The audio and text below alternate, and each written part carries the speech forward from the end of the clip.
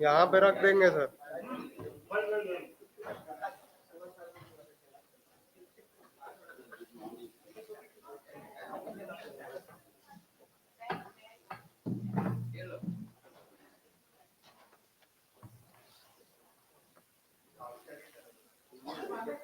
नहीं ठीक है।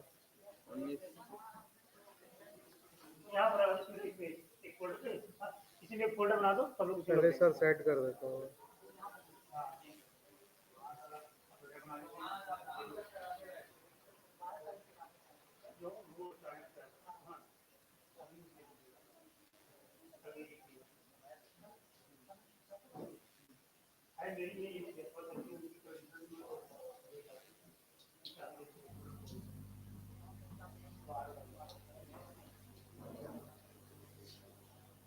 कनेक्ट हो गया ना चार्जर वगैरह का जरूरत होगा तो यहाँ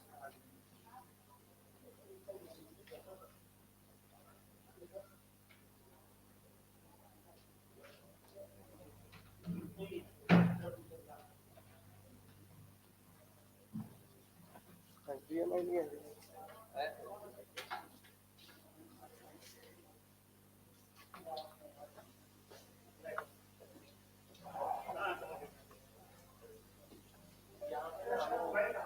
यहाँ एक चेयर रख दीजिए चार्जर का जो दूसरा वो डस्टर और मार्कर यहाँ पे डस्टर और मार्कर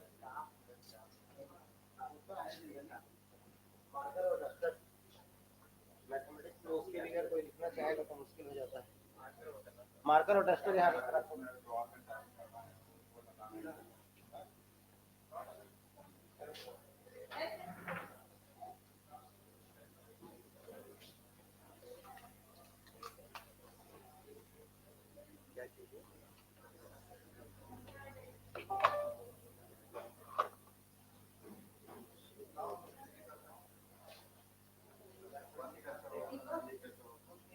ID बताइए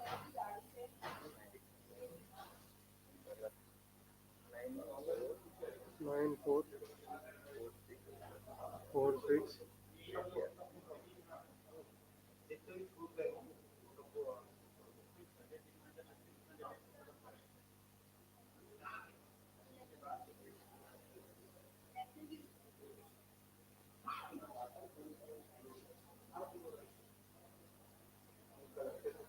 9446 फिर से 4 है क्या? हाँ 804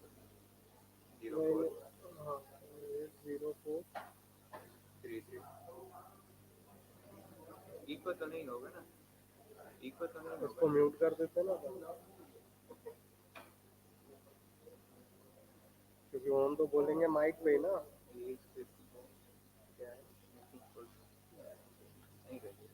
नहीं लगेगा ना पासवर्ड बता मैथ्स है ना मैथमेटिक्स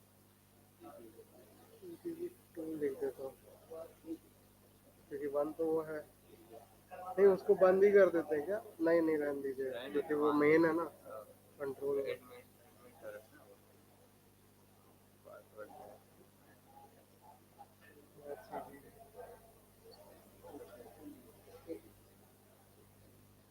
चार्जर यहाँ पे केबल लगा के लगा देते हैं ऐसा कर देते हैं और ऐसे तो बोलने वाला कुछ ना कुछ चेंज हो जाएगा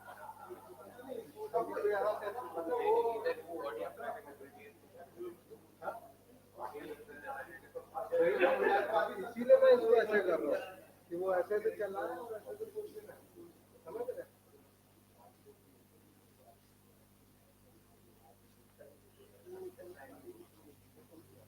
इसका शेयरिंग चालू है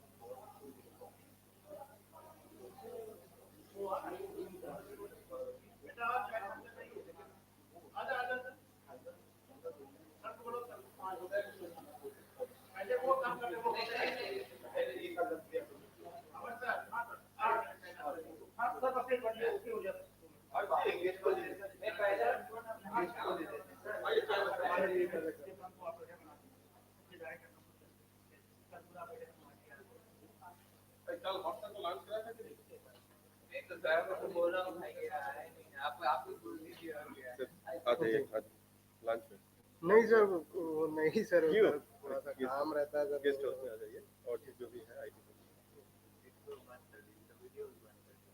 ये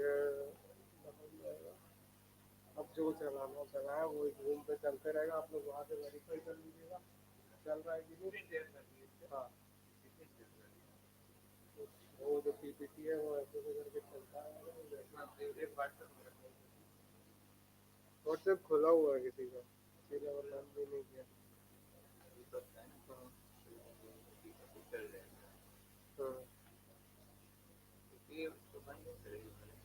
कैमरा है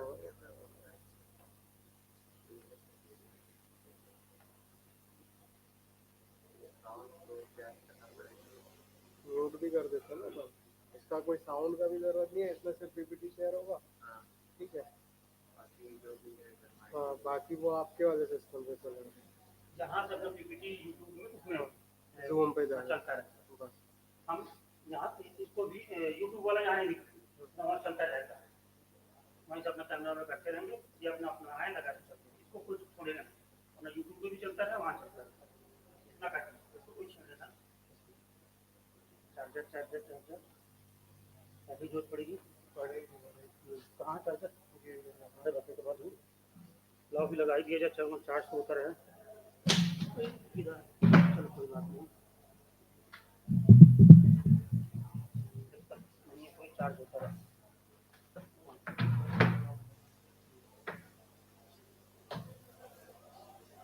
अभी चार्ज लगा दीजिए कम तक उस साइड है। इसको, जब तक कुछ नहीं, जब तक पास करके चार्ज लगाएंगे। ऐसे ही रहने दीजिए ना सर, पीछे से ही कर ले आदमी। हाँ ऐसे करके अपना करता रहे,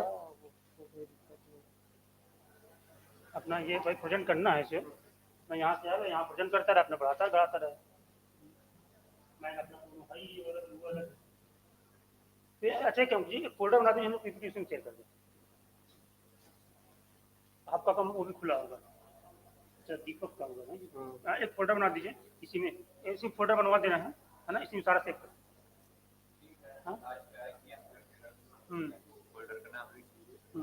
वहाँ से लगे पेन ड्राइव है।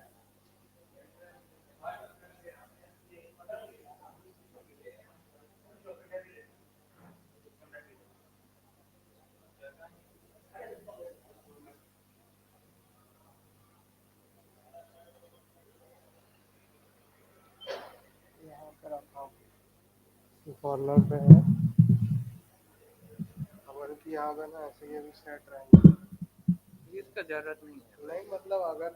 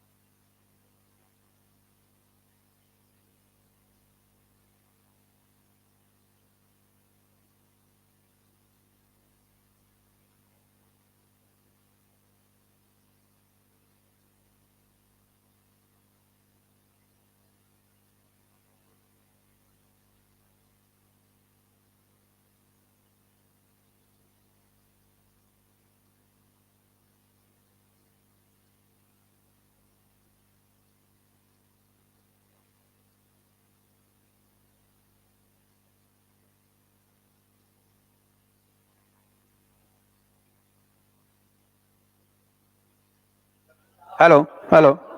Please. Good morning, everyone. Uh, I'm requesting all the participants and faculty members and the speakers, please come inside so that we can start our session. Please.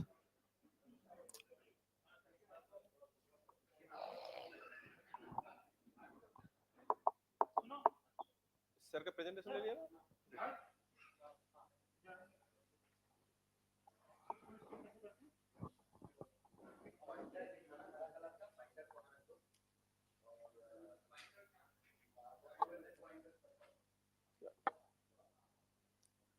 Please come inside, sir. सब लोग अंदर आ जाइए. We are going to start our session. Please.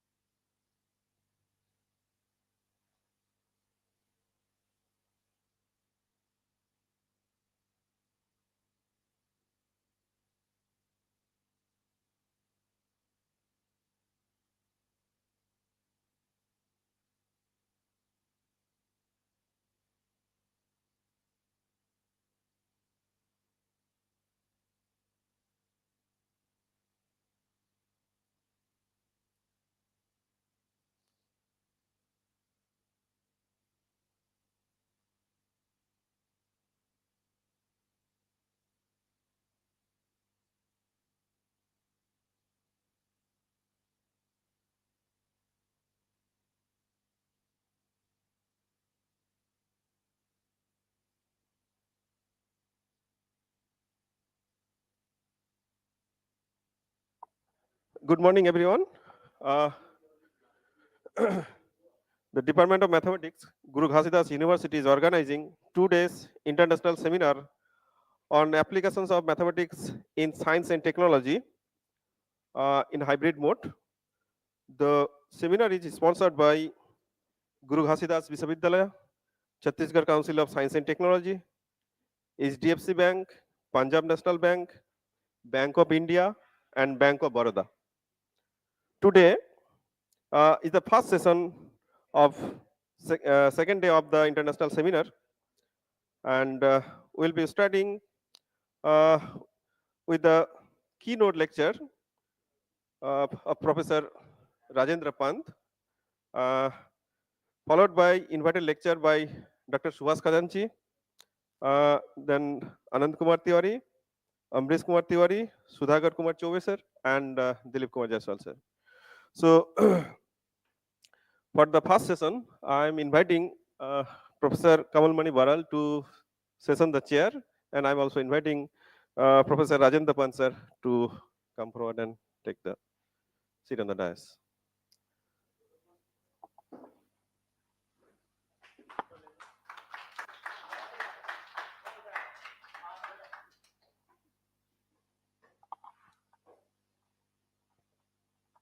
Now, to honor our guest, I am requesting our Dean sir, Professor P.P. Murthy sir, to honor our guest by flower bouquet.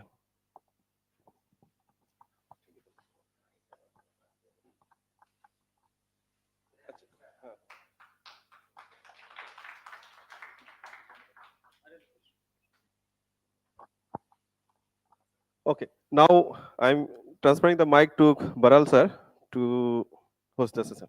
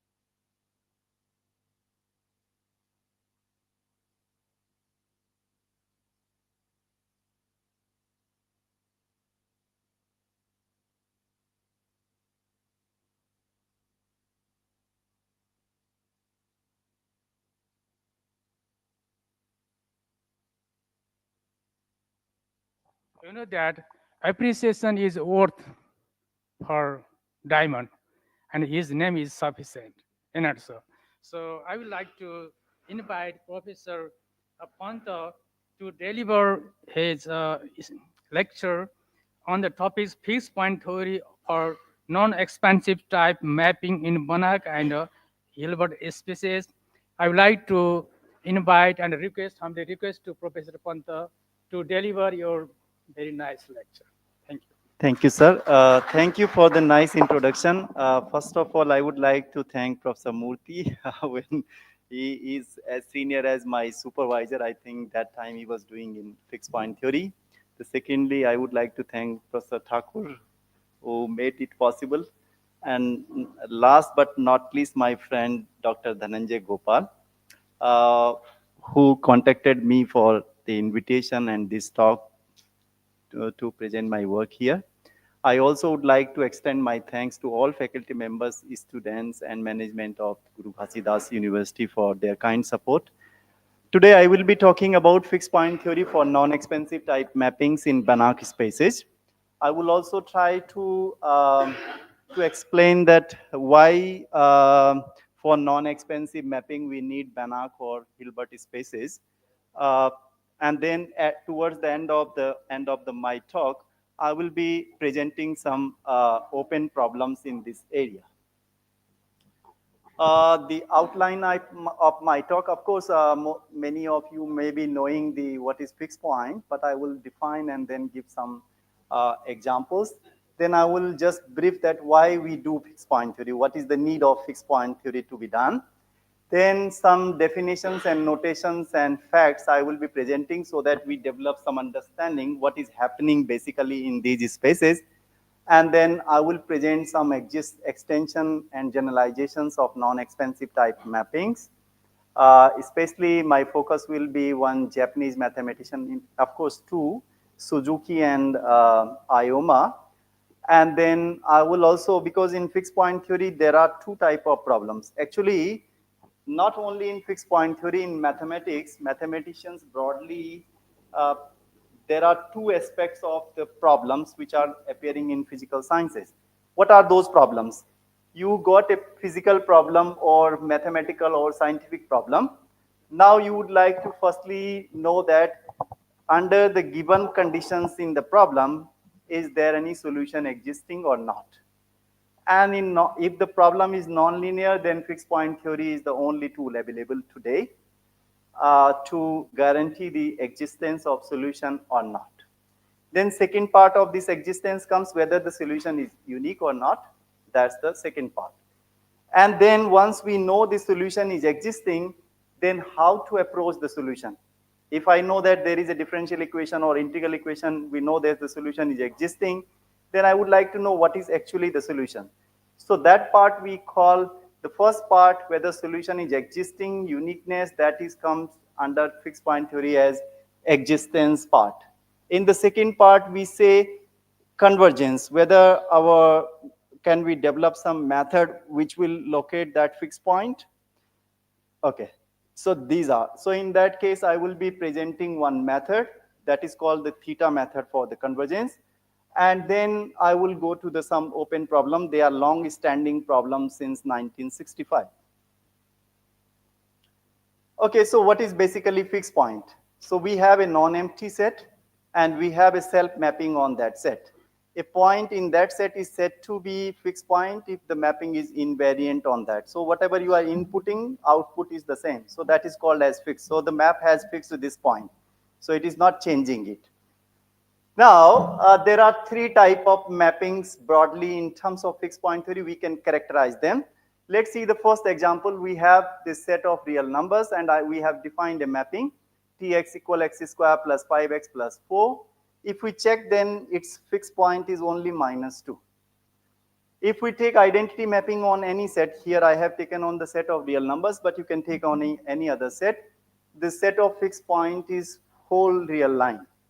If I take the translation mapping on the set of real numbers, you can take x plus k, not necessarily 2.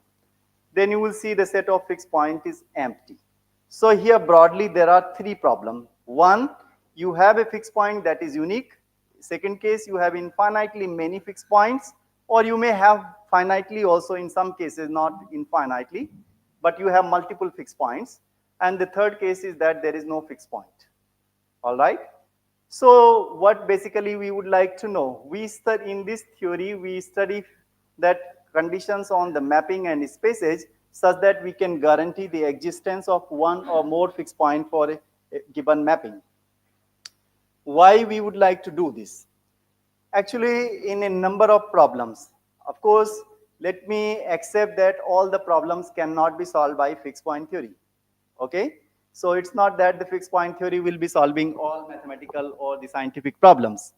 But in many of the problems, actually the solution of the problem is fixed point of some suitable operators. So basically what happens, we have a mathematical problem. Now we are going to convert it into a fixed point problem. And now we will generate some operator. So we will basically be forming operator equation. And then fixed point of that operator will actually be the solution of the problem. That's the idea. Let us see a simple example here. And in this, actually in this fixed point theory also, there are broadly two areas. Of course, people have talked about many different areas, but particularly there are two techniques to deal with. One is the Brauer's fixed point theorem, which is the most simplest fixed point theorem historically. that says that if you have a continuous mapping on a closed unit ball in Rn, then it has a fixed point. That fixed point need not be unique. Also, in the one-dimensional case, you can prove it by intermediate value theorem. You can prove that every continuous mapping defined on a closed and bounded interval using intermediate value theorem, you can prove that it has a fixed point. But as soon as you go from one dimension case to higher dimension, then you need algebraic topology. So to understand that theory, you need to have the understanding of topology. And Brown tried it many, many years, and 3 times he found that the solution is there. But again, there were some flaws, and in 1912, he could prove it. Then another, so all the results then Schauder extended that result to from finite dimension to infinite dimensional case, and I will also try to highlight that why we are not going in that direction. Then another line of fixed point theory came from Banach. So basically, that is called as metric fixed point theory. And I work in metric fixed point theory, not in the topological fixed point theory. Because of my nurture, I was nurtured in this theory, as well as the difficulty with the topological fixed point theory that you cannot locate the solution. And the need of the R is that, okay, you have given, you said that there is a solution, but what is that solution? Because science would like to know that. Now let me take a very simple example. Of course, one can take the similar example in transcendental equations. So I have just taken a second order equation, quadratic equation, which can be solved by very simple, we can do by Sridharacharya, and that is also Indian mathematician. But here I would like to give you idea what is happening. So this equation can be rewritten like this. Can we rewrite it? I have shifted 5x in the right and divided by 5 on both sides. So I get x equal x square plus 6 by 5. And this x in the left, I am assuming it as a function now. So in the right, sorry. So that I have considered as tx. Now if I check t of 2, then it is equal to 2. If I go and check t of 3, then it is 3. What is t of 4? Is it equal to 4? No. Similarly, t of 1 is also not 1. And any other real, any numbers except 2 and 3 are not going to be equal to t, that number is not equal to that number. So basically 2 and 3 are fixed point of this mapping, and these are the roots of the equation. So this is just a quadratic equation. Similarly, you have the system of linear equations. You can convert it to fixed operator equation. Then whatever the fixed point of that operator will be there, that will be the solution of the system. All right. Now, let's see some basic definitions. Actually, those who are not working in functional analysis and they studied long back, these spaces, sir also worked sometime in sequence spaces. So I'm also starting with sequence spaces. So basically what is happening, actually I hope whosoever is doing mathematics, he does know real numbers. I hope it's not difficult. Clear? And then we can go to R square. So in R square, any number you will be defining as xy. All right? And fortunately, if you do some linear algebra, then you will be able to prove that R and R square are vector spaces. Clear? And when we talk about vectors, then we definitely talk about their, because vectors means a physical quantity which needs to represent magnitude as well as direction. So naturally, the magnitude comes, and that comes in terms of norm. So we will be having norm. Now, norm, there is a definition of norm that it is a non-negative quantity, and then it has triangle inequality. Then if you multiply by scalar, then it will be like I'm saying that this property that if you have alpha u, then it will be absolute value alpha and norm of u. Fine. So basically, we are trying to represent the magnitude. Clear? Magnitude can be represented in many ways, so you can define many norms on any space. All right. Now, in the case now, if I go from R square to Rn, then you will be getting means n tuples. And now, if I would like to proceed further, not on to fix n, I want to go infinity, then definitely you get sequence. Clear?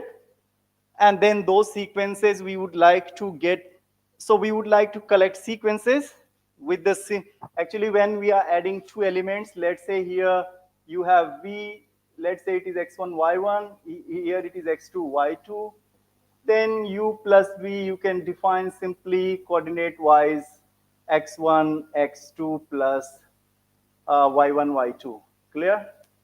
No, yeah, x1 plus, yes. So you can define that x1 plus x2 and then y1 plus y2 as order pair. Then it will be an element in R square. And similarly, you can continue in if you have x1, y1, and then for the infinity case. But now when you have infinite sum, then you would like to see whether that sum has finite value or not. That's what we are putting here, the norm defining by this. So now we have in LP spaces those ones which have the finite sum defined for this P power. So we have absolute value sequences, summable sequences. So we have all those sequences whose power absolute value sum is finite, and then this is the norm to be defined. So that's what we are doing. So that's how the sequences spaces are coming. Now sequences are what? Basically sequences are functions whose domain generally are natural numbers. Of course you can include 0 also, but generally people start with 1.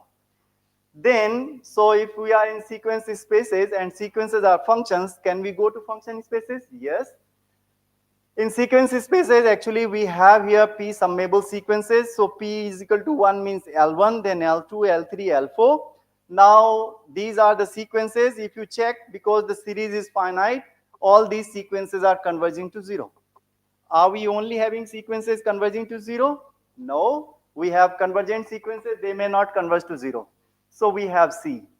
C0 is where also all the sequences converging to 0 need not have the series sum equal to finite. Like if you have a sequence xn defined by 1 over n, this series, the harmonic series n equal 1 to infinity 1 over n is divergent. Clear? So it is not going to be less than infinity. So some sequence, so this is not going to be in any of the LP, of course in L1, because what is going to happen, if you take in L1, then you have some of the sequence, it is not finite, so it is not in L1. But it is in L2, because in L2 you have to take a square, and after squaring it will become any square, and it is going to be. So that's how things are going on. Now we would like to know whether all sequences converging to 0 are also having series sum finite. No, so this is going in C0. So this is converging to 0 but not in L1. Clear? So it means that way we can, now all convergent sequences are bounded, but all bounded sequences are not convergent. So that's why we have L infinity. So that's, this way we can continue. Then we have the set of continuous functions defined on closed and bounded interval. Why only closed and bounded? Why not on R?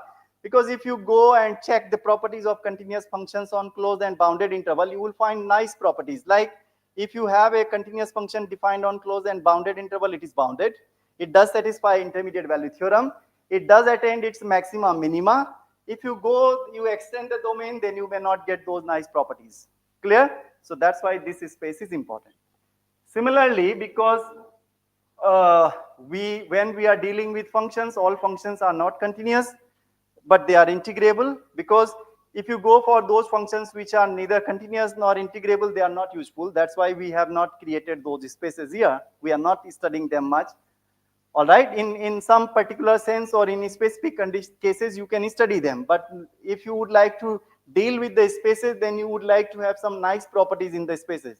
So we have integrable functions. All right, similarly, we can go for capital L infinity, which is here defined. Now, basically in metric fixed point theory, especially when we deal with non-expansive mappings, we need geometry of the space. Whenever you are dealing with any fixed point problem, there are two things. One is the mapping, which you are considering on any space, and second is the space. Clear? So if you have fixed the class of mapping that, okay, you are going to study only this class of mapping, then only what you can do is that you can play with the space and change the properties of the space or equip the space with some more properties to ensure the existence of fixed points. So we need the convexity structure here. Convexity means any 2 points on a line segment, then all the points will be in the set. That's the convexity. Clear? Now, for further study, we need some more structure. So we have Banach spaces. We say a Banach space is uniformly convex in every direction if this criteria is satisfied. So basically, it is some kind of point-wise uniform convexity. It is depending on points. And another one is the uniform convexity, which is independent of points. Clear? So it means this, when it is independent of points, then it is heavier restriction. Like if you are talking about continuity, it is a simple restriction. But when you are talking about uniform continuity, it is more restriction on the mapping, because a function may be continuous, not uniformly continuous. Similarly, a Banach space may be uniformly convex in every direction, but not uniformly convex. Clear? So that's what we say that, and we can immediately say that uniform convexity implies UCD, so UCD is more general. Then another property which we need is the normal structure. What is normal structure? Actually, I will tell you what basically why we need these properties. Like if you have a circle, and now on the circle, if you join 2 points on the circle, all the points are inside the circle. Now, if you go and change and you take a rectangle or the square, and on the boundary, if you join 2 points, all points are on the boundary, not inside. Clear? So basically, the idea is that if you are approximating something on the boundary, it should be inside the set. If it is outside, what will happen in the next iteration or in the next approximation, it may go out of the set. And then you cannot bring it back to the set. Clear? So that's why so the circle is strictly convex, and that's why it is useful than the square. And for if you are a topologist, these two shapes are the same. In R square, either you generate the topology by circles or you generate by the squares or rectangles. It is going to be the same. In fact, even from the polygons, you can get the same. Clear? Because you can always fit a circle in some square or the rectangle, and you can always fit a rectangle within a circle. Only thing you need to is increase the radius. So that's the idea. Now, so here the normal structure means actually you have a set and you are measuring the distance. Actually, you are defining a radius. Radius, that point you have fixed. Now you are taking the maximum distance of this point with other points in the set. That you are calling the radius of that point with respect to this set. If this radius is equal to the diameter of the set, we say the point is diametral. It means point is sitting on the diameter. Clear? And normal structure means at least we have one non-diametral. Non-diametral means which is not diametral. It means the radius of the point with respect to the set is less than the diameter. It cannot be more than diameter. Diameter is the maximum value. Clear? So that way we are, so we say a set has normal structure if it has at least one non-diametral point. Every uniformly convex Banach space has normal structure. That has been proved. Now here, this idea of normal structure can be extended to define the asymptotic radius and the asymptotic center of sequences. What is that? Actually, if you take the asymptotic radius of a sequence with respect to a point, then that is the superior, you are taking limit superior of sequence with respect to that point. Asymptotic radius means you are taking the infimum of all those values in the k, because points are coming from k. So asymptotic radius with respect to k will be the infimum distance. And then asymptotic center is that where these two quantities are equal to each other, then we say this is the center. Why we need this center, I will just let you know in few moments. Actually, if K is a closed convex subset of a uniformly Banach space, then the asymptotic center of a bounded sequence is unique. Another thing, if you are not taking the uniform convexity, but you are taking uniformly in every direction, then you need weak compactness. So for a weakly compact convex subset in a Banach space with uniformly convex in every direction, this set will also have the asymptotic center of the sequence will be singleton point. Okay. Now, actually, the metric fixed point theory, the most celebrated result is the Banach contraction principle. So this principle is very simple. This says that if you have a metric space and if you have a contraction, if you have a complete metric space and contraction mapping, then this contraction mapping gives you unique fixed point in the space. Also, you can choose any point in the space and generate the Picard sequence. Your sequence is going to converge to the fixed point. So it means it does only require completeness and contraction, and you have unique fixed point. But the problem is that actually what happens if we take the k equal 1, or if we enlarge k, then it will not be contraction, because every mapping cannot be contraction. Then in the complete metric space setting, it will not give you a fixed point. So if we take k equal 1, then our mapping will reduce to non-expansive. Clear? So actually, I have taken the norm setting because I will let you know what will happen, why I need this setting. It is easy to see that non-expansive mapping are natural generalization of contraction mapping, but a non-expansive mapping need not have a fixed point in a complete metric space. Let me give you a quick example. So I have taken L1. I just defined L1. Now I have defined a subset K of L1 by this way. And if I define my mapping, which is shifting these points, you see, I have the sequence space, so I'm inputting the sequence, and it is shifting those coordinates towards right. It is making the first entry as 0. This mapping is non-expansive, but it does not have a fixed point in K. K is a closed subset, so because L1 is complete, every closed subset of a complete space is complete. So K is complete, it is non-expansive, there is no fixed point. Another example I gave you in the beginning, the translation mapping, Tx equal x plus 2 in R. This is also non-expansive mapping, but it doesn't have any fixed point. Clear? So it means if we just replace our K with 1, the class of mapping is enlarged, but then there is no guarantee of fixed points. So what to do? It means we have to enrich the geometric properties of the space. It basically, actually you started with contraction, now you generalize it to non-expansive, so mapping is fixed. Now what you can do is that you have to play with the space. So what we can do in the space? So we have to equip it with a geometric property. Which geometric properties? Actually those properties like uniform convexity or normal structure.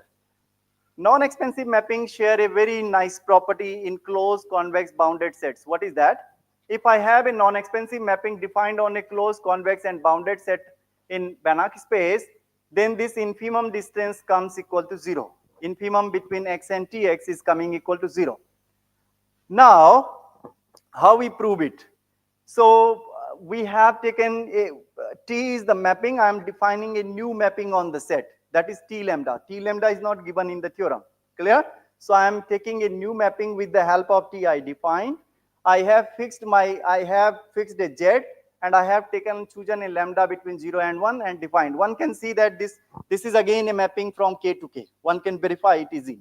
Another thing is that now I am taking the distance between T lambda and lambda, and when I do calculations, because T is non-expansive, so Tx minus Ty is less than equal to Xy, and then my mapping is now reduced to a contraction because 1 minus lambda is again going to be less than 1 because lambda is between 0 and 1. Clear? So it is a contraction. And we are in a closed bounded subset of a Banach space. Banach space means complete normed space. K is closed, it is also complete. So it means Banach contraction theorem can be applied.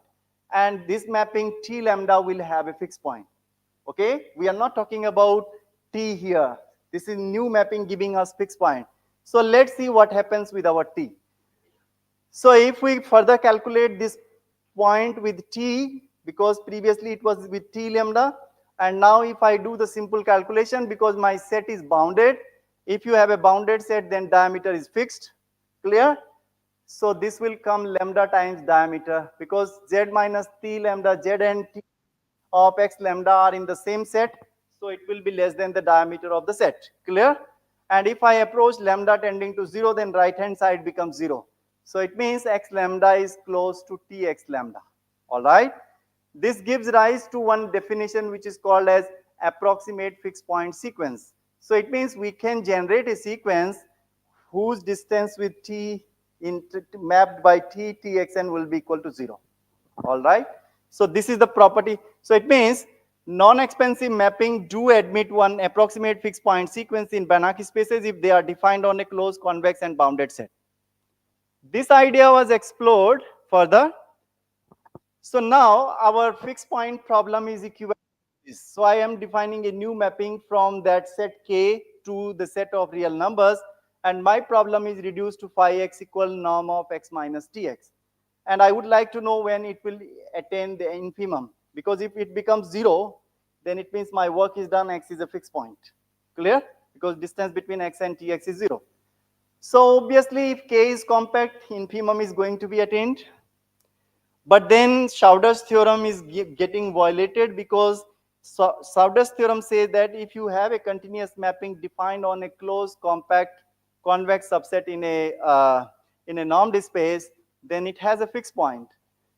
Non-expansivity also imposing continuity.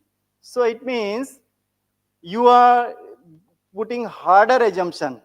The mapping has to be non-expansive, and non-expansivity is implying continuity. So Schauder's theorem is more general than that case.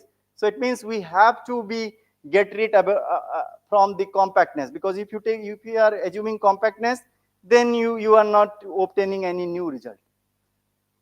In 1965, actually Banach contraction principle was defined in 1922. So mathematician took 43 years to obtain an existence result for non-expansive mapping. So you can understand that how difficult it is. 3 mathematicians in the same year 1965 came up with a solution for existence of fixed points. In fact, in 1965, Browder was the first who obtained an existence result in Hilbert spaces. And soon after, he understood that some properties, we can prove the same result in more general spaces, which are Banach spaces. In Banach spaces, you don't need inner product. So only norm can give you the same. So what is the result for the Browder? If you have K bounded closed convex subset of a uniformly convex Banach space, then every non-expansive mapping has a fixed point. I'm skipping the proof. For now, actually the idea is that I'm just presenting the sketch. You know that here we have closed convex bounded subset. Now every sequence will be, because set is bounded, so any sequence in the set is also bounded, and every bounded sequence will have, in this setting, because space is uniformly convex, every sequence is having to have asymptotic center singleton. And now you will be proving that Z is in the set and TZ is also set, but in the set, but then in the asymptotic center, but asymptotic center is singleton, so TZ is equal to Z. That's the idea. Another result, which was obtained by Kirk, is more general. What he did, he is taking weakly compact, convex, but with normal structure. And I have already pointed out that every uniformly convex Banach space has normal structure, but every Banach space with normal structure need not be uniformly convex. So uniform convexity is a harder assumption. But here, what he is paying for that, he needs to consider weak compactness. So boundedness is being replaced, closed and boundedness is being replaced with harder assumption, because every weakly compact set is bounded. Clear? So now here the idea of the proof is that you will be, what you will be doing, you will be taking the collection of T invariant set. T invariant set means if you have a subset of the Banach space, TA should be contained in A. So range should be in the same set. Now you can do the partial ordering by set inclusion. So you can define the partial ordering. And now in this setting, what will happen? The Jones lemma can be applied, because every chain has an upper bound. So the set will have a maximal element. And by normal structure, you can prove that maximal or minimal set will have the singleton element, and Z and TZ both belong to that, so Z is equal to TZ. So that's the idea of the proof. Now, why only for the existence? No. Bruck observed that these mappings have close relation with monotonicity methods. There are optimization problems which can be solved by non-expensive mappings, and so many other physical problems can be solved. That's why these mappings are important. Now, soon after these mappings, people describe different type of versions of non-expensive type. I have captured just few of them which I feel are important. I'm taking two of them. So one was taken from Ioma and Kosaka, Japanese mathematicians. So they generalized the non-expensive mapping this way. So they defined a new condition. If I take alpha equal 0, then this mapping reduces to non-expensive. If I take alpha equal 1 by 2, they are Kannan type non-expensive. And for different values of alpha, they will give you different classes of mapping. And these other mappings are also of interest for mathematicians. Another, they proved the same conclusion as Browder and Khode obtained. The first result I presented, so I'm skipping it. Now, another result, actually, the either contraction or non-expensivity, we are saying that this condition, whichever we are putting as a contraction or non-expensiveness condition, we are saying that it must be satisfied on all points. Suzuki came up with a new idea. He is also a Japanese mathematician. So what is the idea that you don't need to satisfy the non-expensivity on all points, but only on those points this prerequisite is there. So he's saying that when x and tx is less than xy, there only you need to check the non-expensivity. Then also he can prove that the fixed point is existing. Because the condition, the non-expensivity is not being satisfied on all points, mapping is no more continuous. Clear? So now, and he presented this example, showed that this mapping is not continuous, but it does satisfy his condition. He also obtained this result where he doesn't need any uniform convexity, normal structure, he's just using the OPL property. OPL property is related to the convergence of, weak convergence of sequences in Banach spaces. And he proved that if the mapping satisfies its condition, if either K is compact or compact with, weakly compact with OPL property, then also the same conclusion can be obtained. That's why this result is. Now, I started studying this area in 2016. So I was just trying to understand that what is happening, what can be done. So I studied these two mapping. I found that time that these are the recent results. And we noticed that these mappings which are defined by Suzuki as well as the Ioma are independent. So we have shown that T is satisfying Suzuki type condition but not alpha non-expensive here. In the next example, we have shown that T is alpha non-expensive but not satisfying condition C. So it means the class defined by Suzuki as well as by Ioma and Kosaka are different. So there are mappings which do satisfy this one, not satisfy this one. There are mappings which are satisfying this, not that one. So what to do? So a natural question arises that can we develop a new mapping which does contains both of them? The answer was given partially in this paper, 28, and then we defined a new mapping. Why partial? Because here we haven't considered squares. If you go and check in Ioma's case, he has taken squares on left and right of this equation here, the inequality here, all right, on the norms. We couldn't do that in the first instance. Of course, recently we did manage it to do. So this class of mapping is more general because we can show that this mapping does satisfy our criteria, but it is not the Suzuki or the Ioma type. We have shown in couple of examples. Then we obtained some results. So what happened actually, we did try to obtain the similar result which was Suzuki type, but unfortunately we couldn't proceed without considering the approximate fixed point sequence assumption. Recently we have overcome from that problem. So in future, once this paper is published, I will be presenting maybe in the next conference. So here two variants of the result are presented. So here actually our result differs from Suzuki in terms of having additional assumption of T admits and AFTS. So we are forcing mapping to have an approximate fixed point sequence because it was not naturally coming, but we have fixed that problem also for now. Once it is accepted, I will present it. Then we also further investigated this class with other students, and then we concluded with this lemma, which says that if we have a non-expansive type map, this generalized non-expansive type or reach type generalized non-expansive mapping, then this mapping will satisfy this criteria. But we noticed another class defined by Spanish mathematician is more general than the class we are considering here in that term. Of course, this class needs the approximate fixed point sequence assumption. In our case, it is not no more needed. Then, then we obtained a result for the more general class, because once you do research, you come to know, okay, this class is particular case of that one. So we obtained this result in this paper, where K is bounded closed convex subset satisfying condition E, and again, if the mapping admits a fixed point sequence, approximate fixed point sequence, then it will have a fixed point. Now, so this is just an idea that what is happening. You have non-expansive mapping, because non-expansive mappings are uniformly continuous on their domain, but there are mapping which are discontinuous. So you would like to include those mappings also in the class so that you can study, because for existence of fixed point, continuity is not required. In fact, continuity at fixed point is also not required. Clear?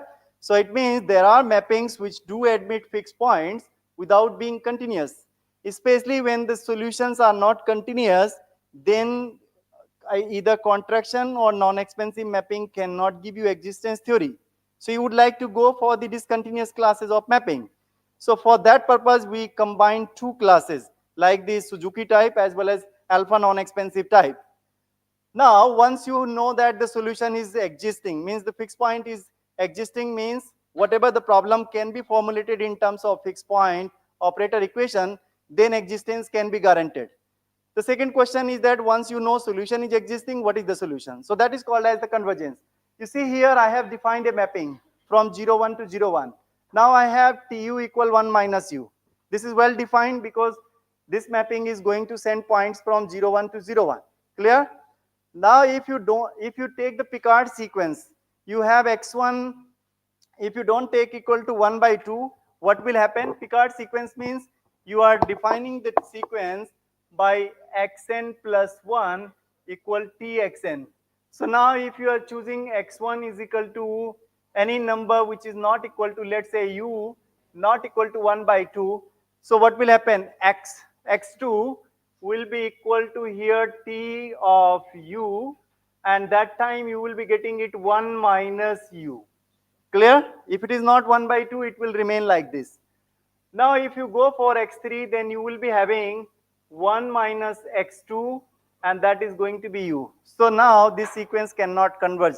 It will repeatedly be coming equal to u, 1 minus u, 1 minus u. If you take 1 by 2, it will converge, that will be 1 by 2, that is the fixed point of. So it means this mapping is non-expansive, not contraction, but the Picard sequence is not converging. So to overcome from this problem, we need to define some different iterative methods which are not necessarily the fixed point. Not the Picard iteration. So I'm going to consider one method here. Of course, there are various methods.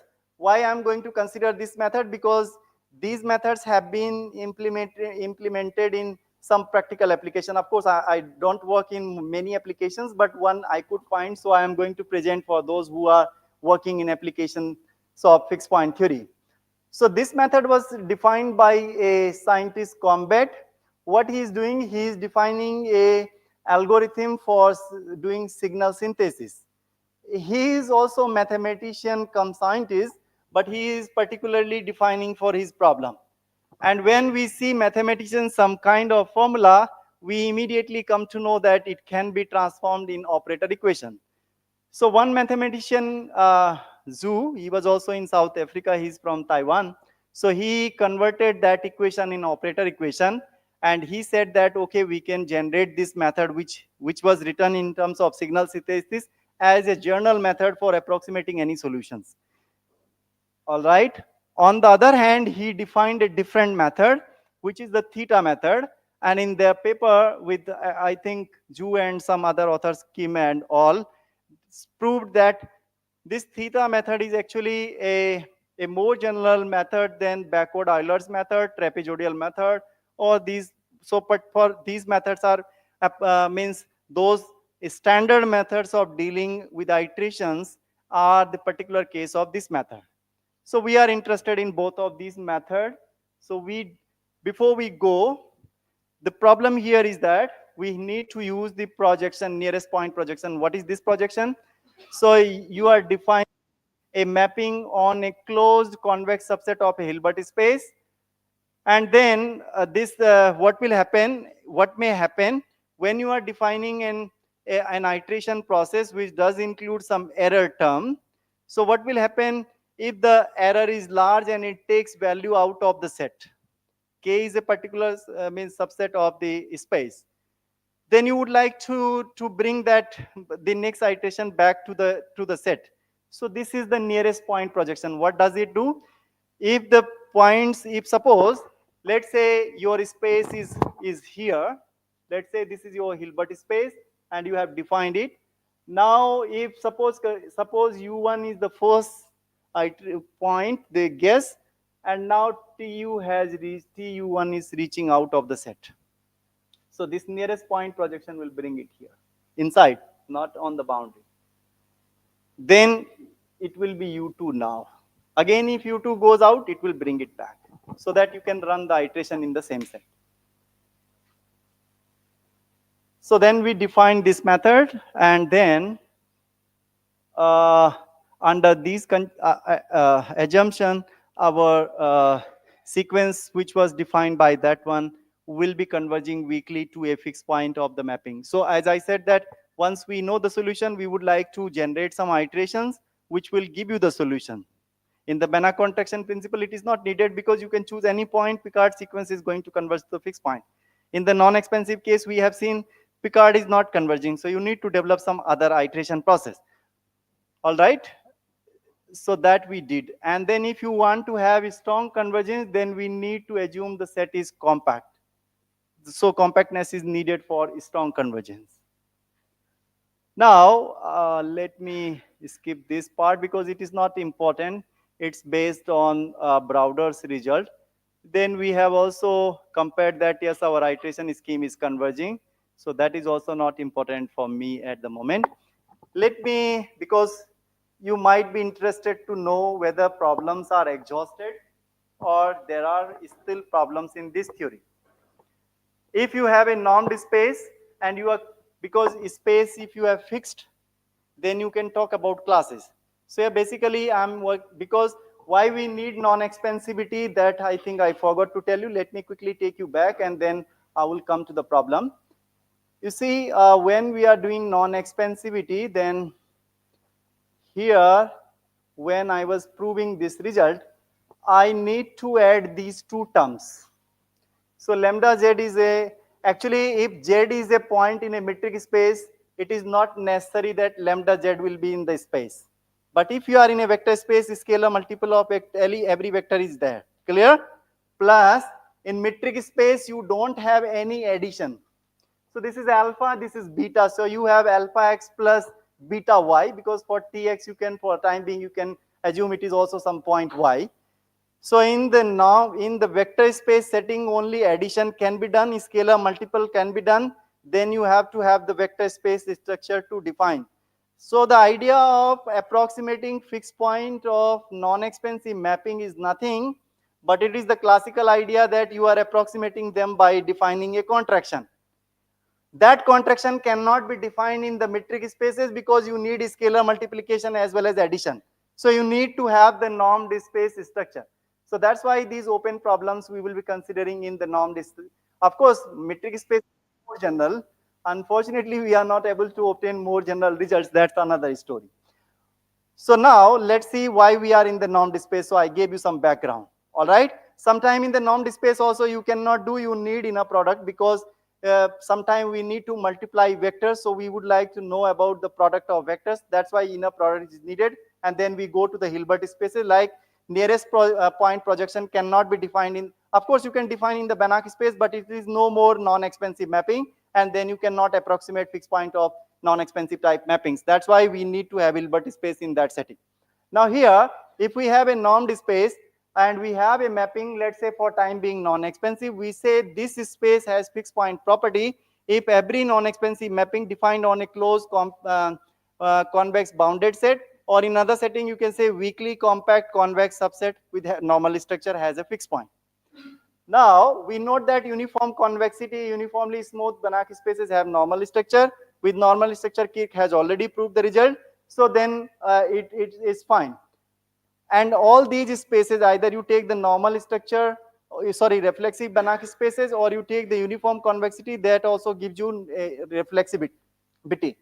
So what was the common in both the results? Like Kirk obtained in normal structure with weak compactness. Actually, that result came later with the Gobel and Kirk. In the beginning, he proved reflexive Banach spaces, and later on, he noticed that in the reflexive Banach spaces, he is only using the weak convergence of sequences, which is inbuilt in those spaces. Fine. So instead of imposing the whole reflexivity, they discovered that only weak compactness is needed. Fine. Now, so reflexivity as well is common in both the results. So people would like to think that whether if any Banach space has reflexivity, if a Banach space is reflexive, can it have fixed point property? Answer is no. So if a Banach space E has fixed point property, if E is reflexive, or you can conversely ask the question, if Banach space E is reflexive, does it have a fixed point property? Both the questions have answer in negation. Also, now as I said, what we started, we were in R, then R square, then R to the power 3, then Rn, then you went to sequence spaces, then you defined the function spaces, then you can define integrable space of integrable functions, where you will be ending. Because if you define a new space, then you would like to know all functional analysis which are not fixed point theory results are still working on those results. Otherwise, you are deviating your results from the analysis. And once you do only fixed point theory, not work, those results are not good for the analysis, then these results are definitely not going to be useful. Clear? So you can, how you construct new spaces. So let's go in the fundamental. In the space, what we have? It's a vector space structure. Now you are equipping with norm. Norm, you have liberty. If it is finite dimensional, then all norms are equivalent. So your work is done. If you have infinite dimensional, then how many norms you can define? Now, when you define norm, then topology is being governed by that norm, because norm is going to induce metric, and metric is going to give you the topology. Fine. If you are working in non-metrizable topology, then convergence notions are not unique, then you will be in big trouble. So you need those type of structure. Clear?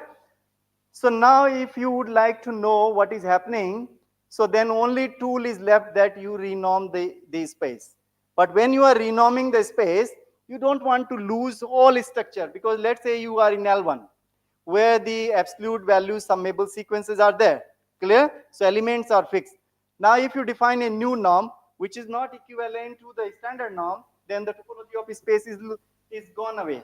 And then people who are working in topology, they will say that this space is no more useful. So what to do? So we need to define the equivalent norm, because basically you have vector structure that is needed for the scalar addition, scalar multiplication and addition, and then the structure of the space is not, you are not going to change, so you can only change the norm, and that is the problem of NIC. Now in L1 I have presented one example, you can go and check in my slides, that non-expansive mapping does not have a fixed point. So this problem was also long-standing problem 1965 till 2008. And Lin came up with the idea of renorming. Of course, renorming was not new process for mathematicians, but for fixed point theorists. And he came up with a solution that if we renorm, so he defined a new norm on L1, and he found that fixed point can be guaranteed under this norm for the problem, for the non-expansive type mapping. Clear? Now, if we go with uncountable, because actually L1 you can define on finite set. If you go in linear, in the functional analysis book, on a finite set, then it will give you, if you go on N, that is the standard L1. If you just plug in the infinite uncountable set, then you will get different type of space. And you will find that the FPP is not going to exist there in, again, the space will not have.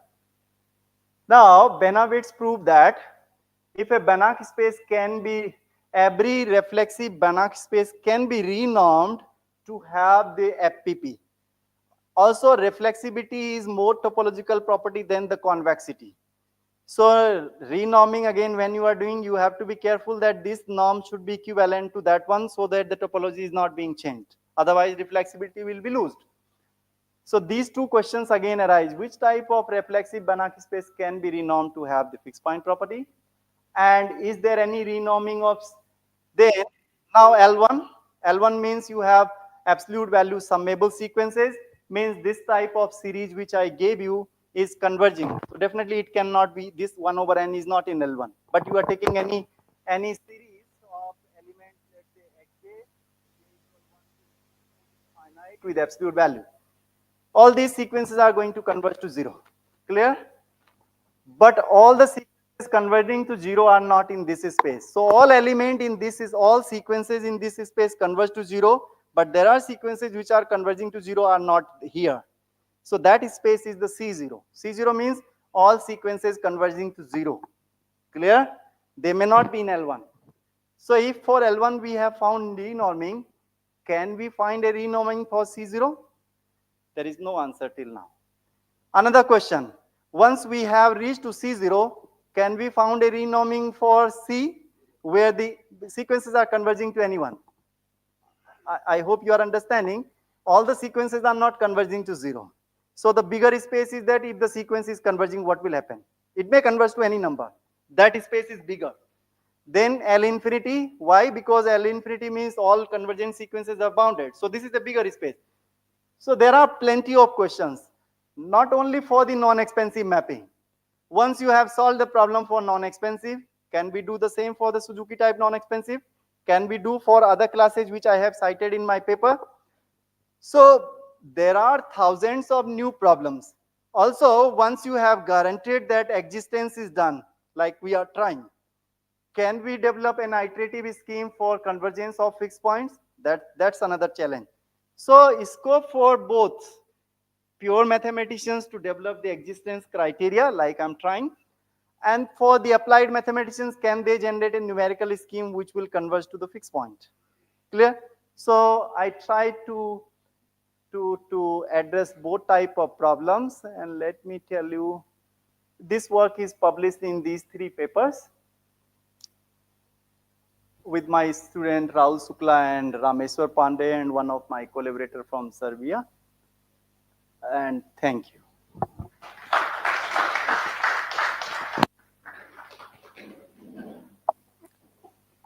Thank you, Professor. Now I would like to open the floor for question and answers.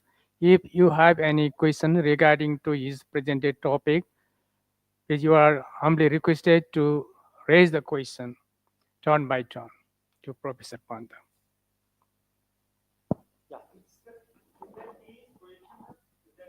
If U1 goes to TU and then again it come back to the original U1 U2, then again it goes out, again it can get. So it's this, no, not necessarily, not necessarily. Actually, it will, because in that set, because the set I have taken for this mapping is 0, 1 interval. Because projection mapping will also depend on in what space and what set you are trying. So here, because this mapping, actually why we need projection, let me clarify you. Actually what is happening in our case, we are adding an error term. That is why the problem is coming. In this case, there is no error. I hope you are understanding. Mapping is taking point from U to U. So there is no chance of going out. So we don't need any projection. But here the problem is coming from this term.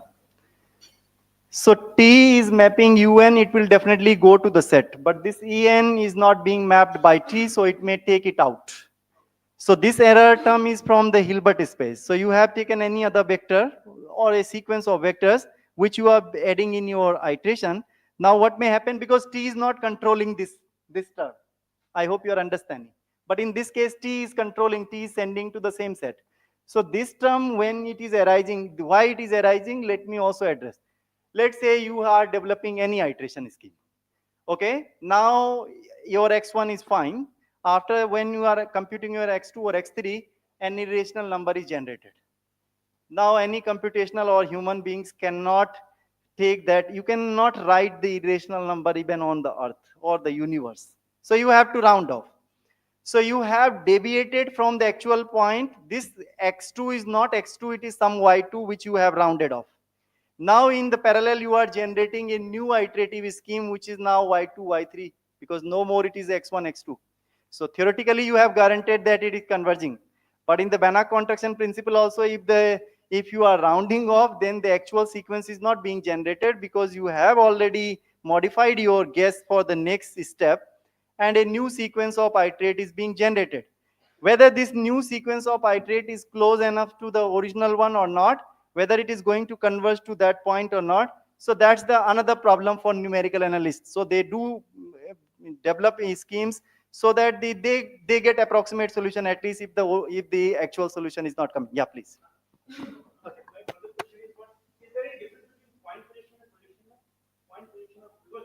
Yeah, yes. Actually, this projection is different than this is the nearest point. Yeah, that's what. Yeah, projection means you have some object, you are projecting on some plane or some. So that's the projection. Now there are different type of projection. Like orthogonal projection is something different. This nearest point projection is different. Yeah, please continue. Yeah, please. Yes, please. So basically, if we consider Rn, it means what? It is Cartesian product of n copies of R. Yes. Basically, R infinity means, is it countable product of R copies or uncountable? Can we say the same thing for uncountable Cartesian product? You can have both type of, as I said, I pointed out in last slide, this gamma, if you are taking uncountable product, because you are not taking the natural numbers, if you say R clear, so then this uncountable. So here you see, I am trying to say here that problem. So if the gamma is uncountable, then the space is changed. It's not the standard space, but it is something like that one. So in our setting, when we are generating sequence spaces, because sequence, the domain, you would like to keep the set of natural number. Natural number is countable. Then your work is simple. But now from the set of natural number, if I have some, because you can have new idea which cannot be done in the set of natural number, now you would like to index it yourself, or you want to keep it as uncountable, then new spaces will be generated. But these new spaces are not very new. They are isometric copy of C0 and L1. So you can always define an isometry between them. And once you can define, then the topology is same, but the fixed point is not guaranteed. So my message is that convexity is playing a greater role. So if you change the norm, equivalent norm, possibly you can guarantee the existence of fixed point. But what norm to be considered? That's the question. So because it's a hit and trial process, one norm may work, one may not. Also, when you are defining a new norm, structure of the space is totally changed, then it's useless. So you don't want to lose what you have, but you want to develop something new which will give you benefit. Yeah, that's what I can say. Yeah, please. So my question is a little like I'm from working in applied mathematics, so it might sound a vague perspective also. You have mentioned like some Freedom integral equation. I've seen some slide. It's okay, sir. I want to just know that if there is a system of partial differential equation or like integral equation, is there fixed point theory can play a role to solve a system of partial differential equation or a integral equation system? We used some analytical approach, but can this be also a alternative method where we can see that solutions? Either you go in differential equation, integral equation, or in linear system of equation, if you would like to ensure the existence, because partial differential equations are also nonlinear phenomena. There is no technique in mathematics which can guarantee the existence. So you have to construct it. Either you solve your problem by Banach contraction, if not, then non-expensivity, or any variant of these classes can be applied. But let me frankly accept that because I'm not working in partial differential equation. So once we guarantee the existence solution, how to obtain the solution, I don't have any techniques. I haven't studied those one, because my motivation of doing this work is that can we take these open problems which are standing for long period. So my orientation is in this direction. Of course, one can develop and people have done some work in partial differential equation, solving iterative process using fixed point theory methods. But what I noticed that there are other techniques which are much better techniques than what the fixed point theory methods are to solve. Of course, existence theory, you cannot deviate from fixed point theory. Yeah. Yes, I can understand. Yeah. Yes.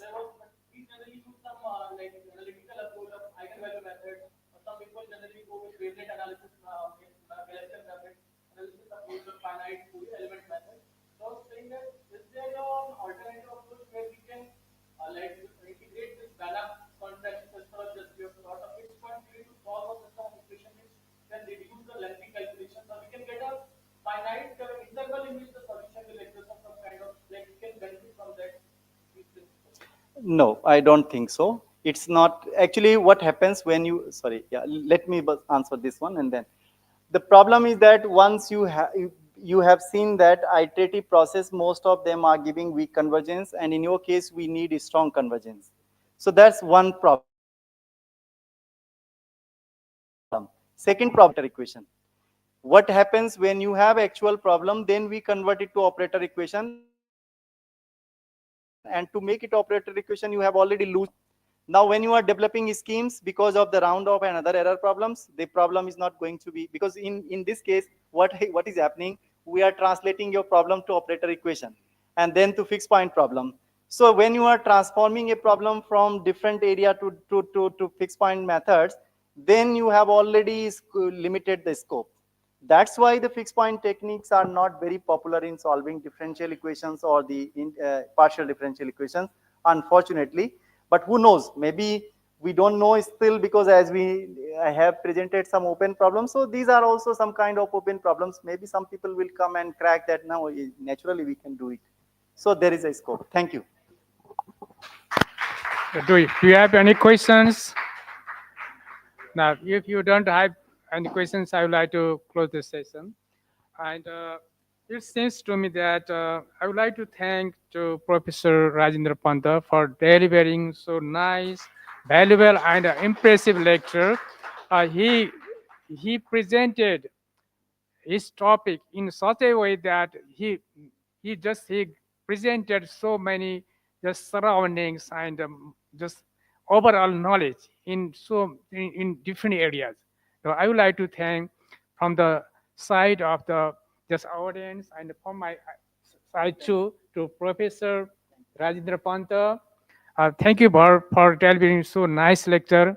We will be remembering you forever. Thank you very much. Thank you, sir. Now, thank you, sir, for delivering such a excellent lecture. Now, from our Department of Mathematics, we want to honor our keynote lecturer, Professor Rajendra Pant, sir. So, I am inviting Dr. Dhananjay Gopal, sir, to honor our guest, Rajendra Pant, sir, with token of moment.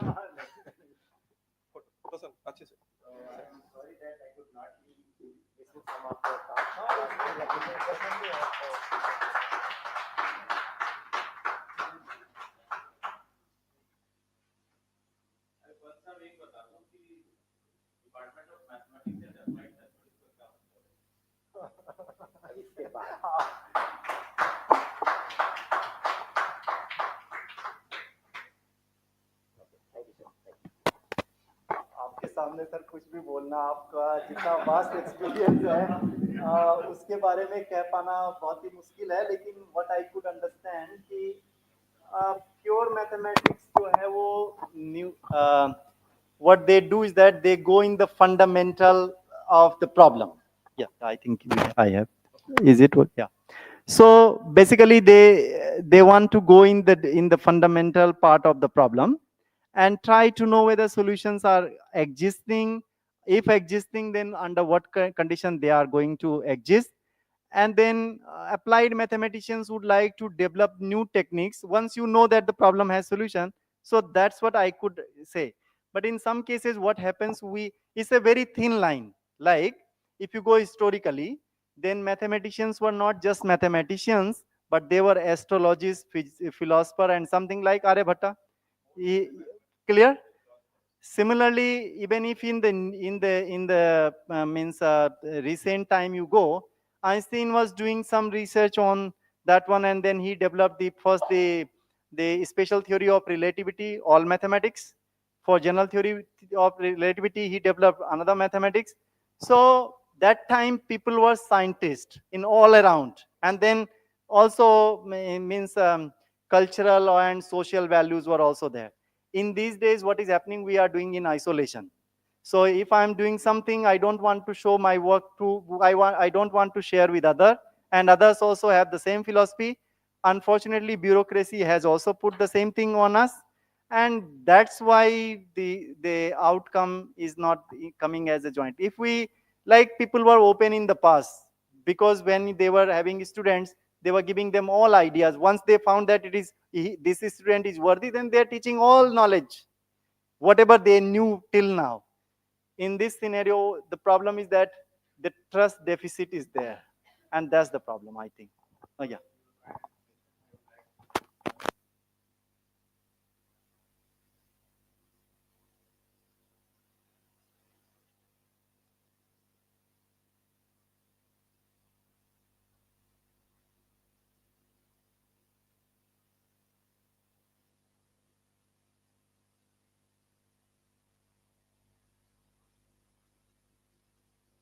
And after reviewing the papers, if they say okay, then only it goes for submission to some journals. So it means that that paper is already open to some of the people, two or three reviewers in area. So that is the reason that those days whenever we used to submit any paper, those paper rarely get revisions. They directly accept. The second is about that boy is asking the question. Actually, the two theorems are applicable. Actually, whether you can reduce your integral, differential, whatever the problems you were studying, that Green's equation, and the second one is whether you can apply the Lebesgue dominated convergence principle. You have three theorems, Lebesgue dominated. Among them, one is enough to prove the convergence part, if you can. But as he said, that's right.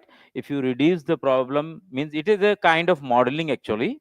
So if you reduce the problem, you lose some parameters because of the restriction of the mathematical applicability. That's the reason. So my actual my question was your department. You mentioned mathematics and then applied mathematics. So mathematics is enough. Why unnecessary applied mathematics also? Anyway, it's a funny question.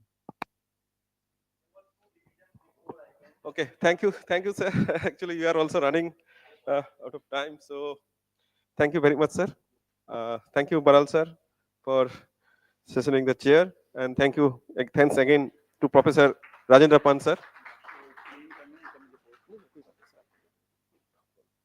Next, we are moving to invited lecture session by Dr. Subhas Khajanchi, and the session will be chaired by Dr. Dinesh Kumar Maji from Patna University. Please come. And let me introduce one of big achievement of Dr. Khajanchi. He is from Presidency University. This year in 2024, he came in Scopa's list 2% of scientists. So this is his big achievement. He is working on mathematical biology. Now I am handing over this microphone to Professor Dinesh Maji to continue the session. First of all, I would like to give thanks to the organizing committee for giving me opportunity to chair this session. Now, we will get opportunity to hear from a very young and energetic professor, Dr. Suhas Khajanchi. He is from Presidency University, Kolkata, and he has done his BSc and MSc from Jadavpur University and PhD from IIT Roorkee. His research field is mathematical modeling, mathematical biology, And topic of presentation is data-driven study for malignant gliomas, insights from mathematical models. So, start, sir.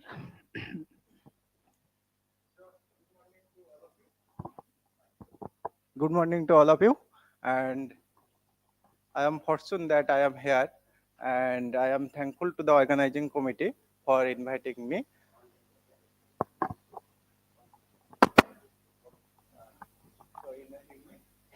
Today I will talk about the data study for malignant gliomas.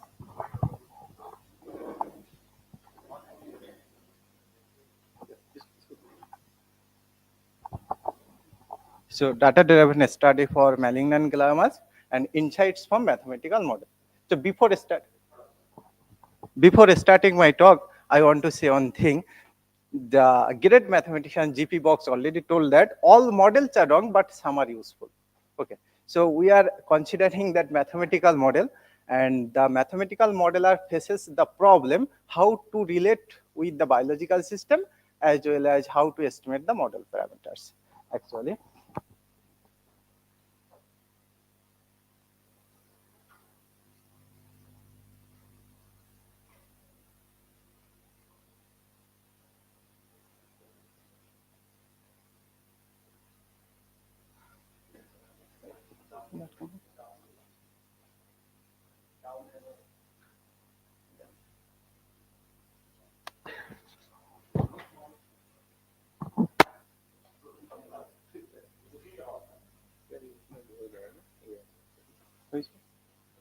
okay. So the main problem in studying the brain tumor modeling is the blood-brain barrier. It has the sequestered location behind the blood-brain barrier, and when some life-threatening medicine is given to the tumor patient, what happens? One side is destroy the tumor cell, and another side is surviving. So, due to heterogeneous nature of the blood-brain barrier and its heterogeneity, it is very difficult to treat the brain tumor. And the main motivation actually came to the work from the Dr. Swapna Choudhury from the School of Tropical Medicine. She actually, in her whole life long, she experiment on the brain tumor, and the main drug is the T11 target structure. T11 target structure is isolated from sheep erythrocytes, and she worked on that, and she used that T11 target structure on the rabbit. And I told about the experiment, but before going to the experiment or data analysis, I will use some components, which components are the main responsible for the brain tumor. So the brain tumor is the uncontrolled growth of cell. Uncontrolled growth of cell means that growth cannot be controlled. That is the main thing. The mainly three types of gliomas actually. Mainly I will talk about the glioblastoma multiforme. If the patient with glioblastoma, then the patient can survive 6 to 12 months maximum without treatment. But with treatment, patient can survive more than that, but there is no guarantee that patient will completely cure. That is the thing. And other components also there, but mainly I will talk about the malignant gliomas with glioblastoma. The main immune components, when the glioma cells enter in our body, what happens? Our immune component try to destroy or try to overcome that situation. But the problem is our immune system is not sufficient to control the glioma cells. That's why the medication is needed. So the immune components that already in our body, that is a macrophage. Macrophage is the brain resident microglia, and that macrophage, what we will do when the foreign pathogen enter in our body, our macrophage engulf or digest that foreign antigen such that the foreign antigen cannot grow. And another component, main important component is the CD8 plus T cell or cytotoxic T lymphocyte. The cytotoxic T lymphocyte can directly kill the tumor cell population by cytotoxic way. And another component, that is the immune component, you can say in the sense of the side of glioma cells as well as in the side of immune components. What are the components I considered here? TGF beta. TGF beta is a type of cytokine. When the glioma cells enter in our body, it secretes a cytokine, that is the TGF beta. That TGF beta will provide the glioma cells to for the sufficient nutrient. When the sufficient nutrient are getting the glioma cells, it can grow. Otherwise, it cannot grow. And another cytokine I have considered here, IFN gamma. IFN gamma is the immunostimulatory cytokine. This cannot kill the glioma cells, but that give the positive impact to our immune system, such that the immune system, means macrophage or cytotoxic T lymphocyte can kill the glioma cells. And this is the T11 target structure, actually the membrane glycoprotein isolated from C pericytocytes, and that can boost our immune system to kill the glioma cells. And this is the experiment done by the doctor. And what happened? It is given that N is the initial stage, mean newborn of the darke, or you can say the rabbit, and she put the drug, means brain tumor, put the brain tumor intraperitoneally in the month of E2, and then she observed the growth of the glioma cells. So E10, there is a up to N to E10, the growth of the glioma cell population when the glioma cell entered the rabbit body. And this is the growth of the glioma cells. After that, what happened? She put the drug or T11 target structure in the E-tion, first tion. When she put the drug, what happened? Initially, decay of the glioma cell population. And this is even immediately, if the drug has not put the body, then there is a situation of resurgence of the glioma cells. And there is another dose for the E2, and he put the third dose, ET3. And this is the situation where the glioma cell can be eradicated by using the drug. And in her experiment, she put a complete structure of the glioma cell population and how it will interact. So there is a situation, you will see that in that there is a blood-brain barrier. Only the activated cell, means immune components such that the cytotoxic T lymphocyte, macrophages, CD4 plus T cell, dendritic cell, that can cross the blood-brain barrier, and that can destroy the tumor cell, brain tumor cell. And what happened? We are unable to consider all the components because our aim is to formulation of the mathematical model in such a way that we consider main of the components, and the model can be sufficiently small and we can do the further analysis. If we component all the components, say CD8 plus T cell, macrophages, and dendritic cell, MHC2, all the cytokines, TNF alpha, IFN gamma, IL2, then our model will be so complicated and we are unable to consider that model, and we are unable to do the analysis of the model. That's why we consider the main components of the model. That's why that model can give the tumor growth pattern. So that's why we consider the main components here. The first one is CD8 plus T cell, macrophages, brain tumor cell, TGF beta, IFN gamma. And what happened? You can see that the glioma cells, we have considered that proliferation itself, and another CD8 plus T cell, its growth also depends on the glioma cell population, macrophages, then macrophage also can grow the logistically. So we know about the living cell. What happened about the living cell? Living cell means they have the growth rate, and another is the decay rate or death rate. So when the growth rate will happen, it maybe depends on other cell population or maybe depends on itself, means it can grow.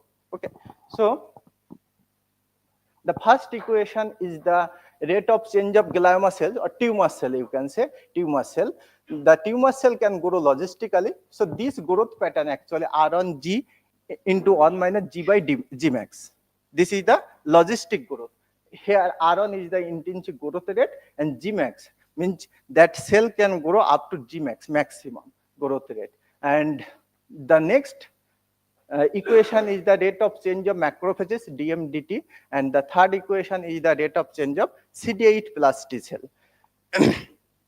And you can see that in the second equation we have also considered the growth rate of macrophages, that is R2M into 1 minus M by M max, logistic growth, and macrophage growth also increased by the cytokine IFN gamma. So A1 into I gamma divided K4 plus I gamma. We have considered the Holling type 2 response function. And another thing is the third equation. Third equation means rate of change of CD8 plus T cell. Its growth depends on the glioma cell population. Means when the glioma cell enter in our body, our CD8 plus T cell can activate and it can destroy the glioma cell population. So that's why its growth also. And TGF beta is a cytokine. That cytokine will give the positive influence to the glioma cell population. But another cytokine is IFN gamma did give the positive influence to our immune system. Immune system means macrophages as well as CD8 plus T cell.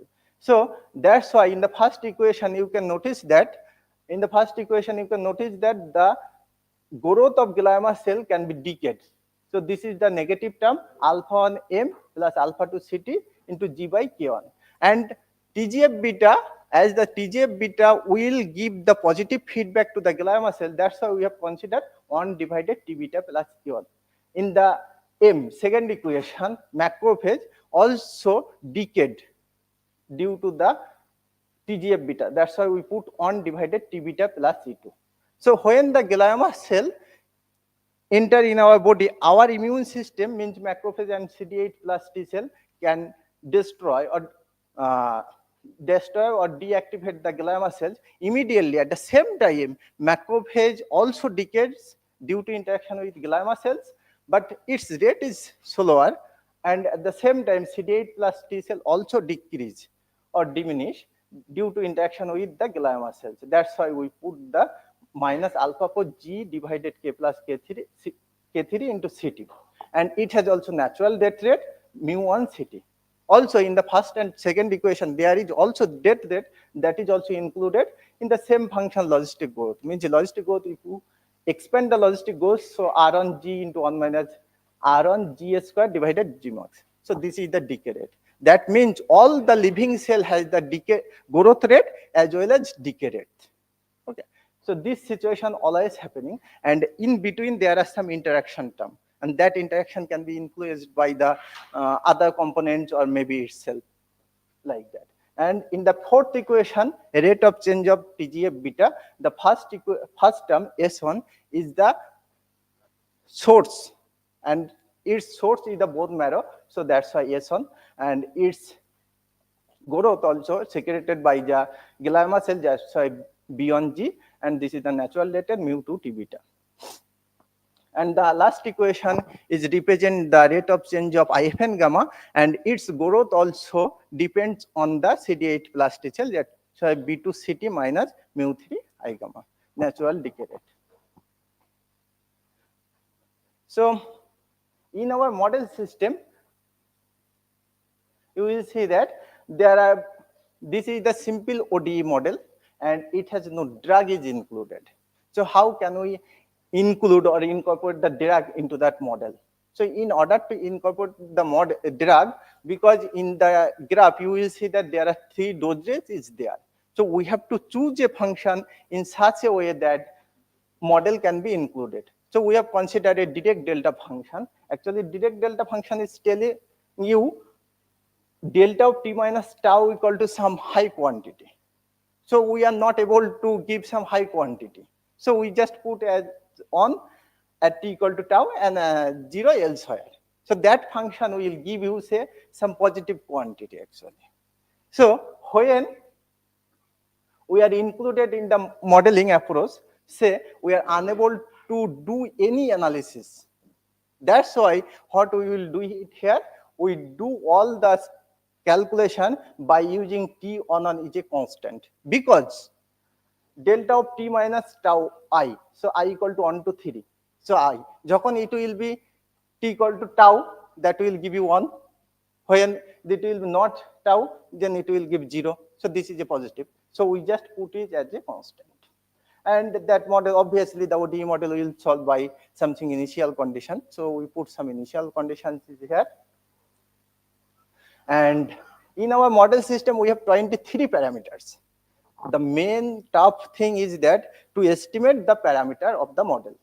So in order to estimate the parameter, 23 parameter is nearly impossible to estimate all the 23 parameters. So what we will do, we will perform the sensitivity analysis. The sensitivity analysis will give you the situation where which of the parameter are most sensitive with respect to, we did it glioma cell population. So which of the parameter are most sensitive with respect to glioma cell population? That's why Q is the parameter vector we consider.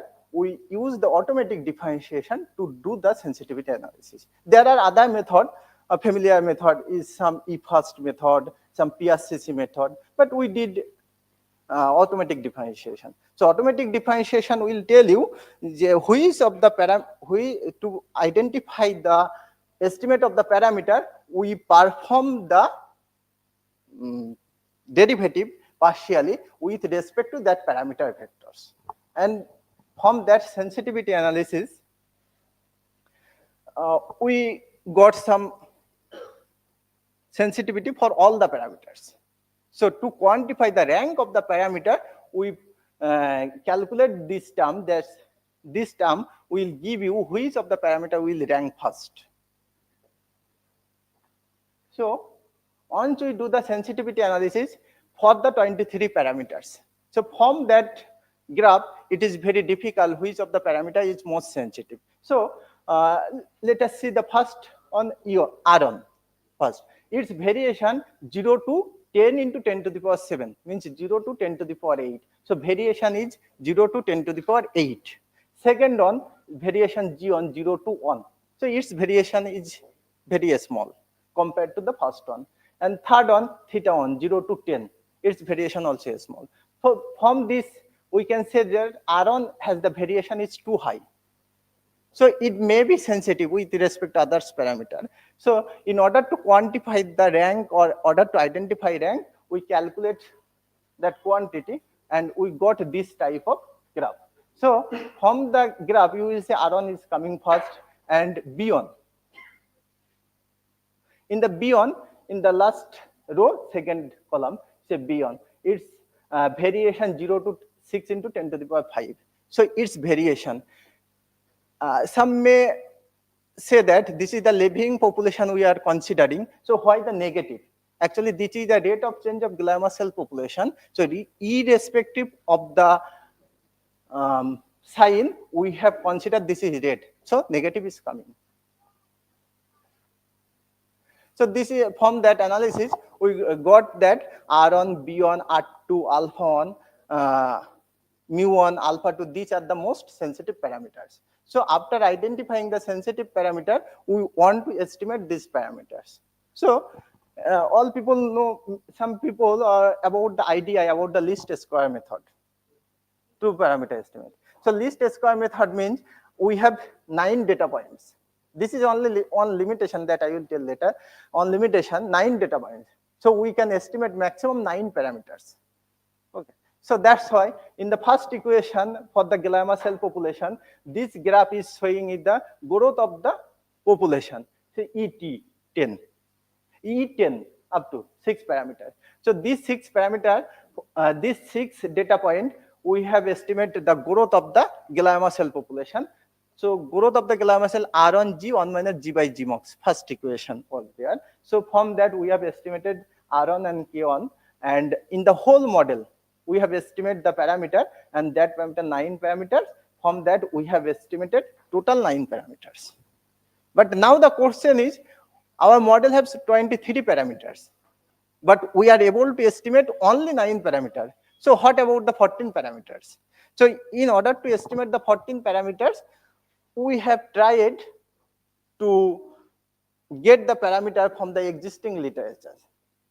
So some parameter we have taken from the existing literature, and others parameter, it is only 9, and these are few parameter we have taken from the existing literature. So what about the other parameters, rest of the parameters? So we have used the steady state analysis. You can say that second last equation, dt beta dt equal to this equation. So at the steady state point, dt beta dt equal to 0. So from that we can estimate B1 parameter. Because we have studied other parameters from the TGF beta has the mean level rate and other components. So we have analytically from the mathematical model, we have analyzed other parameters. So we got the estimation of the all parameters. So once we have all the parameters, then we are going through the mathematical analysis. That this is the growth of the glioma cell population without drug. So there is no drug. So what happened? The original graph is showing here, and we are estimated only 9 parameters from the experimental work. Other parameter we have taken from the existing literature. Rest of the parameter we have taken for the steady state analysis. So we have plotted. After getting the parameters, we have plotted the graph. This is the simulated graph. The left side is simulated, and this is the experimental. So we are trying that our result, our mathematical model can produce the result that is obtained in the experimental work or not. So in that graph, you will see that 0 to 180 days, there is a steep growth of the glioma cell population.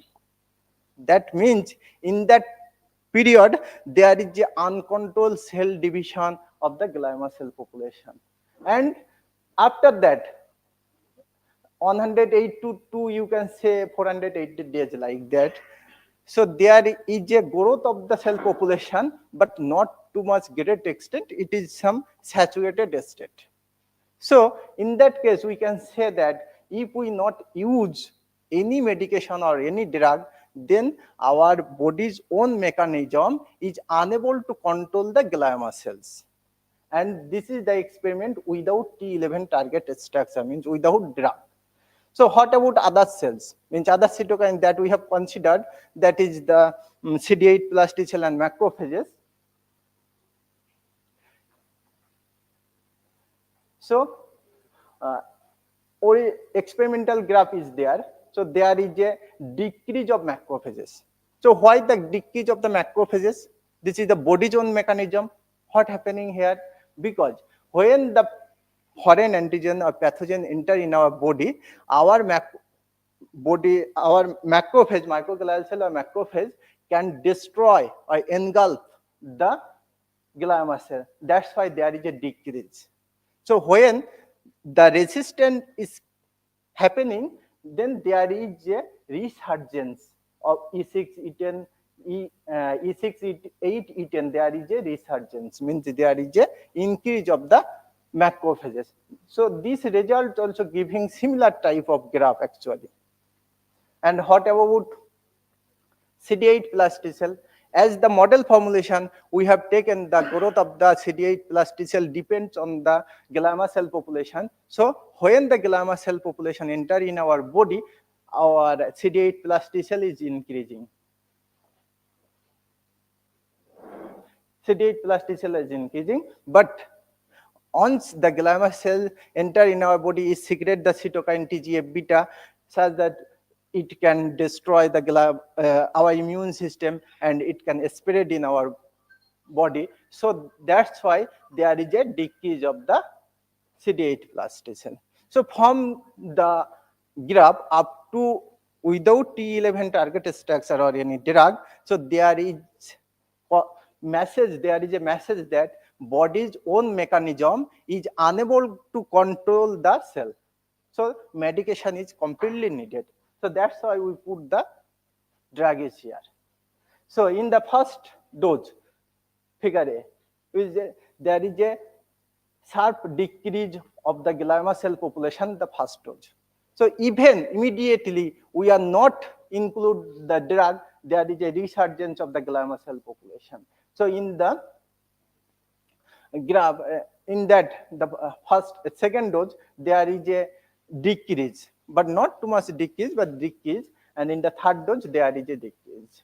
So from that graph we can see that our model is able to produce at least some of the important feature or some of the experimental data. So we have the idea that we are able to put the model, we are able to formulate the mathematical model such that model can produce the experimental work. As we are completely unable to produce the same figure because we have not considered all the model components that are included for the glioma cell population growth. That's why we are not completely get the data estimation, and we also not there are some numerical error. So that's why we are not completely get the similar or same diagram. We got the similar type of dynamics of the glioma cell population. So this is the main motto. So once the model has been formed and with the drug, the glioma cell population is going here.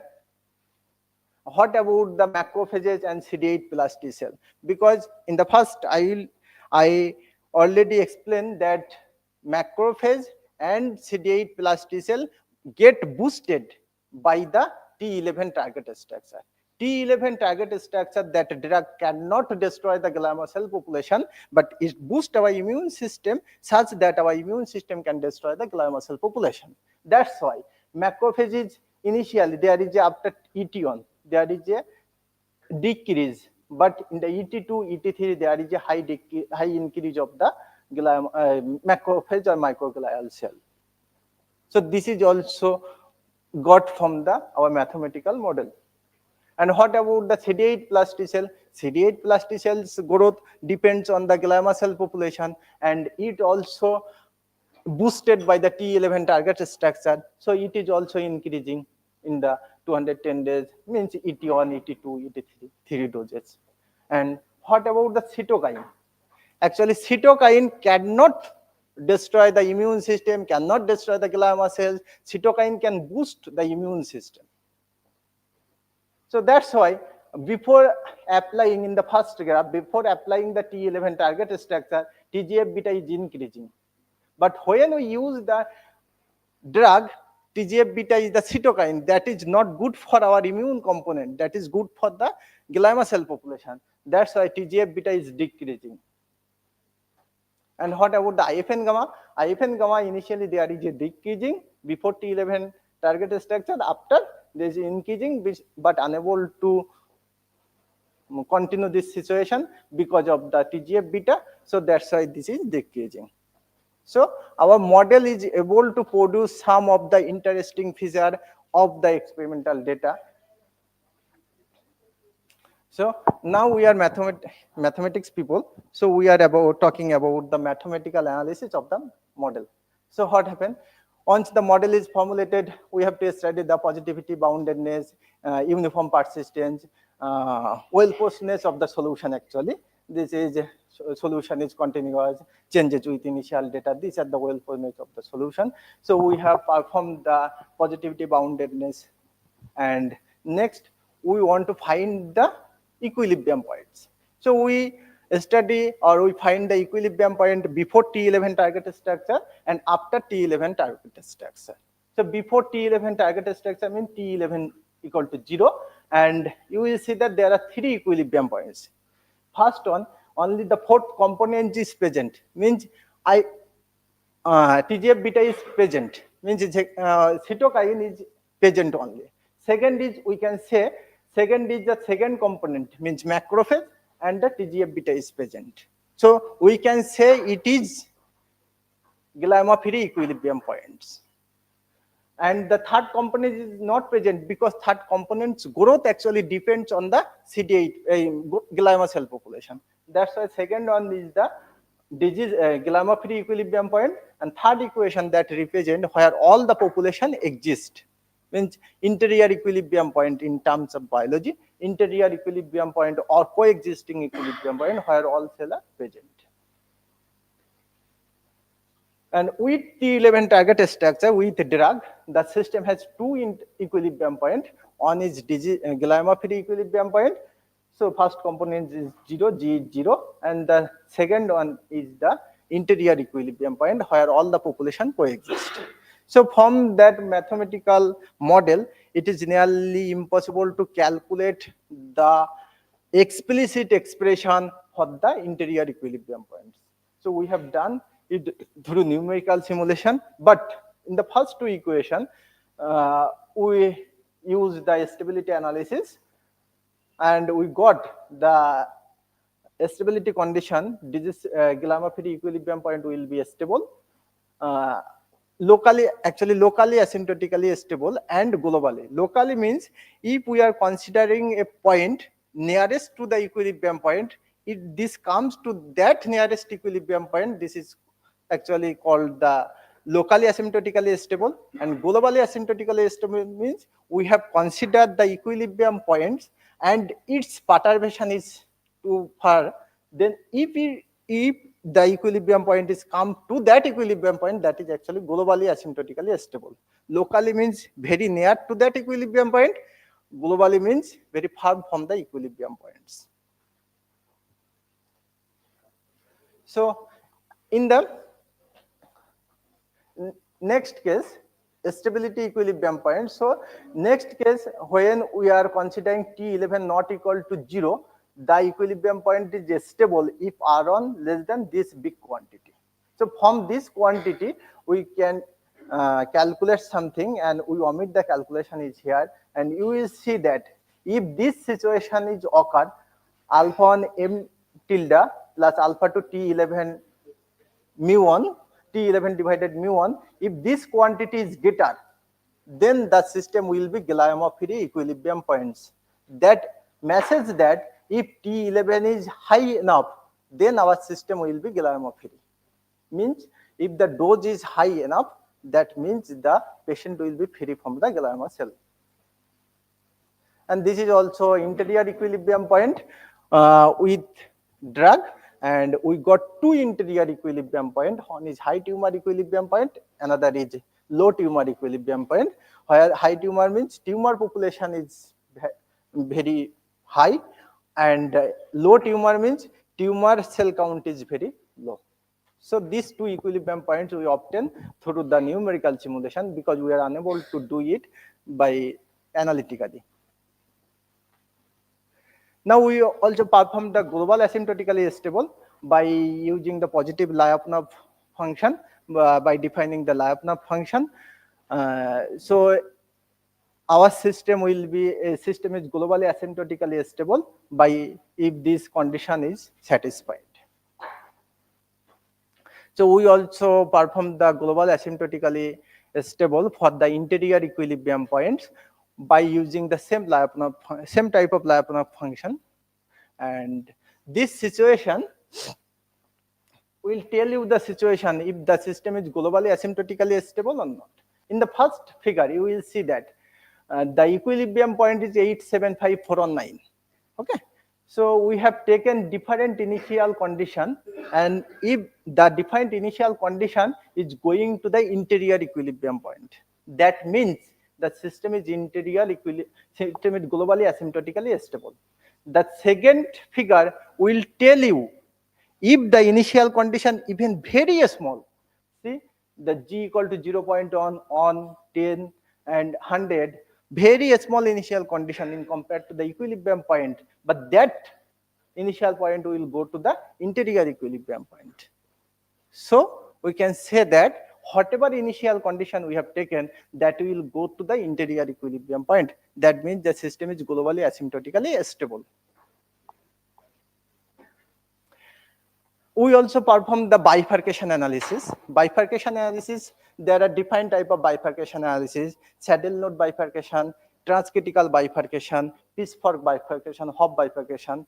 So we have our model produce only the saddle node bifurcation and transcritical bifurcation. So what is the definition of saddle node bifurcation? Saddle node bifurcation will tell you the situation.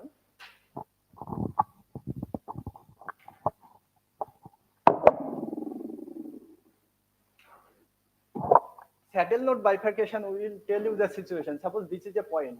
Okay. So if this side is stable, this is the critical point, you can say.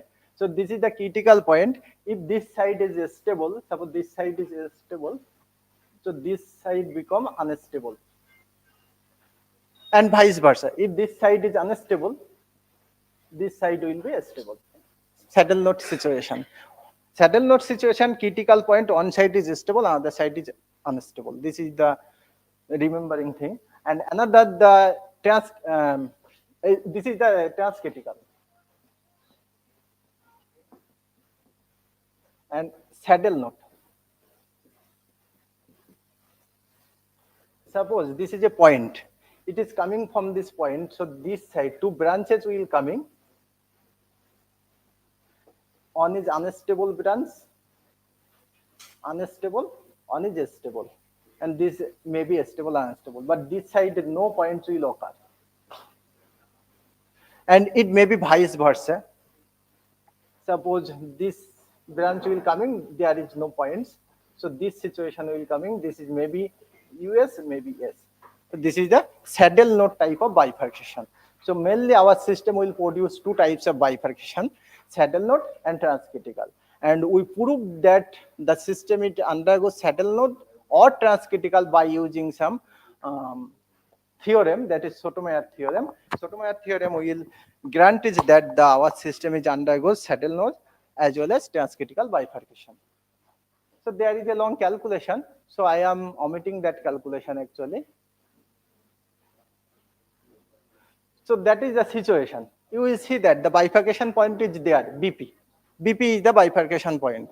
So in that case, the BP point is very less, 0.0029. So one side is a stable, region 1, say a stable region, region 2, say unstable region. So that bifurcation will tell the situation about the transcritical bifurcation. So in the transcritical bifurcation, we put the time series analysis. In the time series analysis for the bifurcation, say B. In the figure B, you will see that this is going to 0, actually, that equilibrium point. And this is the situation C, unstable. So this is unstable situation. So this type of situation can be occurred for the system. And what about the transcritical bifurcation? This is transcritical bifurcation occur after administration of drug. So we use 3 drug. We use the 3 doses of the drug: first dose, second dose, third dose. So what happened? Bifurcation point has been shifted. First bifurcation point occur at the 0.04. Second bifurcation point will occur at the 0.07. Third bifurcation point occur at the 0.115. So what happened? What happened? After administration of the drug, the bifurcation point has been shifted. And that is the situation. Same saddle node, same transcritical bifurcation will occur, only the bifurcation point has been shifted. And this is the transcritical bifurcation, saddle node bifurcation. In the saddle node bifurcation, first dose, second dose, third dose. So what happened? The bifurcation point has been shifted, and one branch is going the same. This type of situation is one side is stable and the side is unstable. Saddle node bifurcation. And the situation, our system is very sensitive with respect to the initial condition. You will see that figure A and B. Say A, the initial condition G0 is 1.86 into 10 to the power 4. And figure B, you will see that G0 equal to 1.868. So after 2-digit decimal number, say 86, the system is going to 0. Gamma cell going to 0. But if we slightly change So 1.868 up 0.008. If we change, so gamma cell going to uncontrolled. So sensitivity of the initial condition. In the C and D, you will see that the initial condition G0 3.67 on 8.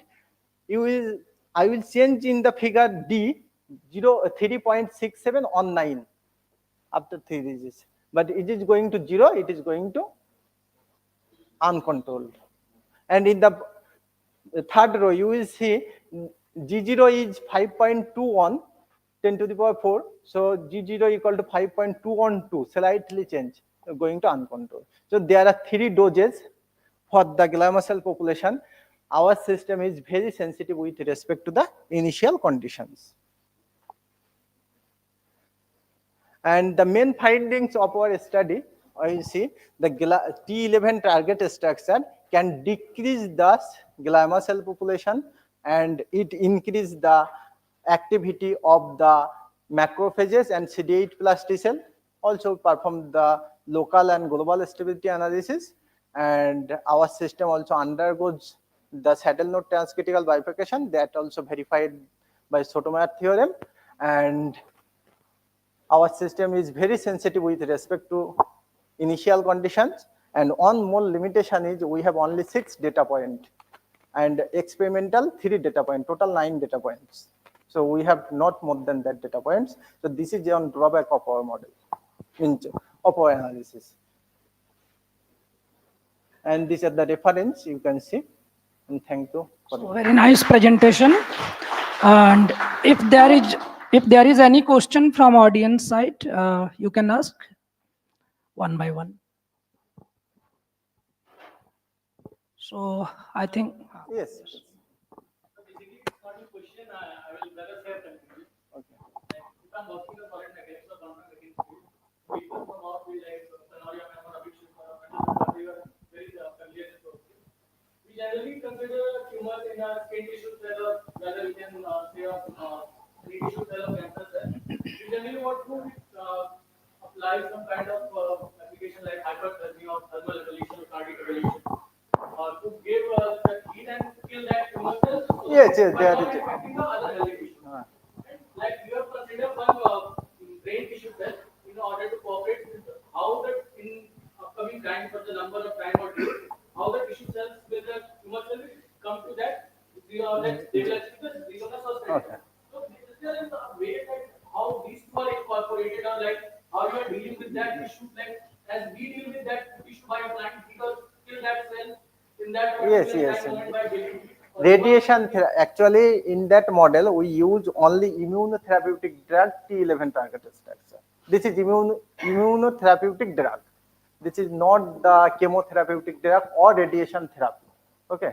In the chemotherapeutic drug, when we are using the chemotherapeutic drug, it not only affect the immune system, it only affect the glioma cells, all other cells affected by the chemotherapy. Radiation therapy also, that radiation therapy also affected by other cells. So immune system, this immunotherapeutic drug can only affect the immune system, but other study when the patient are not survive with that immune system. So there is a study, huge study in the radiation therapy and chemotherapy. Even we have the paper chemotherapeutic there we have considered the cell decrease of the other cell count. So there are lots of study in the radiation therapy or the chemotherapy that can combine, and also that is applied in the solid mechanics. Okay, that last I have seen a paper in the GP Rajashekar IIT Kharagpur. He has published. Thank you. So any question more? Please tell me. I can check the solution validity of this solution. How can we check? No, the validity of that solution. Yes, once the mathematical model has been formulated, the main thing we have to check the well force test of the system. Means the solution is continuous and is bounded. Also, bounded is mandatory because what happens? It is working on the brain tumor. So brain is the bounded system. So we have checked the boundary of the system, and it is solution behavior changes with the continuous data. So that we have checked. But what happened, we studied the global asymptotic stability by using Lyapunov function. This is necessary but not sufficient condition. Okay, this is the same. Yes. No, local stability analysis by using the perturbation method. But global stability analysis by using the Lyapunov function. There are other methods also. No, this is the necessary but not sufficient that I told. It is globally asymptotically stable with some condition. I wrote that condition. The system is globally asymptotically stable by that condition. This is by this condition, like that. Yes. Yes.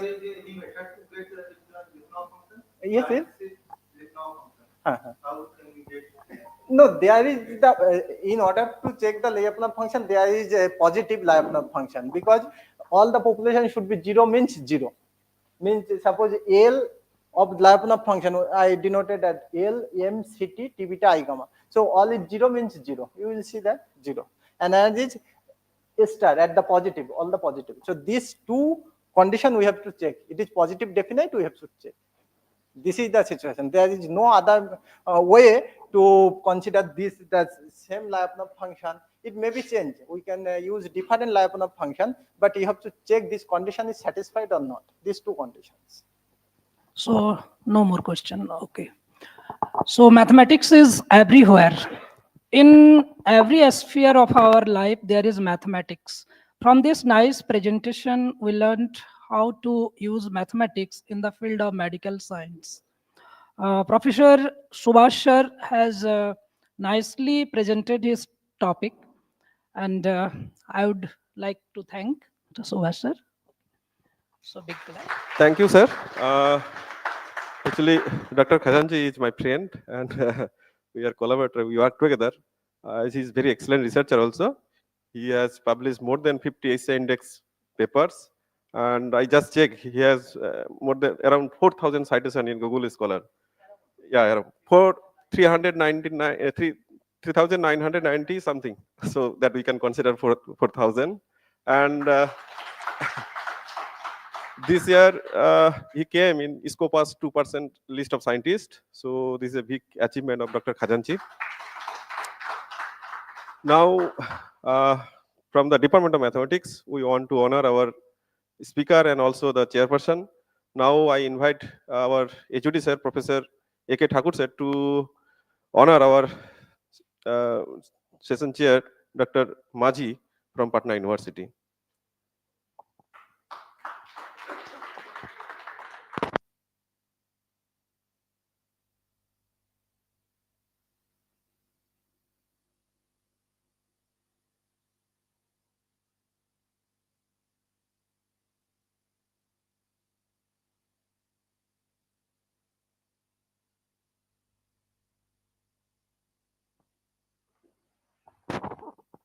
In this sequence, I honor and facilitate Dr. Khajanchi Hena by Konkon Sarkar, sir. Please, sir.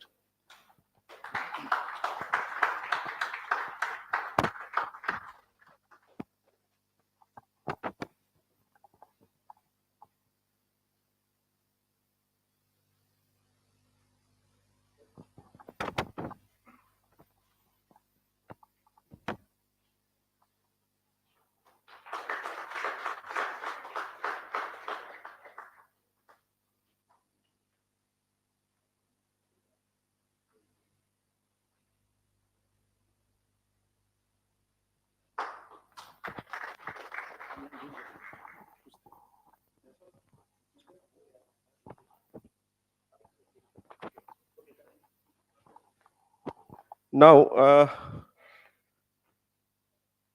next lecture by Professor Sudhakar Kumar Choube from University of Technology and Applied Sciences, Sinas, Oman. He'll be joining with us in online mode. So, Bhavka sir, is everything okay? Can you connect him?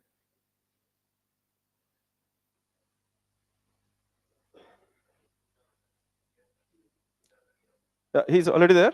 So please display him. Huh? Please come. Now I invite Professor Dilip Kumar Jaiswal sir to host the session. Professor Dilip Kumar Jaiswal sir is from SRM Lucknow. I invite him to come in the dais and say a few words about Professor Sudhakar Choube and continue the session. Thank you, sir. Thank you, sir.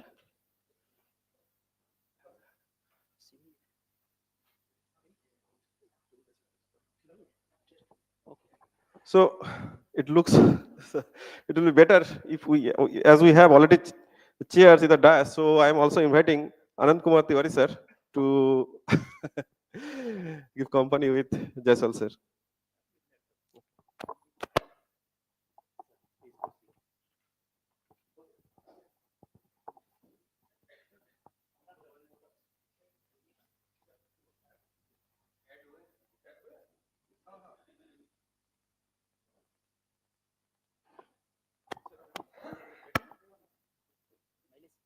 Sir, if Sudhakar sir, if you have already joined, please respond.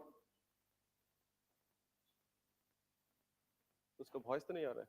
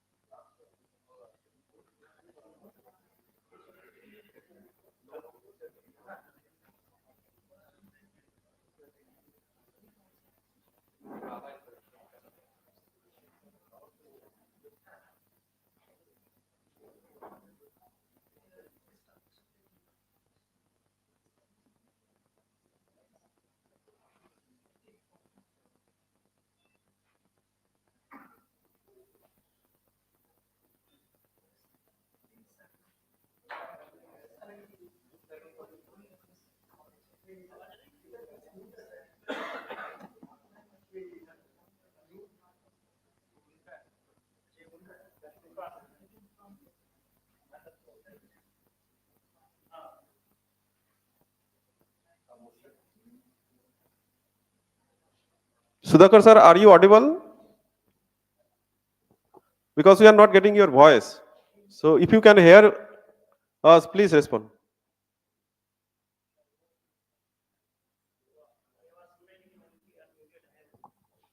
He's already unmuted.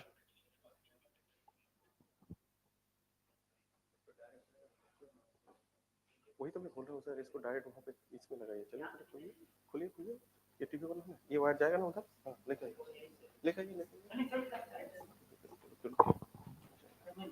दूसरा से आवाज नहीं आ रही. लेके आओ, हो जाएगा.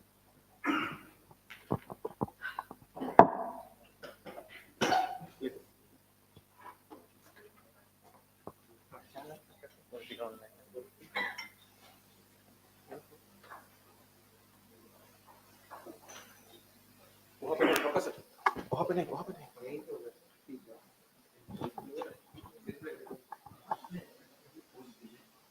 नहीं सर, ये स्प्लिटर को हटा. नहीं ठीक है. You connect this direct to this PC. It will work. मैं बोल रहा हूँ ऐसा करिए ना. यहीं से चल रहा है.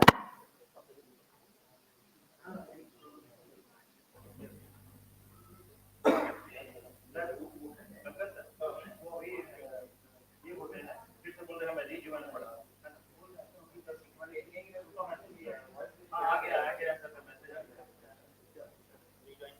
रिज्वाइन पड़ा है फिर से उनकी तरफ से अनम्यूट है यहाँ से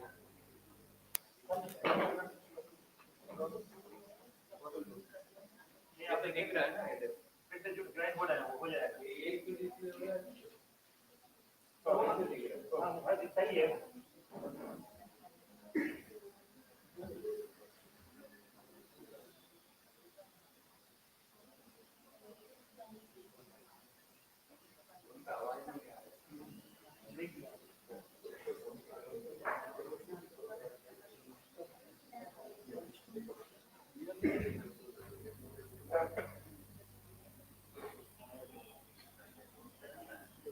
आवाज आ रही है आया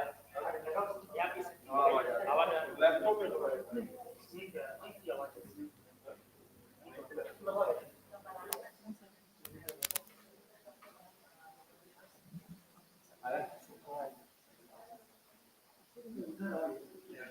ये इसमें आ रही है उसी में लगा उनको उसी में लगा दिया उनको रिस्पॉन्ड कीजिए वहां पे वही इनको आवाज आ रही है जस्ट अभी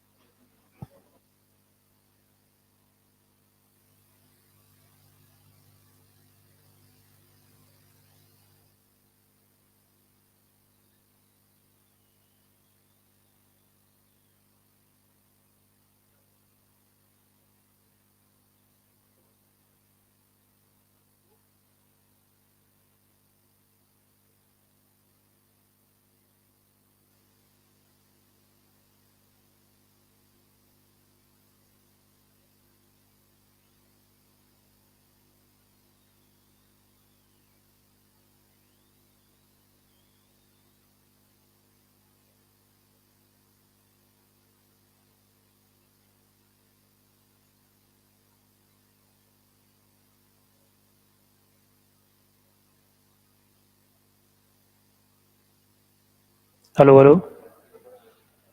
Hello, sir.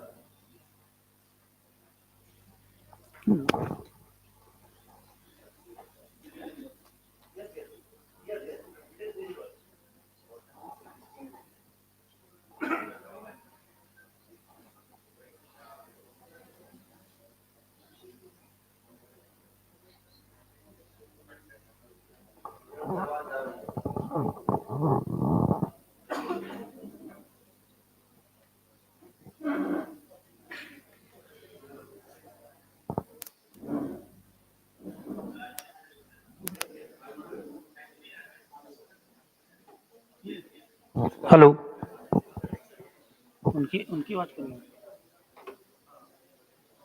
कट करके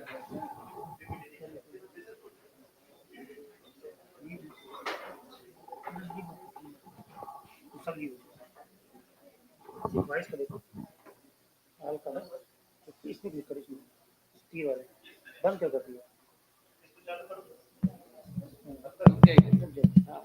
बंद कर दिया डॉक्टर साहब से समथिंग सही है उसे काटो ना hello Sudagar sir. yes yes are you getting voice Yeah, very well. yes Very well. okay thank you sir thank you sorry for the actually I was getting your voice but maybe due to some technical reason I was unable to reach you चल रहा है पता नहीं किस speaker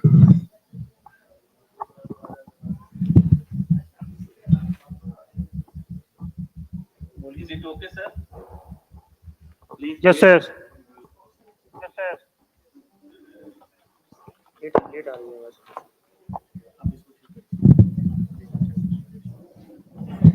ये तो ये सही है ठीक है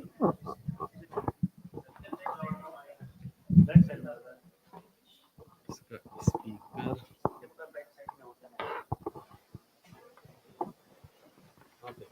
बैक साइड में ही आता है अब लगाइए आएगा Sudhakar sir hello yes sir yes sir yes sir I'm getting your voice from your side no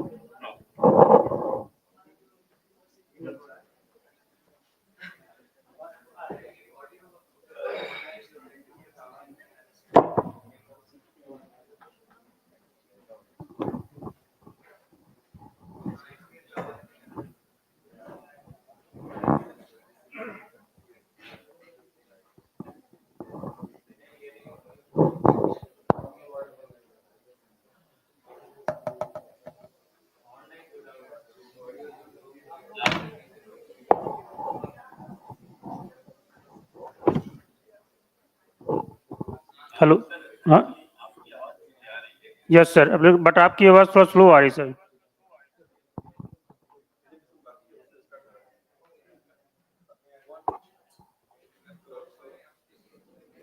Hello, hello. So the offline presentation which hello. Is there any participants whose presentation not yet been completed? Is there any participant who has not presented their paper? Hello, कोई नहीं है ना? सबका हो गया जो है यहाँ पे पेपर प्रेजेंट करना है किसी को जो पार्टिसिपेंट है? Okay done.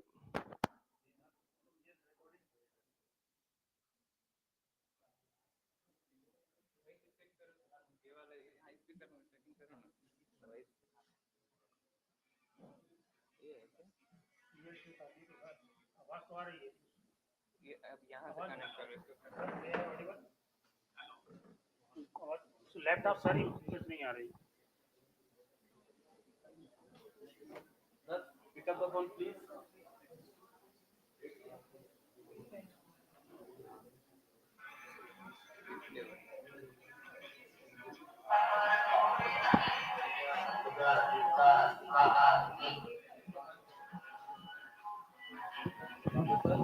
हाँ sir.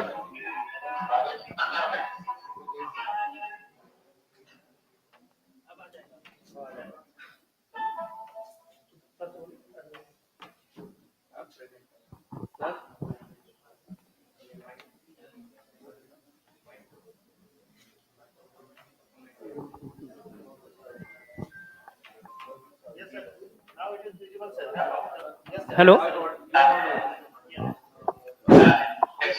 Yes sir, okay. Yeah.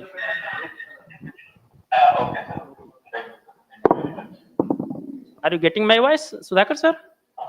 Yes. Okay, sir. Thank you. Very good afternoon to all. And the next keynote speaker is Professor Sudhakar Kumar Chaube, University of Technology and Applied Sciences, Sinas. He is also head of the research wing of that university. He did his PhD from Banaras Hindu University. He is my colleague at the time doing PhD, and joined the Oman. And he has published more than 100 research papers in SCI Scopus. And and he also in 2% scientist in the world ranking. So now I'm not killing much more time. I invite you, Professor Sudhakar Kumar Chaube, to deliver his talk. Sir, Sudhakar sir. Thank you, sir. Thank you very much for the nice introduction.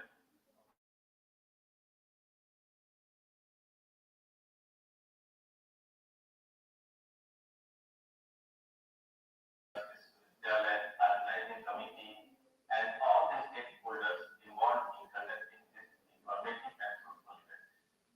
Actually, I would like to give my special thanks to Professor K.K. Thakur and Professor Vinay Kumar Jaswal. They have contacted me many times and they were in touch with me. I would like to thank a lot of them that they have given this platform to share my little bit knowledge about this uncertainty. So my title of talk is Remaining Reform Circular Structure Manifolds. This work has been carried out by with the help of Professor Yang Jin-soo. He is a very senior professor of South Korea. He has already retired from the National University. He has published more than 600 SCI papers, and actually I am pleased that he has guided me in this by guiding this new structure. So actually we defined a new structure and we given the name as the Himalayan Circular Structure. So this is the first paper that published on this structure. So a lot of scope for the researchers, those who are working in the field of research. So I will organize my work as like here. So first I will characterize the remaining environment with the help of task form vector. Actually the vector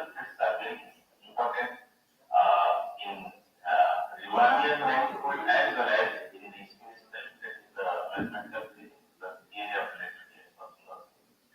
So I will introduce this transform vector field in Riemannian manifold, and then I will give you some basic curvature properties, integrability conditions, and at the end I will validate the existence of Riemannian substructure manifold with some concrete examples. So this is the motive of my today talk. So I will brief you the policy aspect of what is the use in mathematical, especially in mathematical physics. Then I will brief about the task on vector field, especially and considering the Riemannian manifold here. We can explore this in the space time also. Then I will give the definition of Riemannian concept of the structure manifolds and the motivation how we motivated to define this structure. And then I will brief about the results what we do, what we studied this semester. After that, I will go for the examples that will validate about the existence of our Riemannian concept of the structure manifolds. At the last time, we give you the references. These are the organization of my talk. So first, I will brief you about the first Einstein manifolds. So in 1987, Professor Perso, he has published one paper entitled on rotational symmetric Hamilton equations for Taylor Einstein matrix. So he has published this paper in 1987, and he has introduced the notion of quasi-Einstein matrix. This is the generalization of Taylor Einstein matrix. But that generalization is not on the Riemann manifold. Since then, many researchers they got motivation and they have extended the work of Professor Perso. In the series, Professor Chauvi and Valent, they have published a very informative, very nice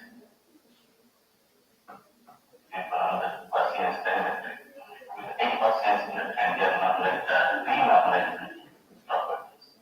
So in this series, Professor Chaki is very his work is very notable work in the predominant geometry. So Professor Chaki he has published a paper on quasi-Einstein manifold in publication of Master Machine in 2000, and they have given the notion of quasi-Einstein manifold. So I will give the definition of the quasi-Einstein manifold and Riemannian manifold. So if this denotes the Ricci tensor.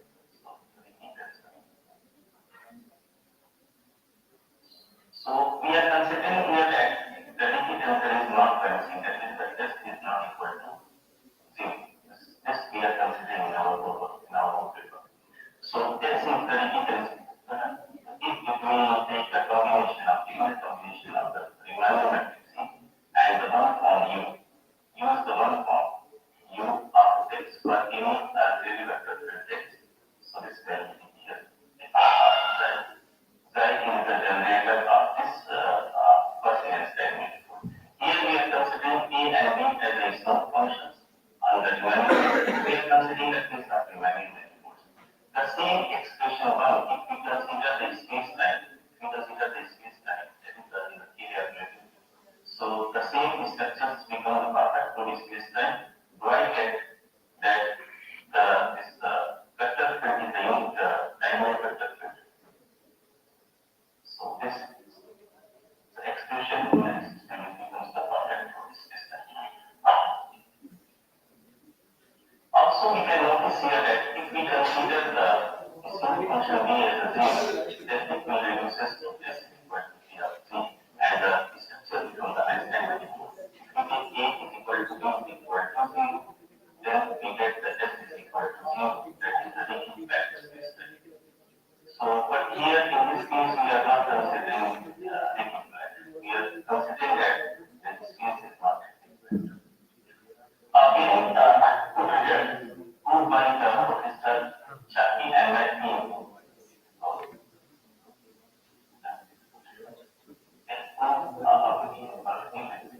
That is the if A and B is the system functions and given the definition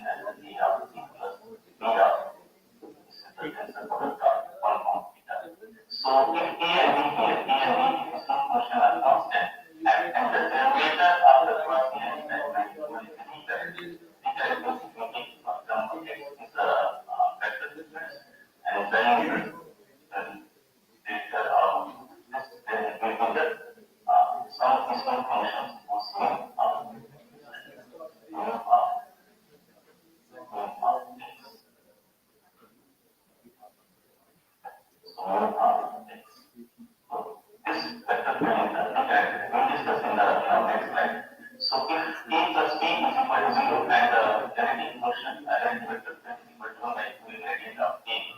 And formula the vector field V1 and V2 is equal to minus V1 plus A times 1 of V2.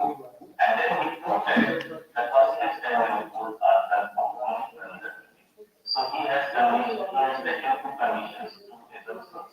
That is the A and B are constant and the temperature of Gaussian standard rule is infinite. Second, he has considered that if A plus B is equal to 0 and the genetic function, genetic vector considers this form, where the genetic function is given by this expression, then the Gaussian standard rule becomes the conformed standard.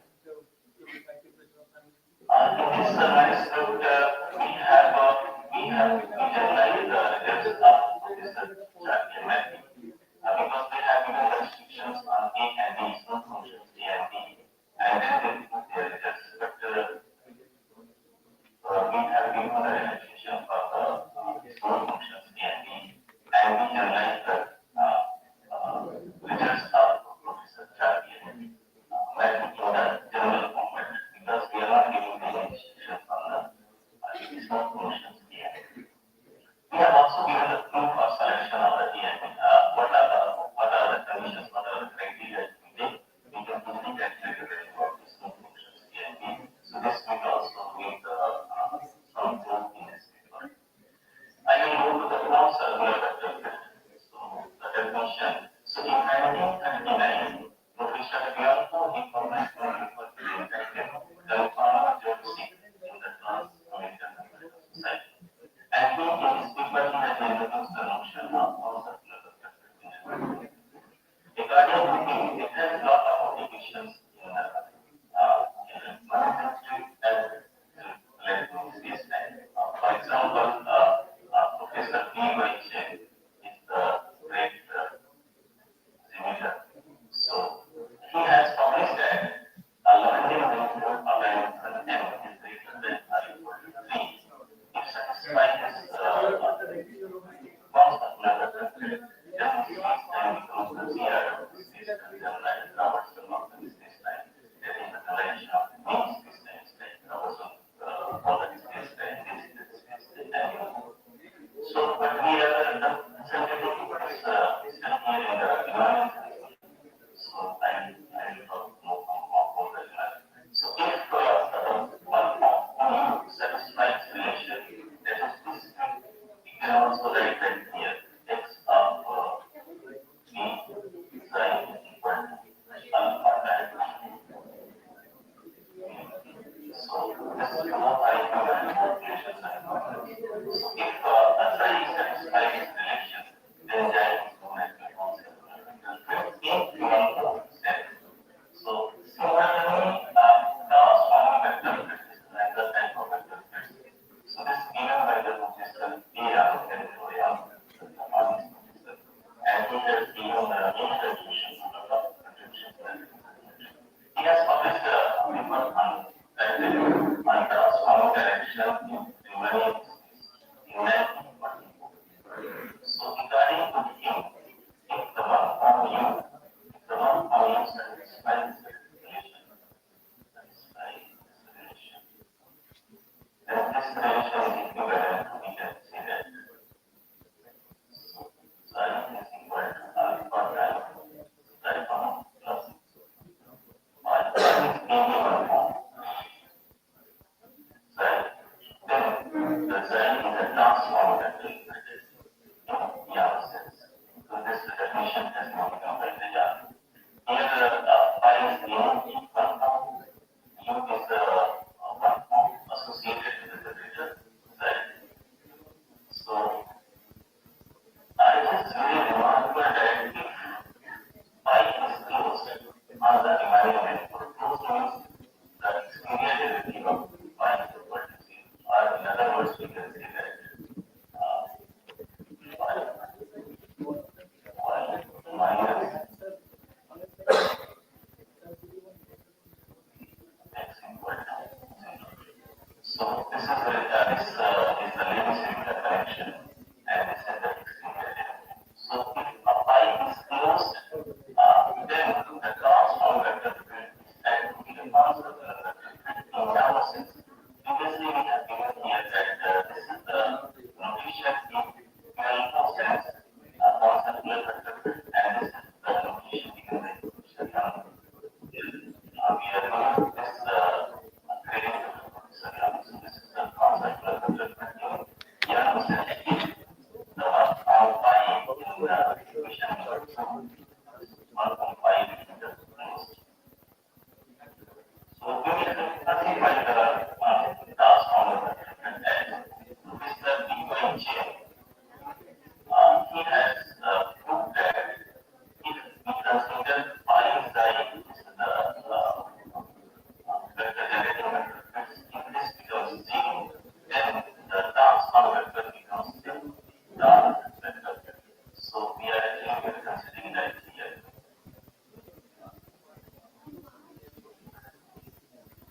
X and y are arbitrary vectors. So alpha times c of x y plus phi of x and u of y. So phi is an arbitrary polynomial.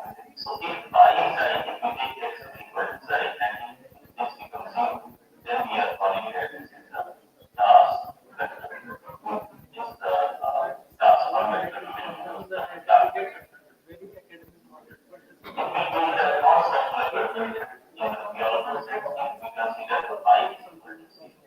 So this phi is second term of phi and then x u y is equal to this y. So this will be the non-circular vector. So Mr. B.Y. Chain has considered this non-circular vector in the sense of pure process, and he has proved that the circularity is like the non-circular vector in yellow sense. So if we consider the one of pi is closed, then the transform vector non-circular vector in yellow sense. It will be the recurrent vector if we consider alpha is equal to 0, this will be 0, the recurrent vector. And if we consider phi is equal to 0, alpha is equal to 1, it will be the non-zero vector. And parallel vectors, if we consider phi is equal to 0 and alpha is equal to 0. So it means the transform vector field in the relation of main vector and this vector very normal vectors. So instead of transform vector, transform vector field is more general and more because if we take a particular place, we can see the all so let me discuss this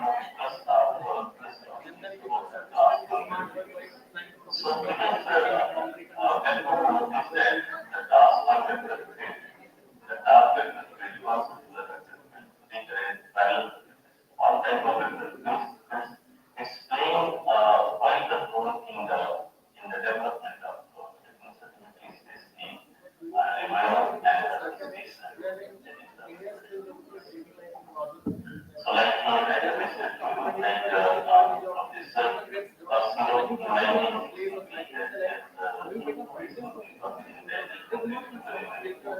and some vectors in the transmitted exercise. Again, Mr. Modi and so they have published paper giving that transform vector and the constant.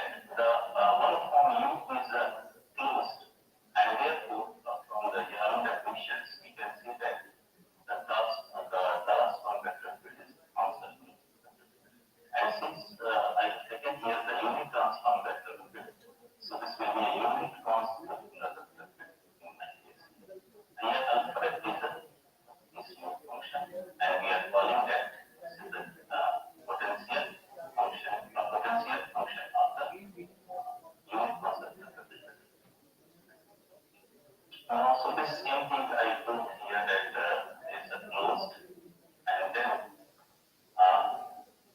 after I will speak for this calculation, I will come to here. So now I have calculated that the potential function alpha will satisfy this partial differential equation here. This triangle is the Laplacian operator for the remaining C, and this xi is the unit non-circular vector space. So I will use the definition of a unit function. So any smooth function remaining manifold of dimension n is said to be harmonic if and only if this expression is zero. So by using this definition and this finding, we concluded that the alpha value, that is the potential function, satisfies partial differential equation. If we consider this as a constant, then then we notice that the left hand side decreasing and the left right are not function. So particularly if we give this expression is partial differential equation that is constant, then the alpha will be harmonic, and we included these two as a result. So I have given that if the potential function alpha satisfies partial differential equation under certain dimension, then yes, this is the very important point here that is written as a lemma. A harmonic map function is function has a harmonic map with two equation. So Professor Els and Samsons in 1964 they have published a paper harmonic mapping of lemma in the American Journal of Mathematics. And according to them, if a smooth function f will satisfy this partial differential equation, then it will count as the harmonic equation. So this equation motivated Professor Hamilton, R.S. Hamilton, this motivated Professor R.S. Hamilton to define the expression of Ricci group, which is very similar to the Hindu equation. But this Ricci group is able to give more features which is not available in the Hindu equation. So, and this Ricci group, we had defined in the 1982 of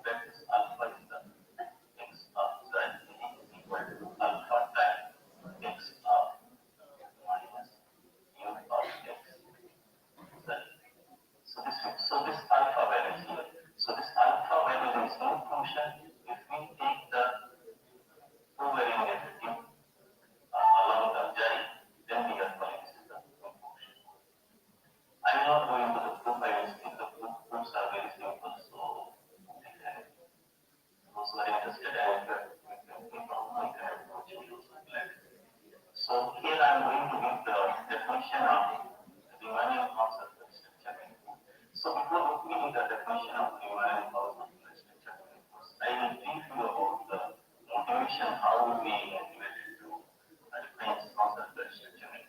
So in 2017, I met with one South Korean professor, so Professor Lee, and then we are discussing about the problems that if we are going to take in mapping or agency connection, so we notice that for auto connection, it will be the one of the convention channels will be the team mapping most of the cases.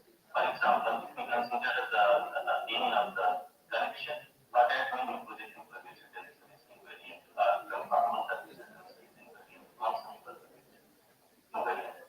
So we are searching a problem that can be able to define a function or a connection which going to make the invariant as most as possible. So in that, so we started our work in 2017 and we published our work in 2019 in the Journal of Society. And there we have defined the notion of the semi-symmetric matrix connection. We have defined the notion of semi-symmetric connection.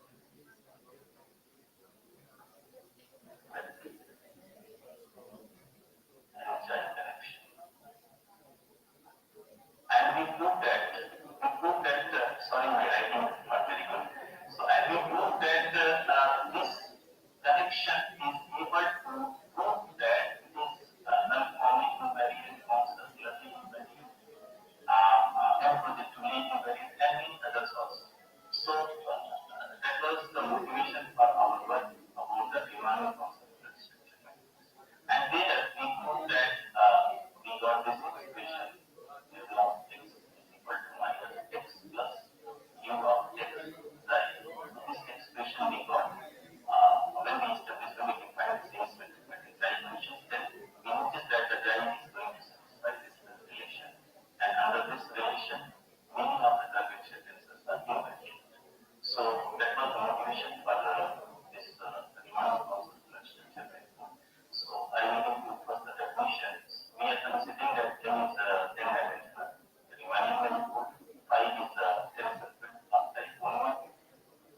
And if 5 is going to satisfy this relation, that is the nebula of V1 xi is equal to alpha pi V1, where alpha we are considering as a non-zero. Alpha is a function. So if we put this to the value of right hand side, because I have already proved that psi is the unit transform vector field and it will be the non-circular vector field.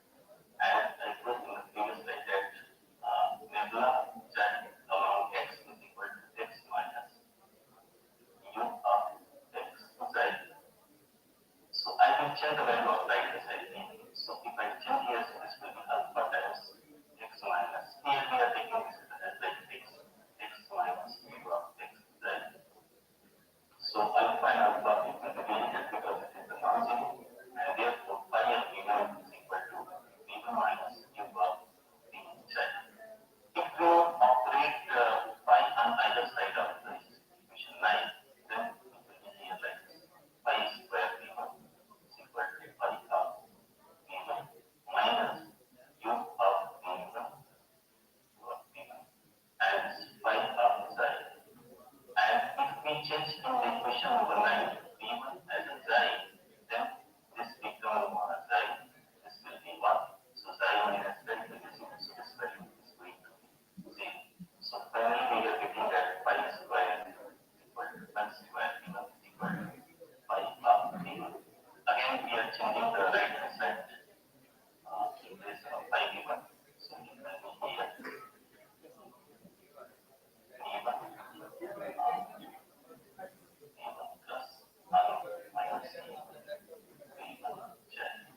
this expression we are doing. This is the equivalent here, pi square. So if we operate here v1, so this will be I the identity operator, so this will be v1, and here will be u of v1, right? So this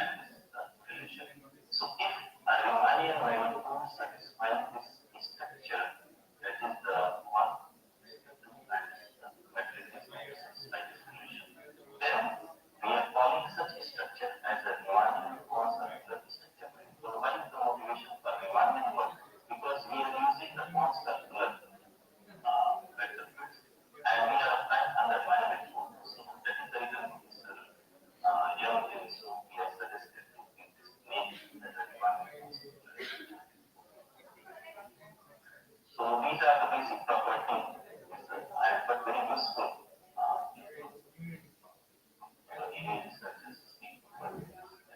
So we have that I am not going to just so we notice that the pi of z is equal to 0, u of pi given is equal to 0, and the rank of pi is equal to n minus 1 due to the dimension of the rank. This we prove with the rank theorem with the help of rank theorem, and we notice that the 1 from pi, the covariant derivative of 1 from pi is going to this to satisfy this law. So this is the proof in computer statistics. So temperature identities we also prove that is useful while deriving the numerical properties of this variables. So we notice that the R of the remaining temperature tensor. So R of V1 into xi is equal to this one. So many researchers they are taking this as kappa. So this kappa. So they will take as a kappa classification of the variables. If they are adding here some more terms, so it will be kappa. So classification will be the different as per the expression of this. And Professor Lee here he has also proved one very nice results by considering this expression is equal to 0, as well as this expression is equal to here some function, and the right hand side is same. So he has classified the structure in case of contact geometry, and he has proved very remarkable results there.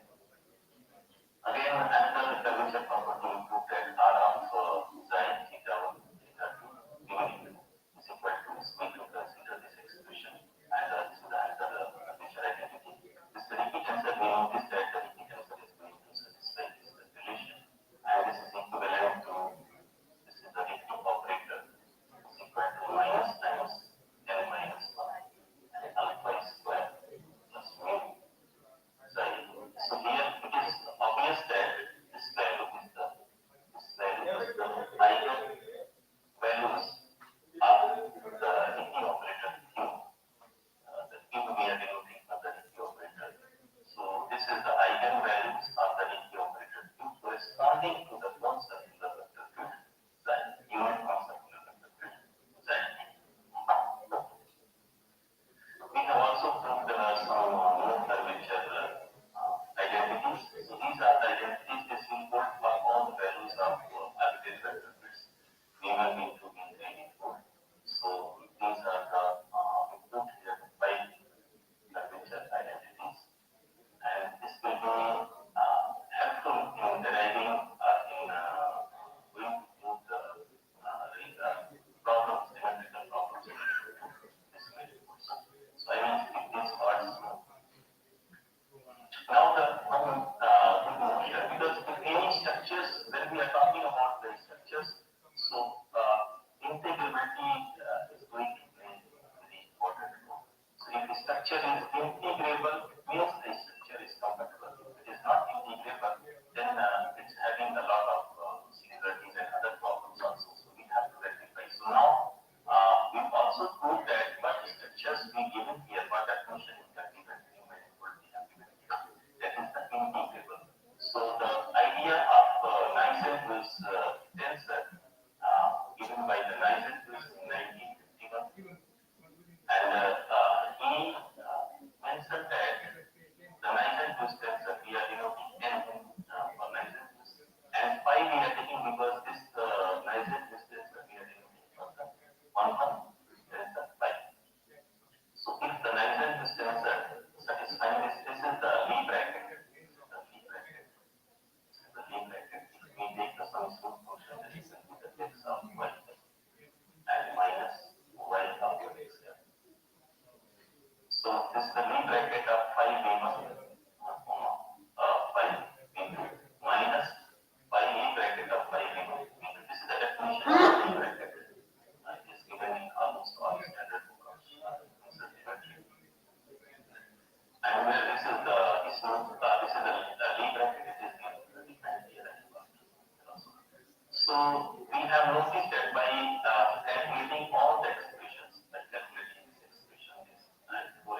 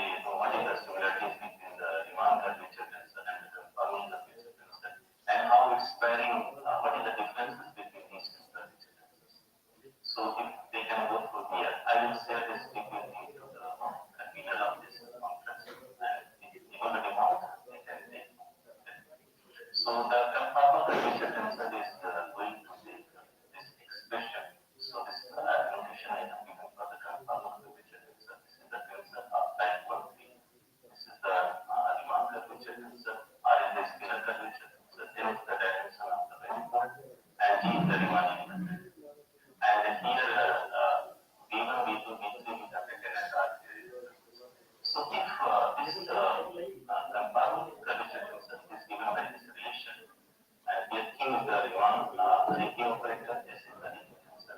So, and then we have given our results there. So everything is semi-symmetric. So again, we have taken as the Riemann concept of manifold is the semi-symmetric. So every semi-symmetric RCS manifold is conformally flat. This we proved in our paper. And every conformally flat RCS manifold, RCS we are giving the short form of the Riemann concept.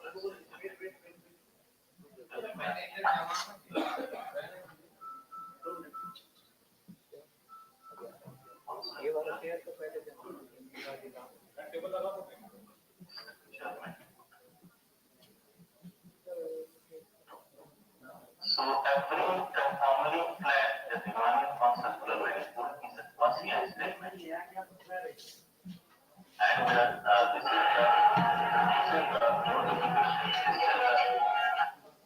the corollary that sir, how much time left, sir? So this is the corollary that if you are taking the three-dimensional RCS manifold, then it will be the quasi-Einstein manifold. Professor Sudhakar, sir. Sir. Yes, sir. So kindly conclude his lecture because the valedictory session is coming. Okay. Just give me 5 minutes. So we have also proved that every conformally flat RCS manifold are valid. And we have considered here the dimension greater than 3 because 3-dimensional we have already proved here. So for greater than 3, it's going to satisfy the partial differential equation. This partial differential equation has a lot of application in engineering and technological sectors. So, and the scalar curvature, we notice that the scalar curvature also going to satisfy this relation, and in that case, it will be the harmonic. Harmonic means the this equal to zero. This is the Laplacian operator. So the existence of Riemann circular structure manifolds, we have given this one existence if we consider n-dimensional quasi-Einstein manifold with divergence free Riemann curvature tensor. Doctor, sir. This is first example that we given here. And then we given a three-dimensional case. We have considered differential manifold of three and satisfying this theta 1, theta 2, theta 3 we have taken as an independent vector space. And we proved that I will skip all the calculations. And we proved that this three-dimensional Riemann, this is a three-dimensional Riemann concept. Sudhakar, sir. Again, we have given here another definition of Sudhakar, sir. by considering the Sudhakar, sir, please conclude. Sir. And finally, we proved that it is the Riemannian concept. Sudhakar, sir. Please conclude because BC sir is coming for valedictory session. Okay, okay, sir.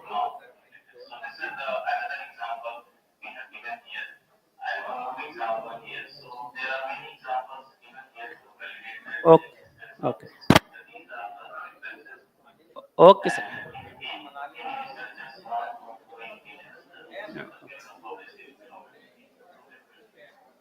Okay. Thank you, sir. Thank you, sir. Very nice presentation. Any question from audience? Have you question? No. No any question. So thank you very much, sir, for your delivering a nice lecture in short time domain. So thank you all, sir. Thank you to all of you. Thank you, sir. Actually, I'm very sorry for the disturbances and technical disturbances. So actually, sorry for 5 minutes there. So thank you again for giving me opportunity to present my ideas. So thank you again to all of you. So I answer your question, sir.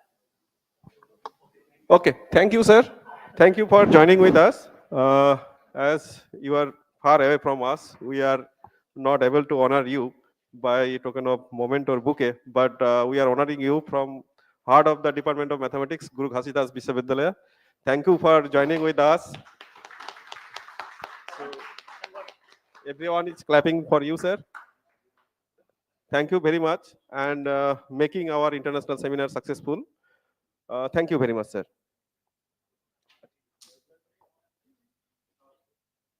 Okay, now Dr. Dilip Jaiswal sir and Anand Tiwari sir, they were hosting the chairs. So we want to honor our guest. Now I'm requesting our HOD sir to honor Dilip Jaiswal sir and Anand Tiwari sir. Please, please.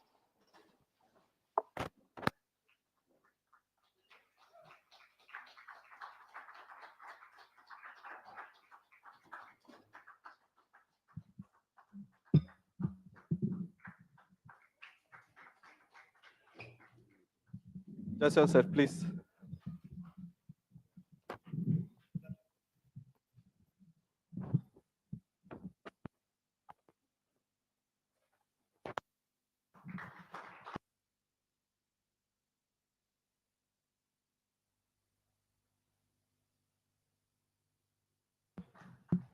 Hello.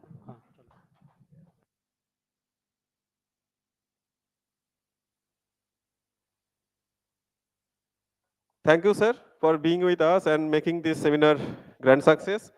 And we have came at the last moment of our seminar, and I know everyone feeling hungry. Their stomach may be empty, but we had we have planned that let us finish this session so that we'll have more time to exchange our thought with uh, others. So yes, yes. Okay. So our dean sir wants to give feedback about our seminar. So sir, please. Yeah, good afternoon, one and all. I think many of you may not know me. I am PP Murthy, professor in Department of Mathematics. My area of research is nonlinear functions. Most of the people, they know, those who are working in the fixed point theory and applications. We have been working since 1989 onwards. And basically, our training is in such a way that we should work only on the fundamental side. That is what our main focus was. So publishing more papers is not never be our motive. Our motive is only to make the distinct papers, different results. Once you published a result, forgo and go ahead for a new result. This is what our motto, and our training was done like that. So we are tuned to such things only. So that is the reason that we never run behind the number of publications. Anyway, since yesterday morning, I am here. In between only, there are few, I can say that pre-engagements, and due to that, I am not available here because of the dean of my school, Mathematical and Computational Sciences. But I have seen that many of you presented the paper, and definitely you gain a lot of things from here. Your intake must be, I think, good. Whatever the facilities you are provided at the guest house and here also, hopefully, if not 100%, up to certain extent, you might have satisfied with those. One information I can forward you people. I think within 2 months or maximum to maximum 4 to 5 months, me along with the stalwarts of the mathematical community, I will join you also, Dr. Pant. Means like Veermani, Brinde, if possible, Gelad Zung, Shea Park. They are all, I was working with them. Sylvester Sesha is not working now these days. He has done some fundamental work. He shifted in the fuzzy area. Like such people, like mind people, we are planning YJ Cho from Gyeongchang National University, Shinju, Korea, planning to organize one virtual conference. So most probably, because it was my personal thinking and I tried also. I don't know whether some of you may know or not. Some 2 years back, I had almost 3 to 4 Zoom connections, almost Asian countries, European countries, some African countries, and few states of America. Not all, few states of America. We had actually the good interaction on Zoom to organize the conference on the 100 years completion of the Banach fixed point theorem. Because you know, the Banach fixed point theorem is the result given by Stephen Banach, and actually he was not interested to summarize the whole result in the form of the thesis. It happens sometime, but accidentally what happened, his friend circle in Poland, they are interested that if he can defend, even you do not know, the defend committee also notified but not informed Banach that there is a committee, that committee is going to come to see your result and you are going to defend your PhD. He was not knowing that he is going to get PhD. The defend was also like that. It was so secret. And finally that was done and he was awarded PhD. So see the charismatic man and how he obtained the PhD and his results also. And since my inception into this department in 2007 as a third member of the permanent member of this department, I think after 1 or 2 years in consultation with, in particular, my very good friend is R.P. Pant. Somebody was having some doubt that this man is Pant. This is only Rajendra Pant. He is Rajendra Prasad Pant. So he's R.P. Pant, okay, the senior Pant. He is from Nainital, Kumaon University. With him, Professor S.L. Singh is a supervisor, guru. So along with them, we tried. Okay.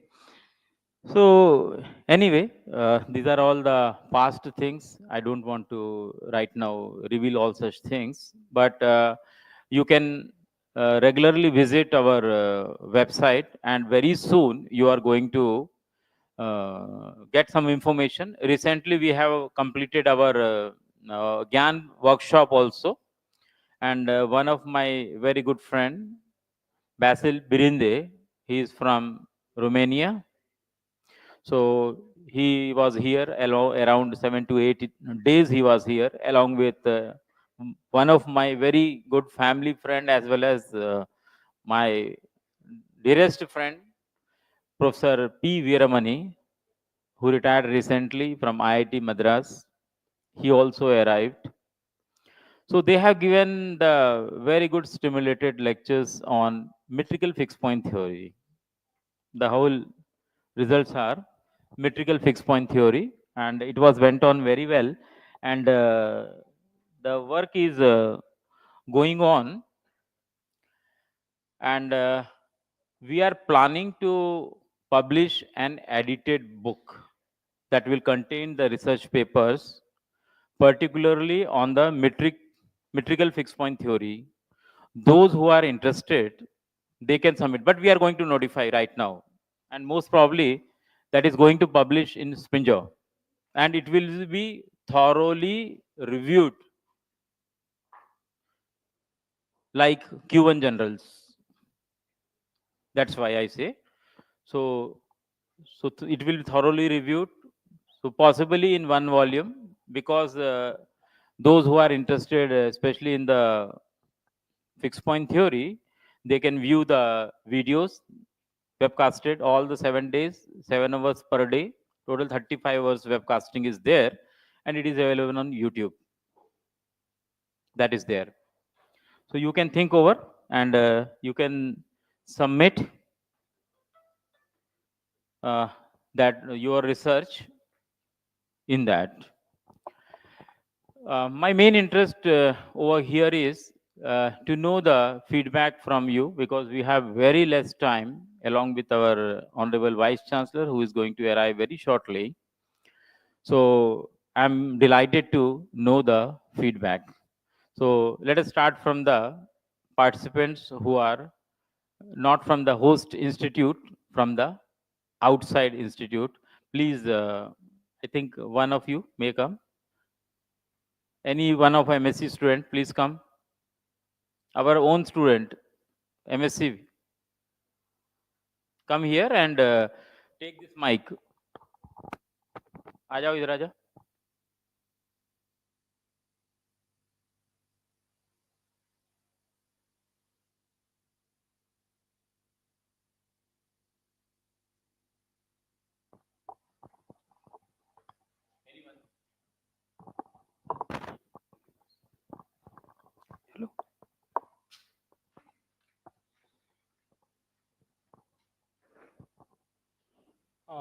Good afternoon to everyone present here. My name is Prajal Parmar, and I have presented my paper yesterday. So, sir has just asked about what feedback, about the feedback. I think we are not worthy enough to give the feedback about this. We are on the learning stages and not about only the academic knowledge. I've gained much more the perspective of the life which we are going to achieve on the upcoming journey of our life, that how we are going to, if we become a like a 10% of a 10% of your stature, we will be privileged to be worthy, feel ourselves worthy that we have gained something.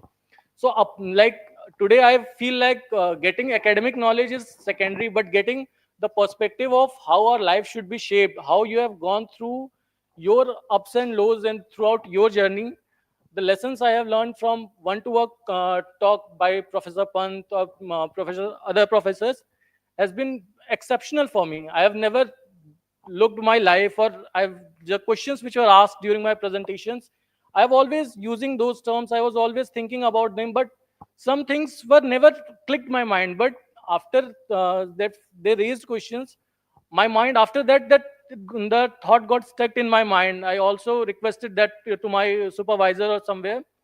So for me, this conference is not about that you are getting a part as like it's an offline presentation, you are going to present a paper or you get a certificate. It's a continuous process for being a better, getting a better version of yourself. And the only thing which is which can be get better is you can improve in yourself is the more and more you interact. We always feel that there is a taboo in our society that you don't ask personal questions, you have to be, you know, that hard work leads to success. But when you talk to a professor, or when you talk to a like a senior special like researcher in that particular field, you get to know that whatever you are feeling inside, they have gone through that. They all have went the same path. The lows they have also hit. They have also feel disappointed when their first paper was rejected by a journal and some harsh comments were there. They at some point they also have no clue where to go from this point. But the only thing that Professor Pant has also told me, that do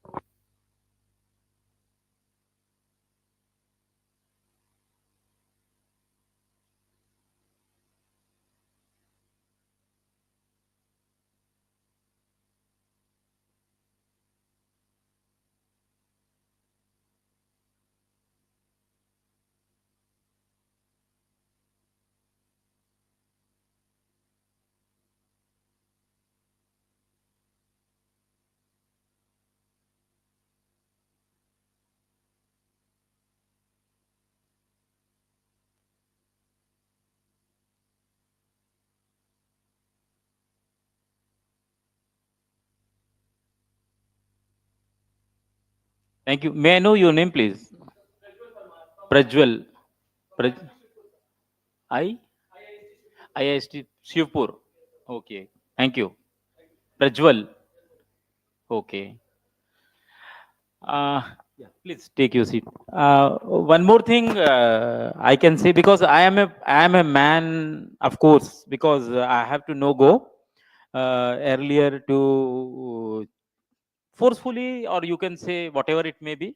I have only one choice to select fixed point theory and applications to enter into the research forcefully, I can say. But my enjoyment was, or my passion was in operations research. That's true. Operation research and genomes, genetics. That was my passion. But anyway, since I have a background of computer science also, because I'm not qualified in computer science, but I do in computer science so many things, like introduce so many computer science papers, programming papers over here. So this is my personal advice to the fixed point theorist, those who are working in fixed point theory, and they feel that there is some light results, mild results, and not sparking results for them. Fixed point theory has immense applications in data science. This is not only my announcement, this is there, because I'm trying to apply Python programming, particularly using iterations, what the Panth is using, or many others are using, because as we say, there are many kind of fixed point theory, okay? Particularly when you have the non-expensive kind of mapping, and then only you're trying with the iterations to find the existence of the fixed points. So using this is applied in data science. Later on, using these iterations, you can make your machine to learn. That is in ML, machine learning also. Once you can teach such things to your machine, then you can apply many other applications like natural language processing. I'm a man of functional sciences, but my students are now data scientists. You have to make you learn yourself. I had PhD students in cryptography. I did in cryptography, and I have done some work. I don't say it's remarkable or is up to the mark of the patent, but yes, did some contribution in public keys, because the cryptography has also the long life. So in machine learning, you can use this iteration system, because how the machine is working, zigzag, zigzag, this is only no. So as we always talk about the continuity, but now you have to go through computers, no? So when you know that in computer, we talk about the discrete things.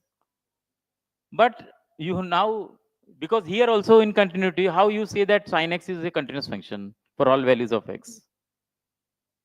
Something feed it in our mind actually. How a polynomial is a continuous function for all values of x? How it is? You are not verifying. You simply, in one word, say, yes, sir, is a continuous function. Fx equal to x, yes, sir, is a continuous function. Constant is a continuous function, like that, because it is fitted actually. But in the computer, how you are going to use the continuous variables? So somewhere actually you have to understand, like the time. If you partition the time interval, then you realize the continuity. This is something like that. If you walk, you understand minute. If you run, you understand what? Seconds. And if you ride a vehicle or drive your car, then you understand even less than the second. This is something like that.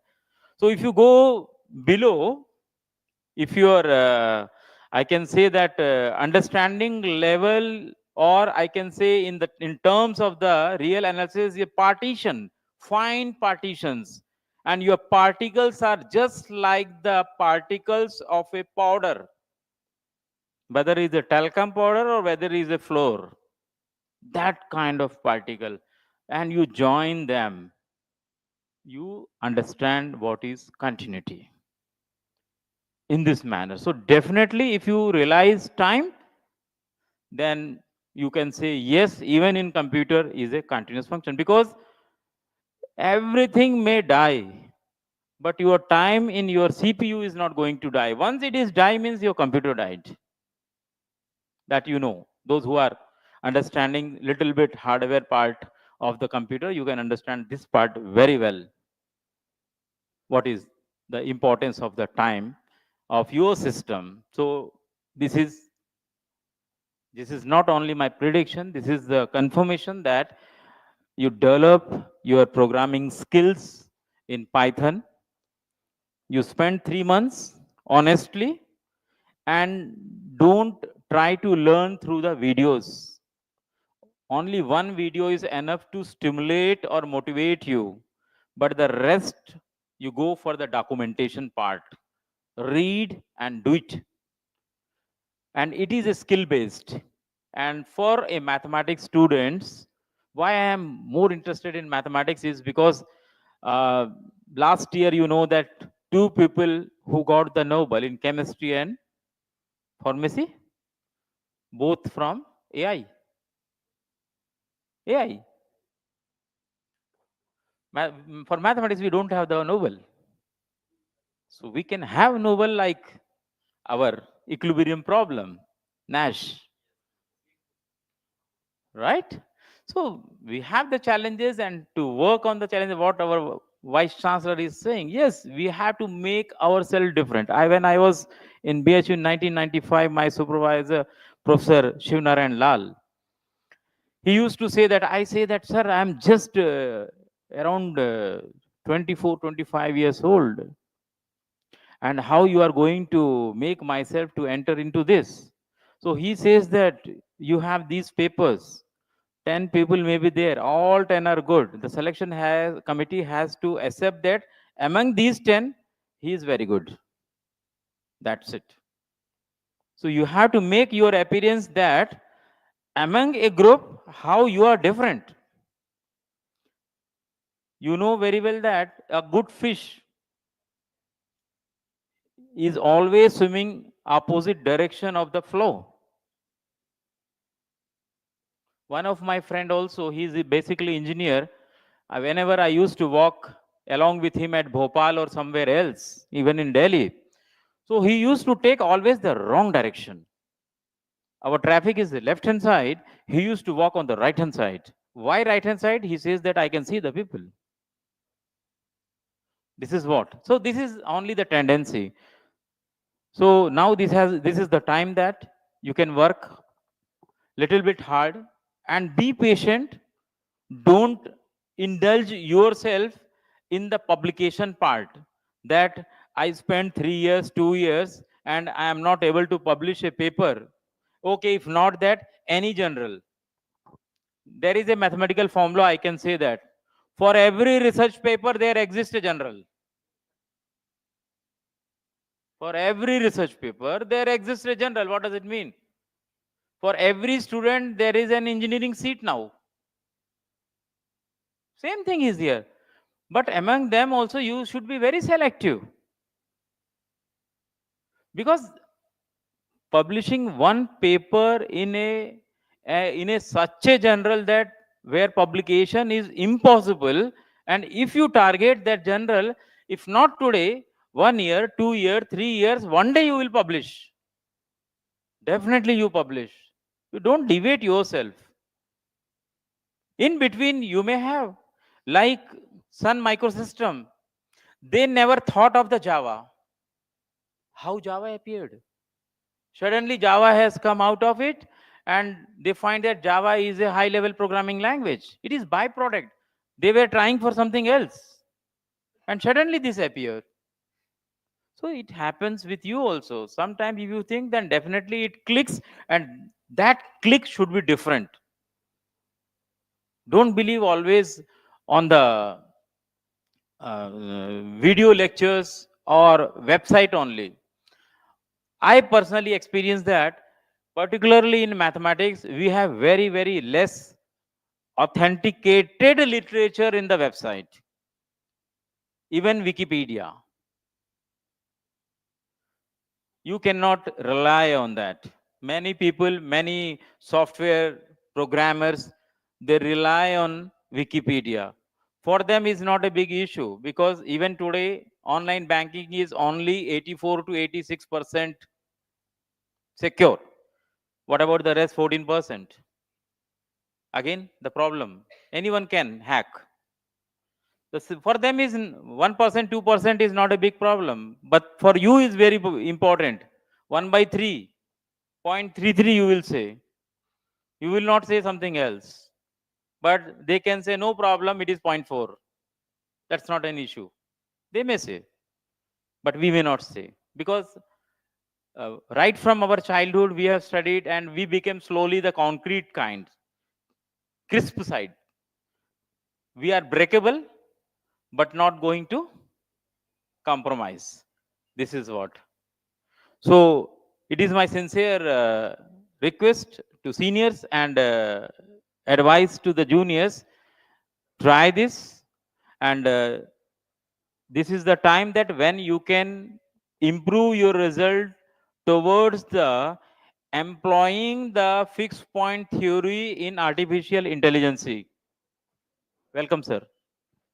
Professor Amit Kumar Saxena, today's chief guest and director IQAC and senior most professor of our school, School of Studies, Mathematical and Computational Sciences, and he is enriched with what I was talking about just now: data mining, artificial intelligence, then big data analysis, and whatnot. And in this university, he is the first person in this area and very, very senior in our university system. And he is Professor S.P. Singh, Suresh Prasad Singh, our former colleague, head. His last, before retirement, he was the Vice Chancellor of our university and man of mathematics. So, एक ताली तो बनती है.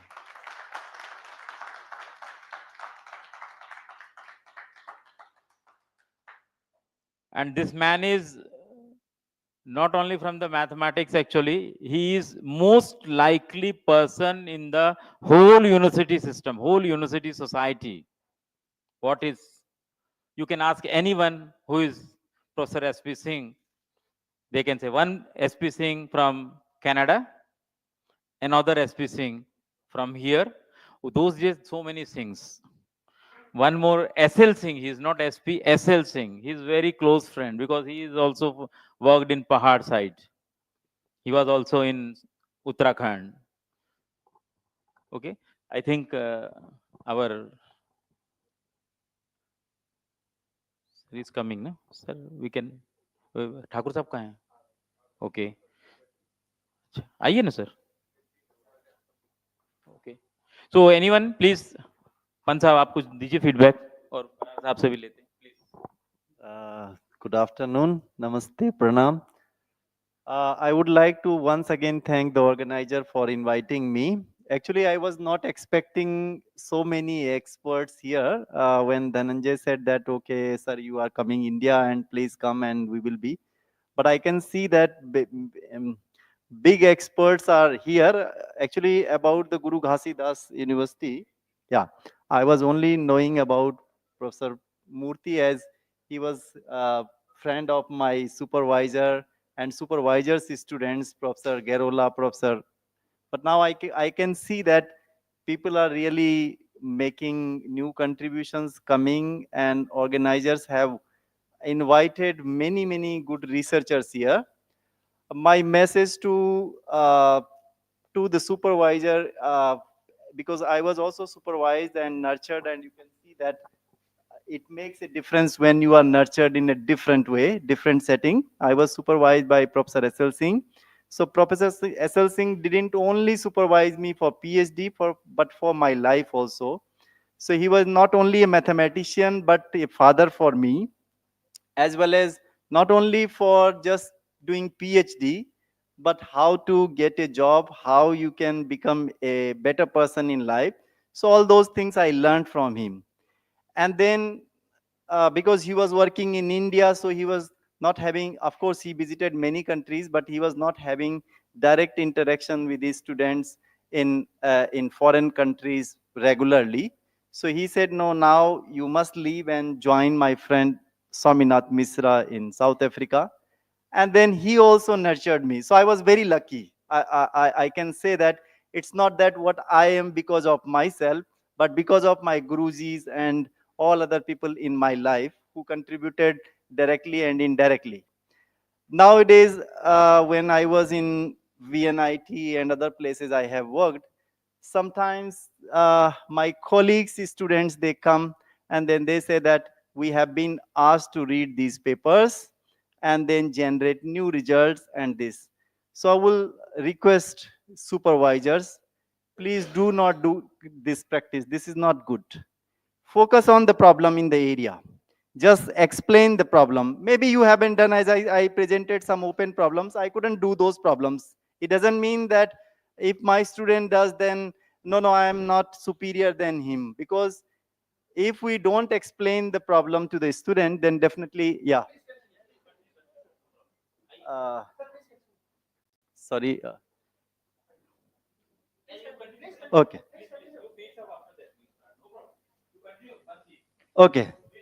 Okay, so basically supervisor's responsibility, as I learned from my supervisor, is not to explain, not to just give some papers or material to read, but also to explain what actually the problem in the area. And then the responsibility of the student is to honestly invest his time in the problem and report whether he is able to succeed or not. Sometimes what happens, because I have experience on both sides, one side that I was nurtured from my supervisors in such a way that they described the problem. I was also intended to do PhD in operation research. So when I went to him, he said, okay, no problem, you will be doing in operation research. But he started reading me material in metric spaces and then in the normed spaces. And ultimately, by the time I finished my PhD, I came to know that all optimization, convex optimization problems can be handled by this tool which was introduced to me. So that was the greatness of the teacher. He was knowing that this person would like to do, but he didn't tell me. Sometimes those things also came in, like everybody gets some ups and down in the life. So once I went to him and I said that so many things have already been done. So how do you expect that we will be doing new? As well as I was asking to him that, like somebody asked me that how to succeed. He said that the the only key of success is that whatever you are doing, do something different from others, which Professor Murthy also highlighted. And that kind of supervision, I think, is missing these days, because maybe some of us are already supervisors and some are going to be future supervisors. So I think supervisors must also take the responsibility to nurture their student without being biased or without having any personal interest, that no, if he publishes or if he put, so that balance has to come. And for the student, don't be discouraged. Actually, if you focus on a single problem, don't think about publishing many papers. As we said, if you could publish one paper in transaction of American Mathematical Society, I think you will be above than what we have achieved. So try to aim for that. Definitely it's not easy, I can say, because of the some limited knowledge at that stage. But if we aim for that, Randev sir also highlighted yesterday, and our beloved vice chancellor also that कुछ ऐसा average काम पे ध्यान मत दीजिए. Don't try to get rid of the, okay, I have 3 years, in this year I have to complete PhD. PhD is a limited time process, that I understand, but please aim for something higher than what people are doing. And if you can make a slight difference within that group in which you are, because you will not be compared with the established professor. So don't worry about that, what is being achieved by Banach or the Kirk or other mathematicians. You will be compared with those people. Fine. So I think with that motivation you can do better. And once again, I would like to thank you very much for the university and its management for giving me chance to present my work. Thank you.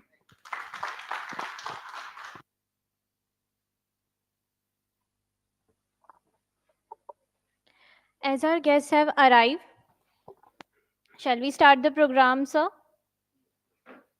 A very good afternoon and a warm welcome to our esteemed guest and professor. My name is Dipshikha Paul from MSc Mathematics 3rd semester.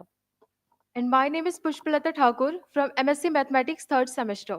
It's an honor to welcome you to the valedictory session of the International Seminar on Applications of Mathematics in Science and Technology, a seminar that has truly transcended boundaries, bringing together brilliant minds from around the world.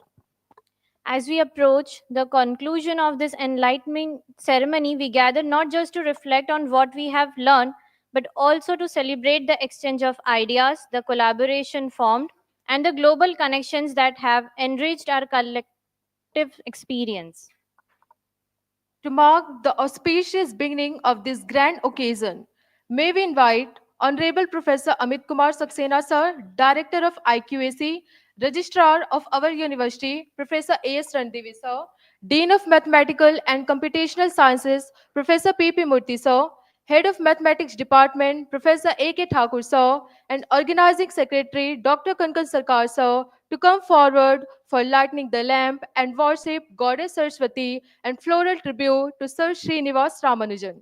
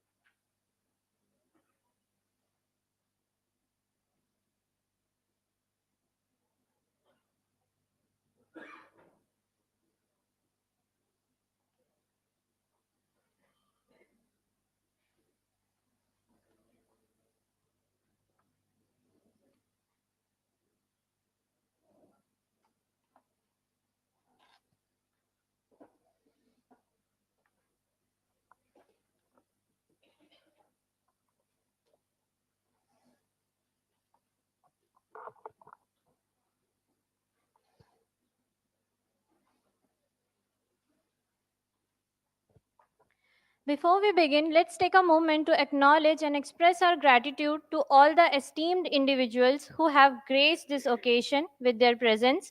Your support and encouragement mean the world to us.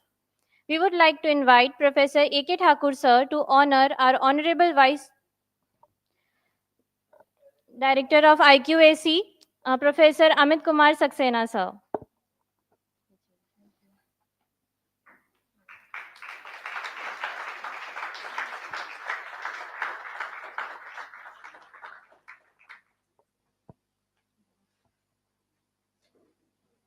Nextly, we would like to invite Dr. Dhananjay Gopal sir to honor Registrar of our university, respected Professor A. Randevi sir with bouquet.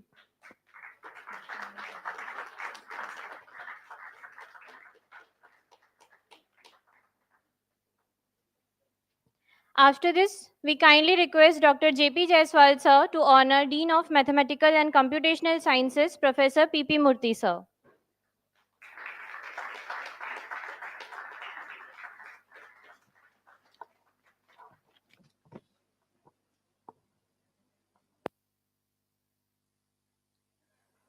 To formally welcome everyone and set the tone for today's event, may I invite Dean of Mathematical and Computational Sciences, Professor P.P. Murthy sir, for welcome address.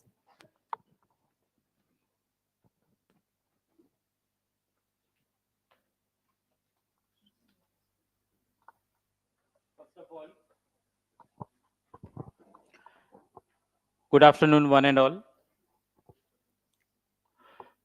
On the dais, my heartfelt respects to Professor Saxena, Director IQAC, Professor Abhay Randive, Registrar of our university, Professor A.K. Thakur, Head of our department, Professor Sarkar, Organizing Secretary of this seminar, our esteemed senior and beloved former head, dean, vice chancellor of our university, Professor Suresh Prasad Singh, who is among us. So your presence really, sir, mean to us. Respected dignitaries, esteemed guests, faculty members, dear participants, and our students. It is an honor to address you all on the occasion of the valedictory function of this prestigious international seminar organized by the Department of Mathematics, GGV Bilaspur. Over the past few days, since yesterday, we have witnessed a remarkable exchange of ideas, groundbreaking discussions, and thought-provoking presentations that have enriched our understanding and advanced the horizons of mathematical sciences. I have been given few information by our dear head, Professor A.K. Thakurji, that the total number of abstracts, this is somewhat the report of the seminar also, I was asked to present before you. The total number of abstracts we have received is 122. The total numbers presented offline is 25. The total number of papers online presentation is 68. The total number of speakers from different states of the country is 11. And the total number of speakers from the out of the countries are 3. Out of them, 1 online and 2 offline. This is the report of the participants and the speakers.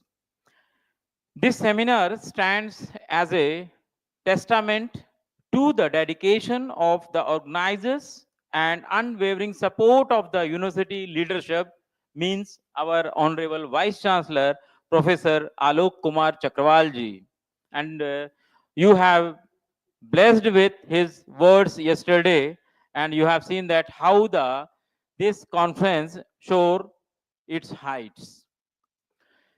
And the active participation of scholars and experts from across the country and abroad. It is through such platforms that knowledge transcend boundaries, fostering collaboration and innovation. As we conclude this event, let us carry forward the learnings and insights gained here, applying them in our academic and professional pursuits. Before our honorable guest arrived here, we had some discussion also. Kindly keep such discussion in mind and take as your homework, I can say. Also, I extend my heartfelt congratulations to the organizing team, that is Professor Thakur and the whole team, for their exceptional efforts, and express my sincere gratitude to all the participants for contributing to the resounding success of this seminar. Wishing everyone continued success in their endeavor and a safe journey back home. I will be very happy to get at least your message that reached safely to your home. Each one of you participants who are not from Bilaspur, it is requested to kindly send the message on the same platform in which platform you get the registration. Also, I would like to once again express my sincere thanks to all the first row people. Some of them I know personally, like Professor Pant, Professor Barar, then other dignitaries also here. So I take once again an opportunity to thank you all, and welcome you all. Thanks to every one of you. Thank you very much.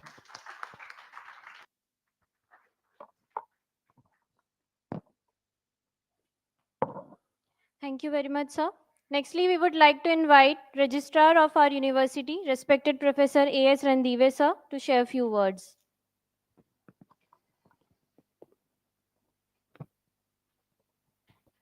Thank you.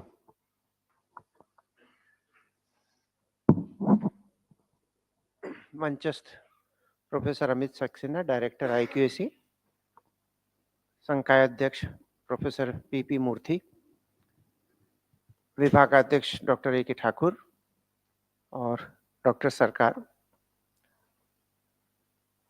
मंच के समक्ष उपस्थित मेरे mentor professor SP Singh sir, different experts from various universities और अन्य सभी गणित प्रेमी, जैसा कि कल मैंने आपसे एक चर्चा की थी, इज ए मस्ट सेमिनार का टाइटल अचानक कुछ ऐसा हो चुका है, इज ISAMST। सो मैंने कहा कि मैं यही संबोधन चूज करना चाहूंगा। 2 दिन आपके लिए क्या देने वाले थे, क्या आप ले जा रहे हैं, इसका निर्धारण कृपया आप स्वयं करें। लेकिन एक अध्यापक के रूप में, एक एलुमनाई के रूप में और कुल सचिव के रूप में मैं क्या घर लेके जा रहा हूं, वो मैं शेयर करना चाहूंगा। एक एलुमनाई के रूप में, एक छात्र के रूप में जो प्रगति हुई है उसका एक हिस्सा पुनः पुनरावलोकन करना चाहूंगा। मैंने अकेले ने शुरुआत की, प्रोफेसर SP सिंह ने उसके बाद ज्वाइन किया। मैं MPhil था, सर ने मुझे गाइड किया। I went for a PhD degree from this university itself. बेहद असुविधाओं में हम 2 अध्यापकों ने शुरू किया। We started our journey in 1989 and possibly Dr. Murthy joined in 2007. A long gap. और उसके बाद हमने कभी MSc भी खोला। पहले MPhil, उल्टी बिल्डिंग बनी है, क्या करें। पहले MPhil, बाद में MSc और उसके बाद में BSc 2009 में खुला। 2010 के सेशन से एडमिशन शुरू हुए।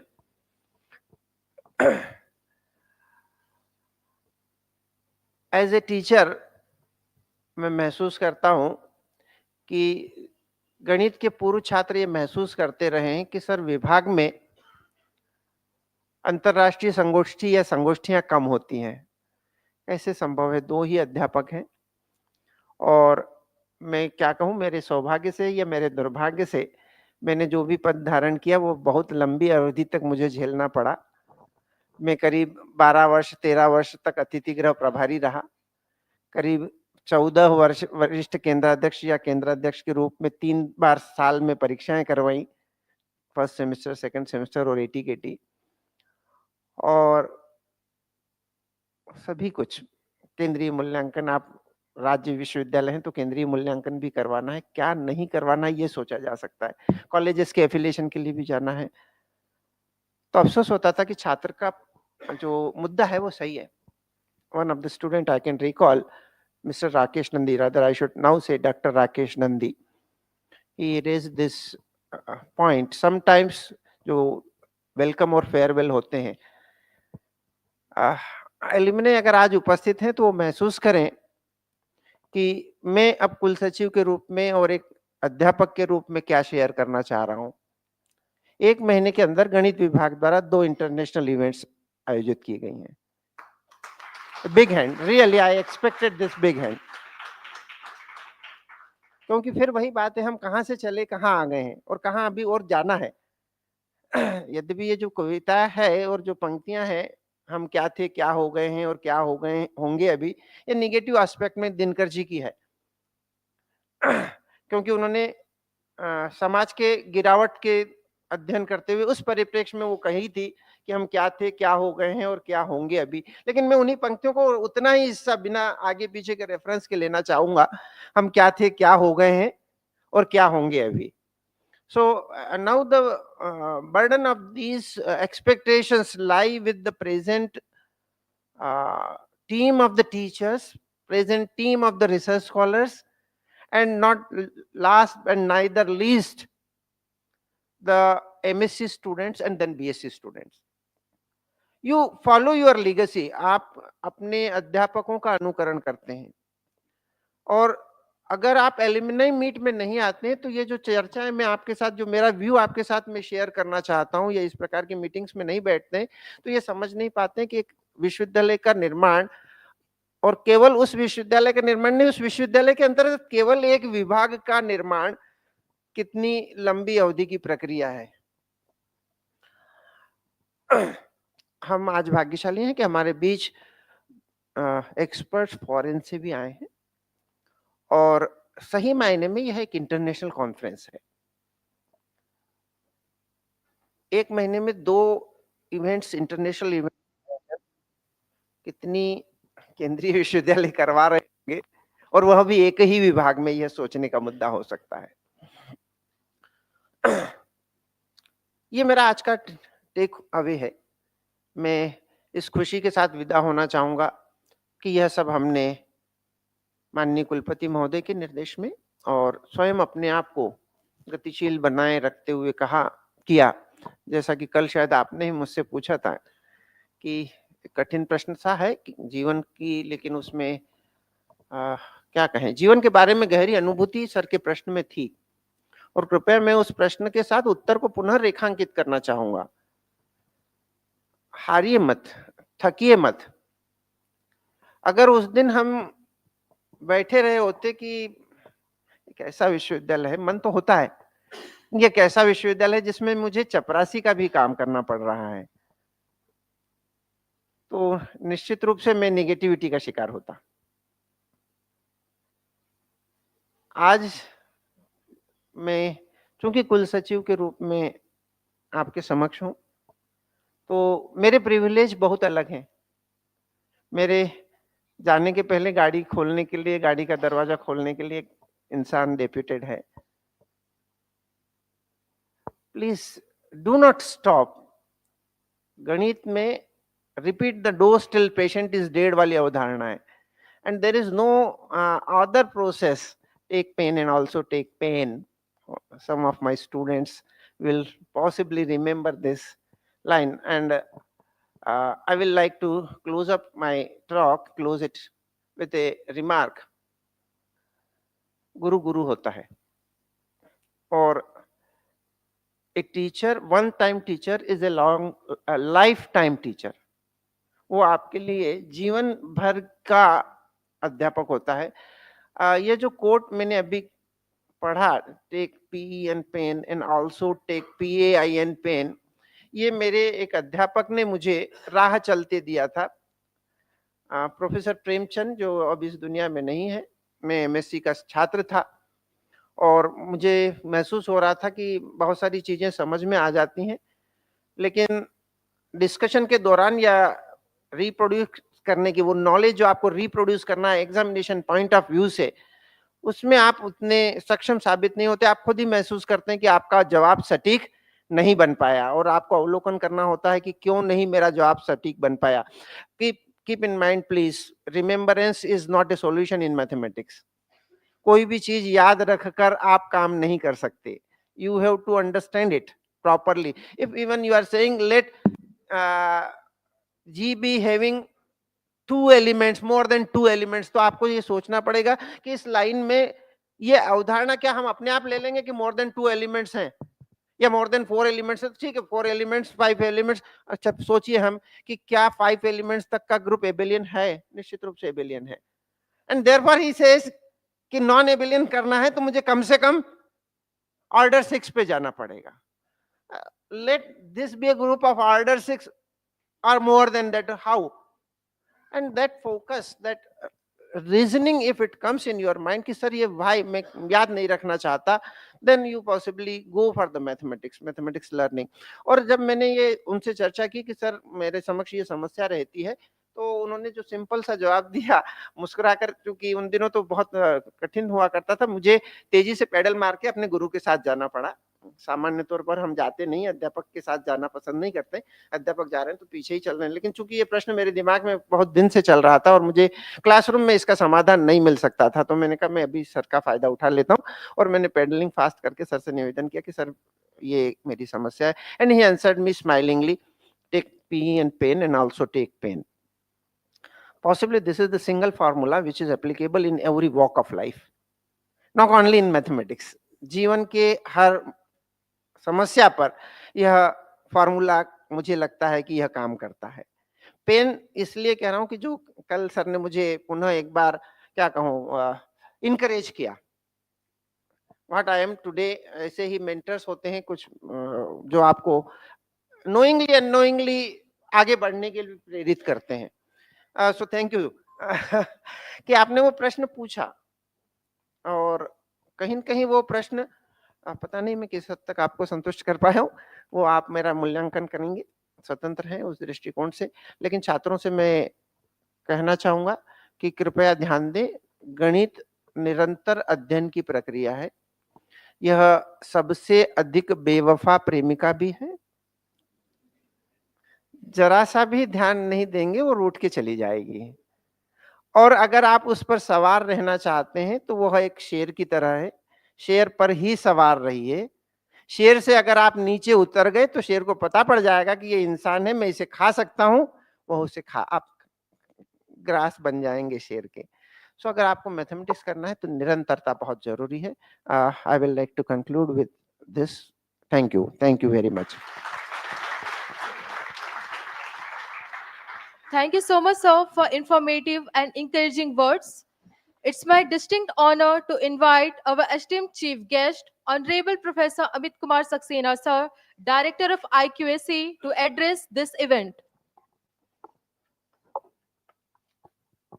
Thank you. The dignitaries on the stage, Professor A.S. Devi, the Registrar, Dean, School of Studies Mathematical Computational Sciences, Professor Murthy, sir, the organizing secretary, Dr. Kankan Sankar, Professor Thakur, the head of the department, our founder of mathematics department, Professor S.P. Singh ji, who had many roles in not only in mathematics department but computer science and many other departments, whole university. Our distinguished experts from within India and outside the India, as I could interact with two of them, one from Delaware and one from Professor, I could not remember, but that's a great sign. Johannesburg, okay. and the faculty members, the organizing committee team, the PhD scholars, and all participants in this hall. I congratulate the Department of Mathematics in general and all the organizing team that they have worked very hard to organize this event, which was organized at a very short span. Last year, I remember there was a very great event, a GYAN program, Global Interactive Networking by Government of India. So last month, we had that program for 5 days, 24th, 29th, I think, 25 to 29th of November. Today, this again, actually, this was on the eve of, as far as I remember, on the eve of the Mathematics Day, 22nd. So Professor Thakur met me a few days, 3-4 months back, a few months back, let me say, that why not to celebrate the mathematical day on 22nd December. Let us take it as mathematical week of the university. So mathematics week we celebrated because there were many other activities on 22nd and continuously activities, and the holidays were also going to start, supposed to go to start. So we planned it in the 19th and 20th of December. So I congratulate because it was also a tough decision to organize, and that also at an international level. It is not so easy task. Inviting papers, and I could see from the report read by Professor Murthy that so many papers were presented offline and online in the mode, because this is a generation of hybrid culture. So the topic is very relevant, and I am very sure that science and technology, at least few papers must have addressed the issues in science and technology, in computer science or in mathematics, because there are several branches of mathematics. And mathematics, as I remember, is considered the queen of science. So it is very, as our professor, previous speaker, Professor Devi sir said, it is mostly do or die stage. Either it will take you to the top or it will take you to the bottom, because there is no consistent graph in mathematics. So everybody has to be very careful and very cautious, because a very casual statement can make it a hell of the all the happenings or all the proceedings. So that is very important, that whatever you study a very small, in a very small area, but do at the top area. Our speaker from Johannesburg, he said that don't focus on hundreds of papers, focus on only, let's say, few papers, maybe 5 papers, 10 papers, but those papers should be the milestones and should be the pioneer paper in the subject which you are doing. There is no there is no end of research, and we all are committed to do, along with our so many responsibilities, either at the administration or at the academic or family problems, family affairs. But till that, we should spare some time for our studies and for our research also, because when you focus some time and don't think anything other than that at that time, so that will make you focused on a particular area. Discuss with the people. Fortunately, in the internet age, you can interact with WhatsApp, with the online mode, with the Google Meeting, with the Google Chat, to anyone throughout the world, and please interact with them, keeping you that, okay, I am a zero in that topic, in that subject. Learn from them, and if necessary, exchange the knowledge with them. So that is the way how you can improve your skill and you understanding. No one is perfect. The person with the highest education can also may not be able to do all the things. So that is very important for all of us. What is the takeaway out of this conference today, international seminar? That is also we have to remember. When you go back to your places, to your workplace, you should feel that what I have come with, what is the thing that have I come blank. So the only whatever I can, even for a single line or even for a single knowledge, part of the knowledge, if you are able to learn from this seminar, that will be a great contribution to you as well as a great takeaway to all of you. My इन सब के पीछे जो हमारे सूत्रधार हैं, I cannot finish without remembering our honorable vice chancellor professor R Kumar Chakrawal ji, जिनकी वजह से जो जितने भी ये एक्टिविटीज अचीवमेंट्स हो रहे हैं और रोज कुछ ना कुछ हो रहा है डेली, और सब बहुत हाई लेवल के हो रहे हैं, तो I should not miss by taking crediting to him. इतने सारी जो एक्टिविटीज हो रही हैं उन सब के जो सूत्रधार हैं, जो उनके स्रोत हैं, वो प्रोफेसर चक्रवाल जी ही हैं. हम सब लोग उनके डायरेक्शन में काम कर रहे हैं और वी फील ऑनर्ड ऑल्सो कि उनकी वजह से हम सबको इतने मौके मिले हैं, फ्रीडम मिली है करने को. कई बार हमारे पास आइडियाज होते हैं, कंसेप्ट होते हैं, लेकिन फ्रीडम नहीं होती है. लेकिन ये फ्रीडम उन्होंने दी हुई है. पूरी यूनिवर्सिटीज में जितने भी एक्टिविटीज हो रही हैं वो सब फ्रीडम मिली है. हमारे जो एडमिनिस्ट्रेशन में प्रोफेसर रणदेवे सर हैं, ये भी बहुत लीनियंट हैं, काफ़ी ब्रॉड हैं उस मामले में कि सर जो भी अगर आप आगे आइए कोई प्रपोजल लेके, तो सर की तरफ से पूरा यस होता है, ताकि आप जल्दी से जल्दी उसको काम कर सकें. तभी ये पॉसिबल है कि इतनी बड़ी बड़ी इवेंट्स हम लोग कर पा रहे हैं. कोई ज़्यादा प्रशासनिक रुकावटें नहीं हैं. ये बहुत बड़ा एक हम लोगों के लिए बहुत सपोर्ट है.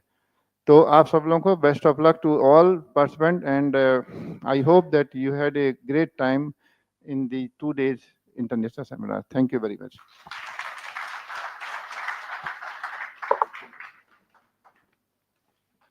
Thank you so much, sir, for those warm and inspiring words. Now, for certificate distribution, we would like to invite Organizing Secretary Dr. Kankan Sarkar, sir.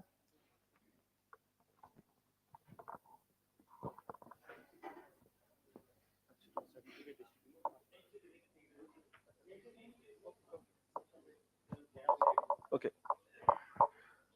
Thank you all. Now I am inviting the participants who have presented their paper offline mode. The list is long, but I am calling few of them. Okay. First is Prajwal Parmar. Please come forward. I am requesting our Amit Kumar Saxena sir to deliver the certificate.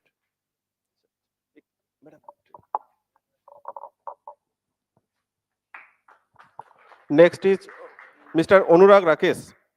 Please come. I am requesting again our register sir to hand over the certificate to the participant. Next is Mani Shankar. Mani Shankar is there. Next is Mr. Sunny Kumar. Mani Shankar. Next is Dr. Santosh Verma. Please. Next is Puspalata Sahu. Puspalata Sahu, yeah.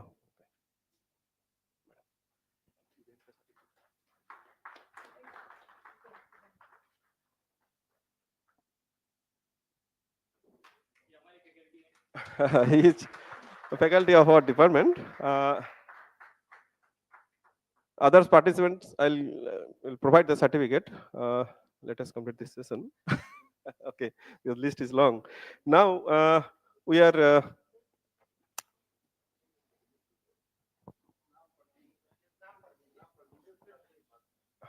Sorry, sir. First. Now, okay.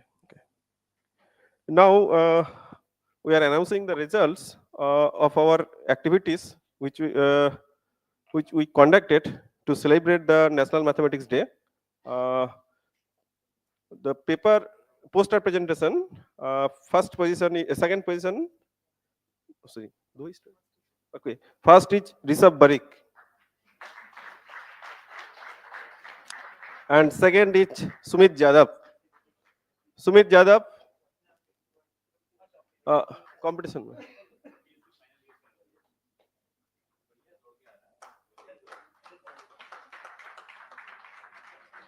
Sumit Jadhav hai? No, he is not here. Okay.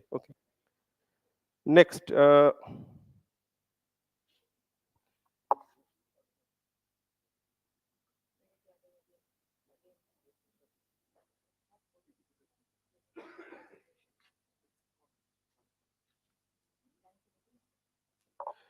In PPT presentation, Sumit Yadav?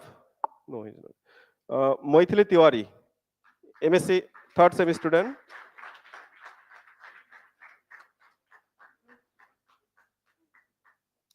They stood the first position, and in second, Mr. Damrudhar Mahapatra. Damrudhar Mahapatra, student of MSc first sem. And then Rishabh Barik from BSc fifth sem.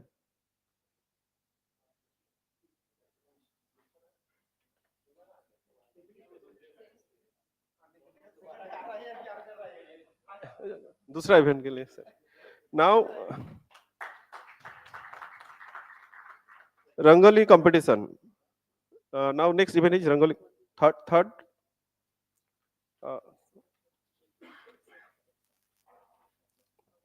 Okay, third position is Pawan Srivas in PPT presentation. Please come.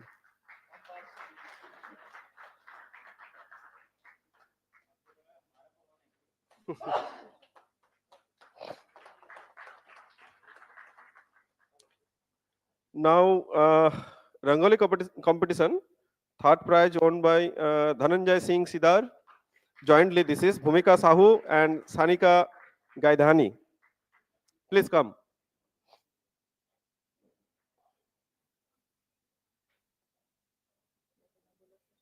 Dhananjay Singh Sidar.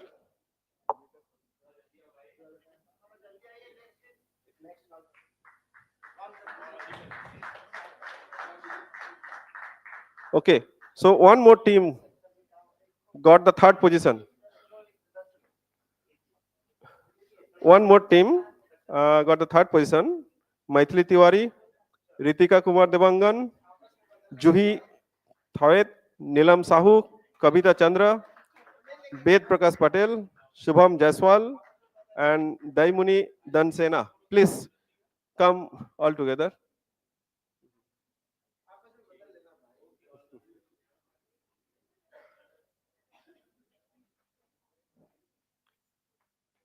So now the second position, as this was a group work, so entire group is in second position. Chanchal Srivas, Prince Bhagat, Gunja Paikre, Akriti Rathor. Second position, please come.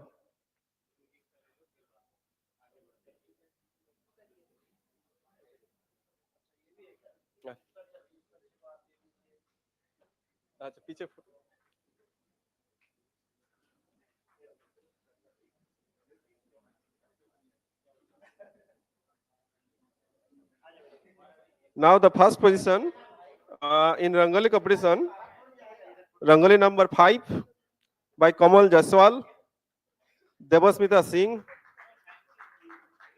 Shomaranjan Sahu, Manisha Sahu, Meenakshi Sahu.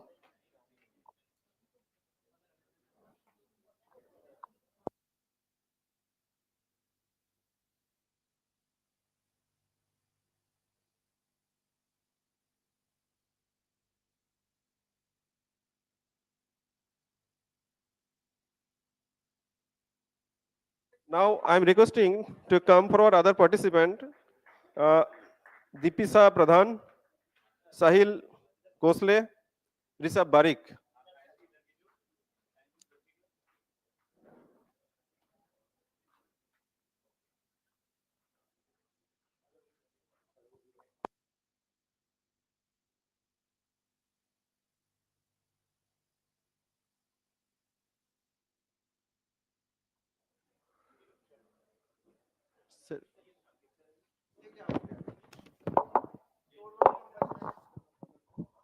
I'm extremely sorry. A few certificates need to be distributed because I kept it last because they are a student of our department. So, sir, if your time permits, can we distribute this certificate for paper presentation? Sir, if you allow us. Only few. Okay, okay. So, yeah. Deepak Kumar, research scholar from mathematics department. Ankita Divedi.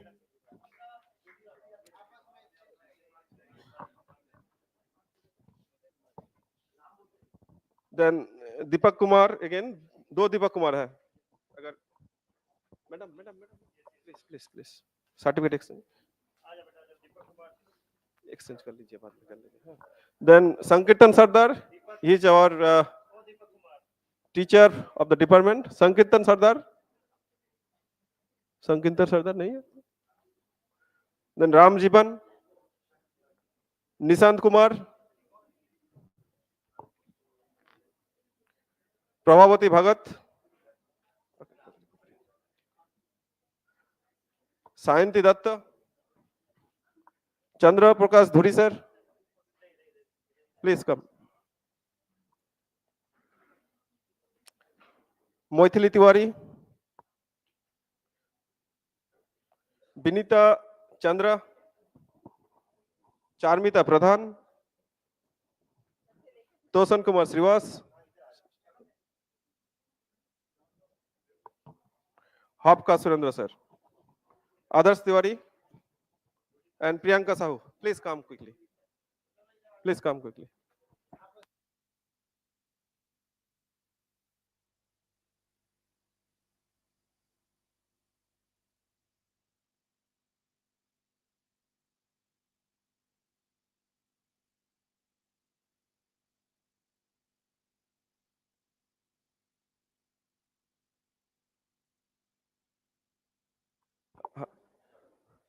Sankirtan Sardar.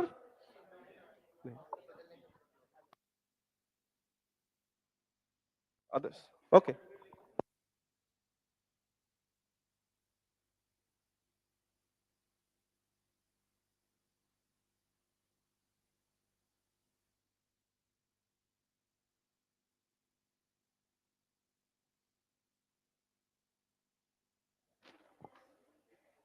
As we near the conclusion of this wonderful event, it's time to acknowledge and express our gratitude to everyone who made this day possible. To deliver the vote of thanks, I would like to invite Organizing Secretary Dr. Kankan Sarkar sir. Thank you. Namaskar and good afternoon to everyone. Dignitaries on the dais, Professor Amit Kumar Saxena sir, Director IQAC, Professor A.S. Ranadve sir, Registered GGB, Professor P.P. Murthy sir, Dean School of Mathematical and Computational Sciences, and Professor A.K. Thakur, Head of the department. As we came to close this remarkable international seminar on application of mathematics in science and technology, organized by the Department of Mathematics, Guru Ghasidas Vishavidyalaya on 19th and 20th December 2024. It is my privilege and honor as the organizing secretary to express my heartfelt gratitude to everyone who contributed to its success. First and foremost, I extend our deepest thanks to our Honorable Vice Chancellor, Professor Alok Kumar Chakrawal sir. We are privileged to work under his visionary leadership and guidance. I thank Professor A.K. Saxena sir, Director of IQC, for accepting our invitation and enriched us by his knowledge and thoughts. I also thank our Registrar sir, A.S. Randev sir, for accepting our invitation and coming this valedictory session and enriching us by his knowledge and thought. I also thank Dean of the School of Mathematical and Computational Science, Professor P.P. Murthy sir. He is always with us. Whenever we face any problem, he is always supporting us. His suggestions and valuable feedbacks are have enriched us, and we came to this level of this our departmental, what I say, that presentation, as we are presenting the Department of Mathematics by this event. I also thank our keynote speakers, panelists, and resource persons. I express my sincere gratitude for sharing your express knowledge and thought. I also thank our HOD sir, he is convener of the seminar, but he always pushes us to bring the best from us. So I thank you, sir, Professor A.K. Thakur, HOD of our department. A big thank to our sponsors, Guru Ghasidas Vishavidyalaya, Central University, Bilaspur, Chhattisgarh Council of Science and Technology, HDFC Bank, Bank of Baroda, Bank of India, Punjab National Bank. Without their support, this seminar would not have been possible. I would like to take this opportunity to acknowledge the tireless effort of our faculty members, non-teaching staff, and research scholars. I must say few words about our research scholars. They are always ready. They are like soldiers. Whenever I say something, they are always ready. They don't say any words, just do the work. So I must thank you all the research scholars from our department. The seminar would not have been possible without your support, coordination, and dedication. Thank you for your commitment and ensuring everything went smoothly.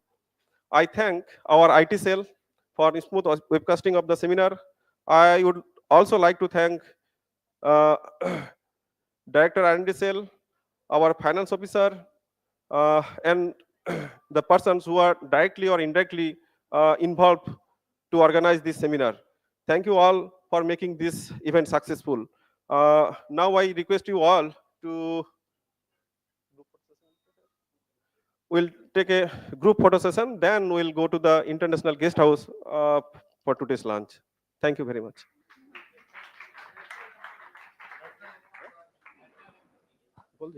Lunch will be provided in the international guest house. So, okay. Sorry.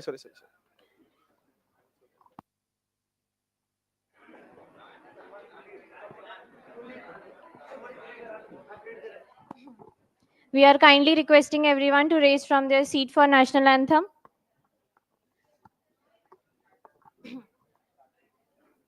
जय अधिनायक जय हे